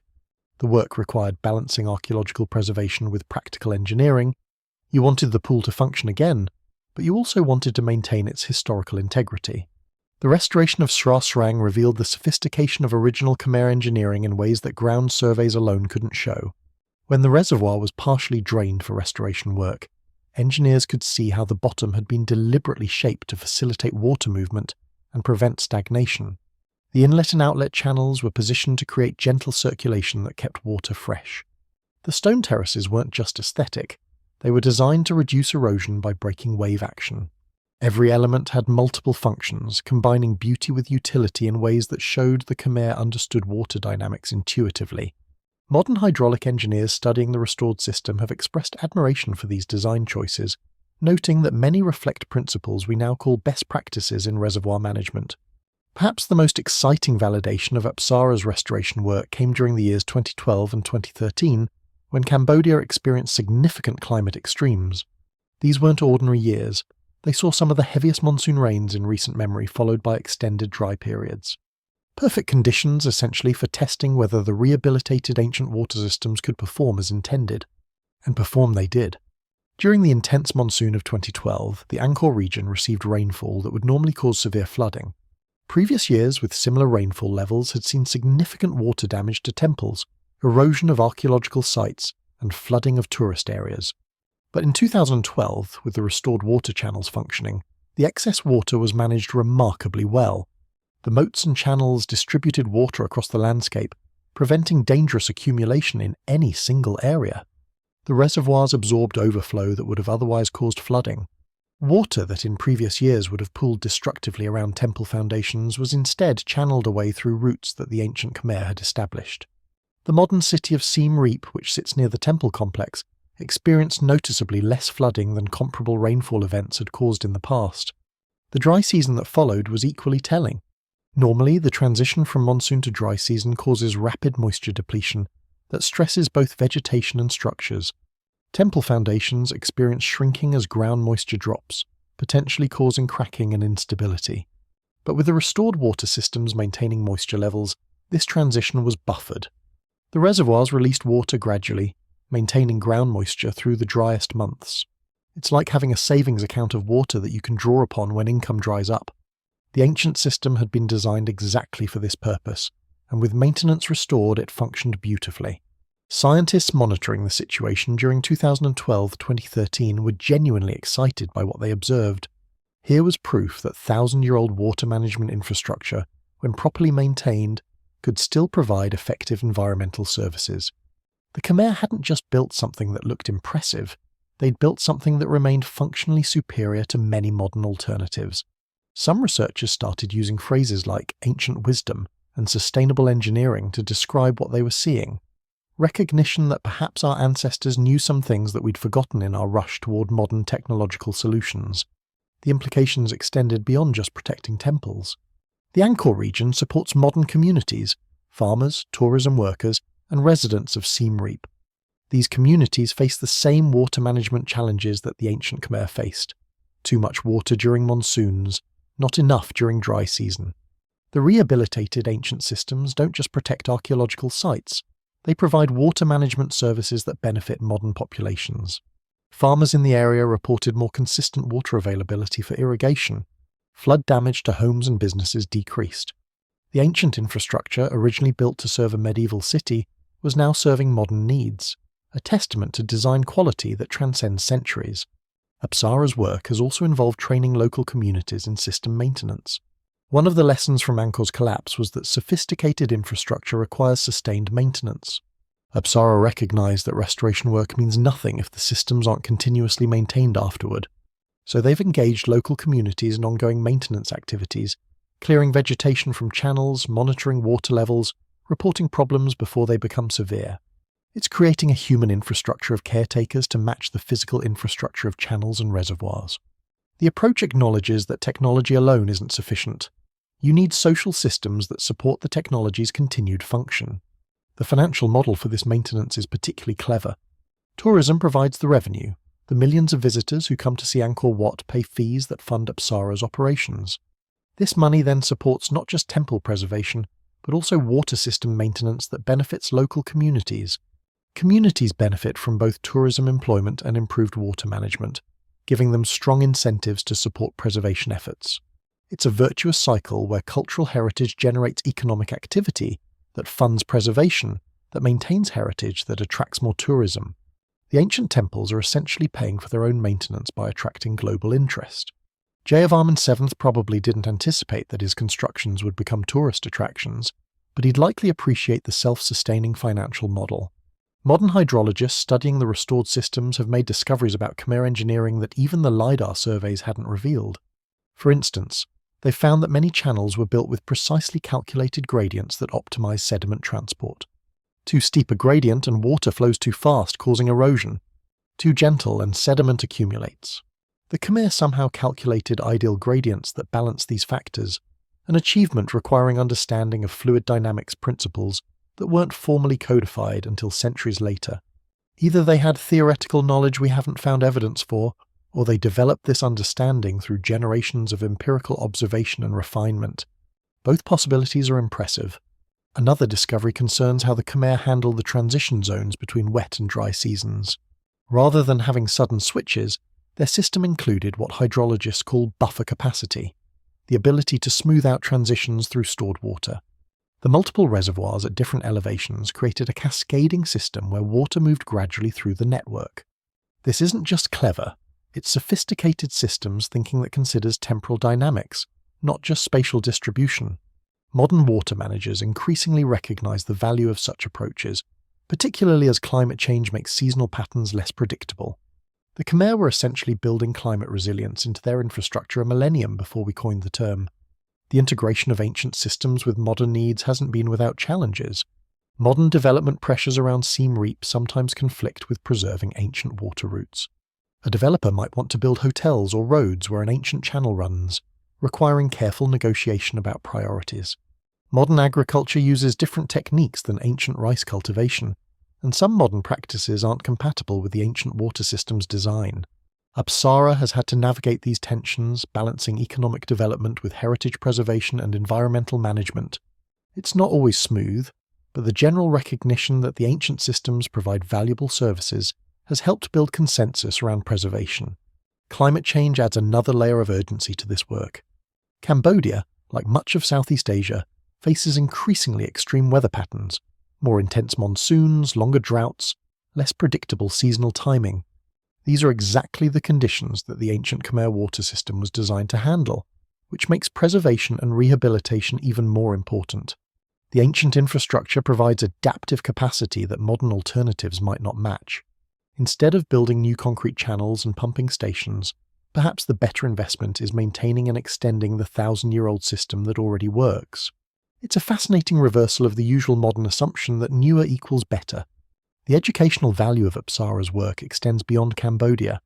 Researchers from around the world come to study the rehabilitated systems, applying lessons learned to water management challenges in their own regions. The Khmer approach of distributed storage, gravity-fed distribution, and landscape integration offers alternatives to the centralized, energy-intensive water infrastructure that dominates modern engineering. Developing regions especially are interested in these ancient techniques because they require less capital investment and energy input than conventional modern approaches. Ancient Khmer engineers are inadvertently becoming consultants to modern water projects through the example their surviving systems provide. One particularly interesting research area concerns how the ancient system affected microclimate around the temples. The moats and channels weren't just moving water, they were creating thermal mass that moderated temperature extremes. Water absorbs heat during hot days and releases it at night, smoothing temperature fluctuations. The evaporation from water surfaces cools surrounding air. Vegetation along channels provides shade and additional cooling. The cumulative effect is measurable. Temperatures in the temple complex are demonstrably cooler and less variable than surrounding areas without water features. For ancient worshippers, this would have made the temple environment feel different from the surrounding landscape, perhaps reinforcing the sense of entering a sacred space. For modern conservators, it means the water system helps protect temple materials from thermal stress. The success of restoration efforts at Angkor Thom's moat and Srasrang has encouraged Apsara to expand rehabilitation work to other water features. The massive beres, those enormous reservoirs we discussed earlier, are also receiving attention. The West Beret, that 8-kilometre-long reservoir, still holds water and still functions partially as designed. Apsara has worked to clear inlet channels and repair deteriorated sections of the embankment.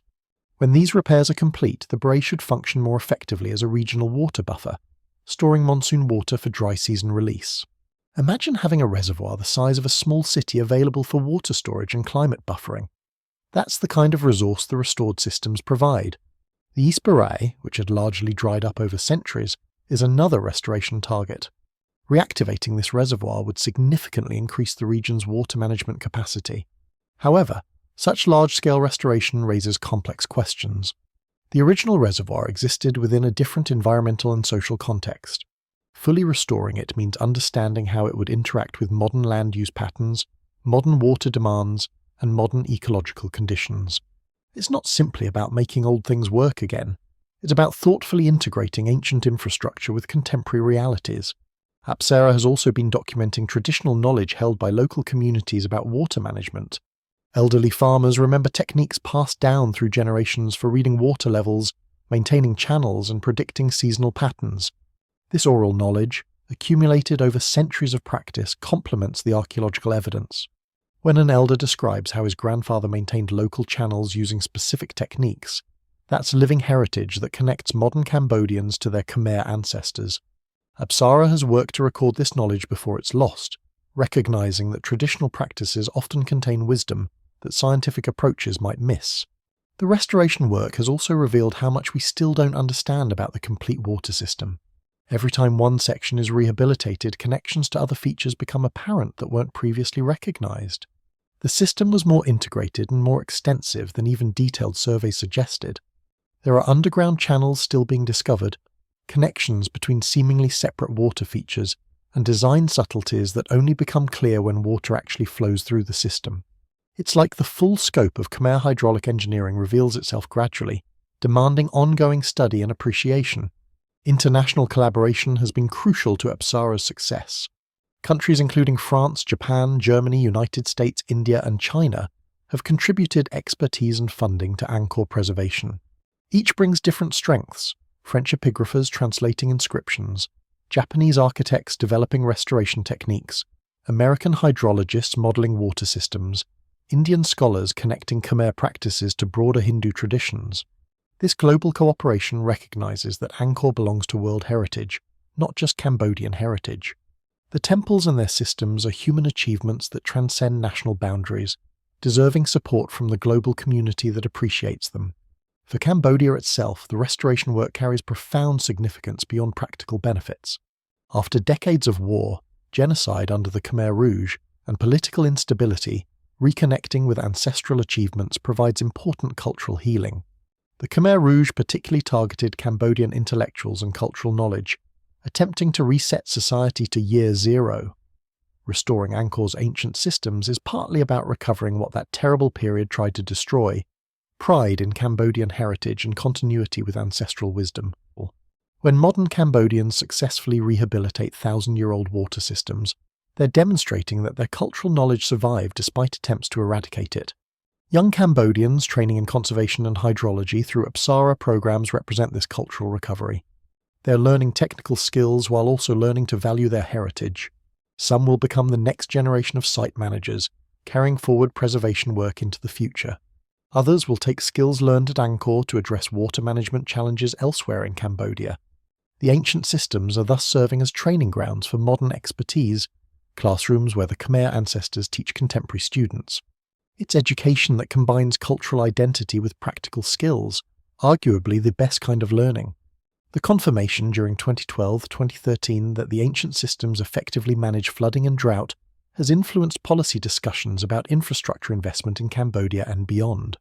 When planners see that thousand-year-old earthen channels outperform some modern drainage systems during extreme weather events, it challenges assumptions about what constitutes appropriate technology. Perhaps the billions invested in concrete infrastructure would be better spent maintaining and extending traditional systems. These questions don't have simple answers, but the evidence from Angkor makes them unavoidable. Tourist visitors to Angkor now can appreciate the temples in new ways thanks to these restoration efforts. The moats are filled with water that reflects temple towers during sunrise, photographic opportunities that didn't exist when the moats were dried up or stagnant. The grounds around temples are more stable and less prone to erosion, making visits safer and preserving the sites for future visitors. The rehabilitated water features themselves have become attractions, with visitors appreciating the engineering alongside the artistry. Tour guides can now explain not just what the temples represent religiously, but how the entire landscape was engineered to support them. The visitor experience becomes richer, more complete, and more impressive. As we near the end of tonight's journey through Angkor's story, the modern chapter offers hope. The ancient Khmer created something magnificent that collapsed partly through unsustainable practices and deferred maintenance. The modern custodians have learned from those mistakes, investing in maintenance, sustainable approaches, and community involvement that might prevent history's repetition. The temples that survived centuries of jungle growth now have dedicated protectors armed with both modern technology and ancient wisdom. The water systems that enabled 1 million people to thrive are being restored to provide services to modern communities while protecting irreplaceable heritage. It's a story that bridges centuries, ancient engineers designing systems still functional today, modern scientists rediscovering principles their ancestors understood intuitively, traditional knowledge complementing technical expertise, global cooperation supporting local preservation. Angkor isn't just a museum of the past, it's a living laboratory demonstrating how sustainable engineering works. The lessons are relevant for our climate challenge present. Build with nature rather than against it. Maintain what you construct. Design for resilience rather than just immediate function. And remember that your ancestors might have known things worth learning. As you drift towards sleep tonight, carry with you this remarkable image. Ancient Khmer channels, dredged and restored by modern hands, successfully managing extreme weather in the 21st century. Engineers who lived 1,000 years ago reaching through time to help descendants they never imagined. Stones carved to honor God still serving purposes both spiritual and practical. The past and present merging in flowing water that sustains both heritage and community. That's the story of Angkor, magnificent, complex, cautionary, and ultimately hopeful. Sweet dreams, night owls. May your own systems be well maintained.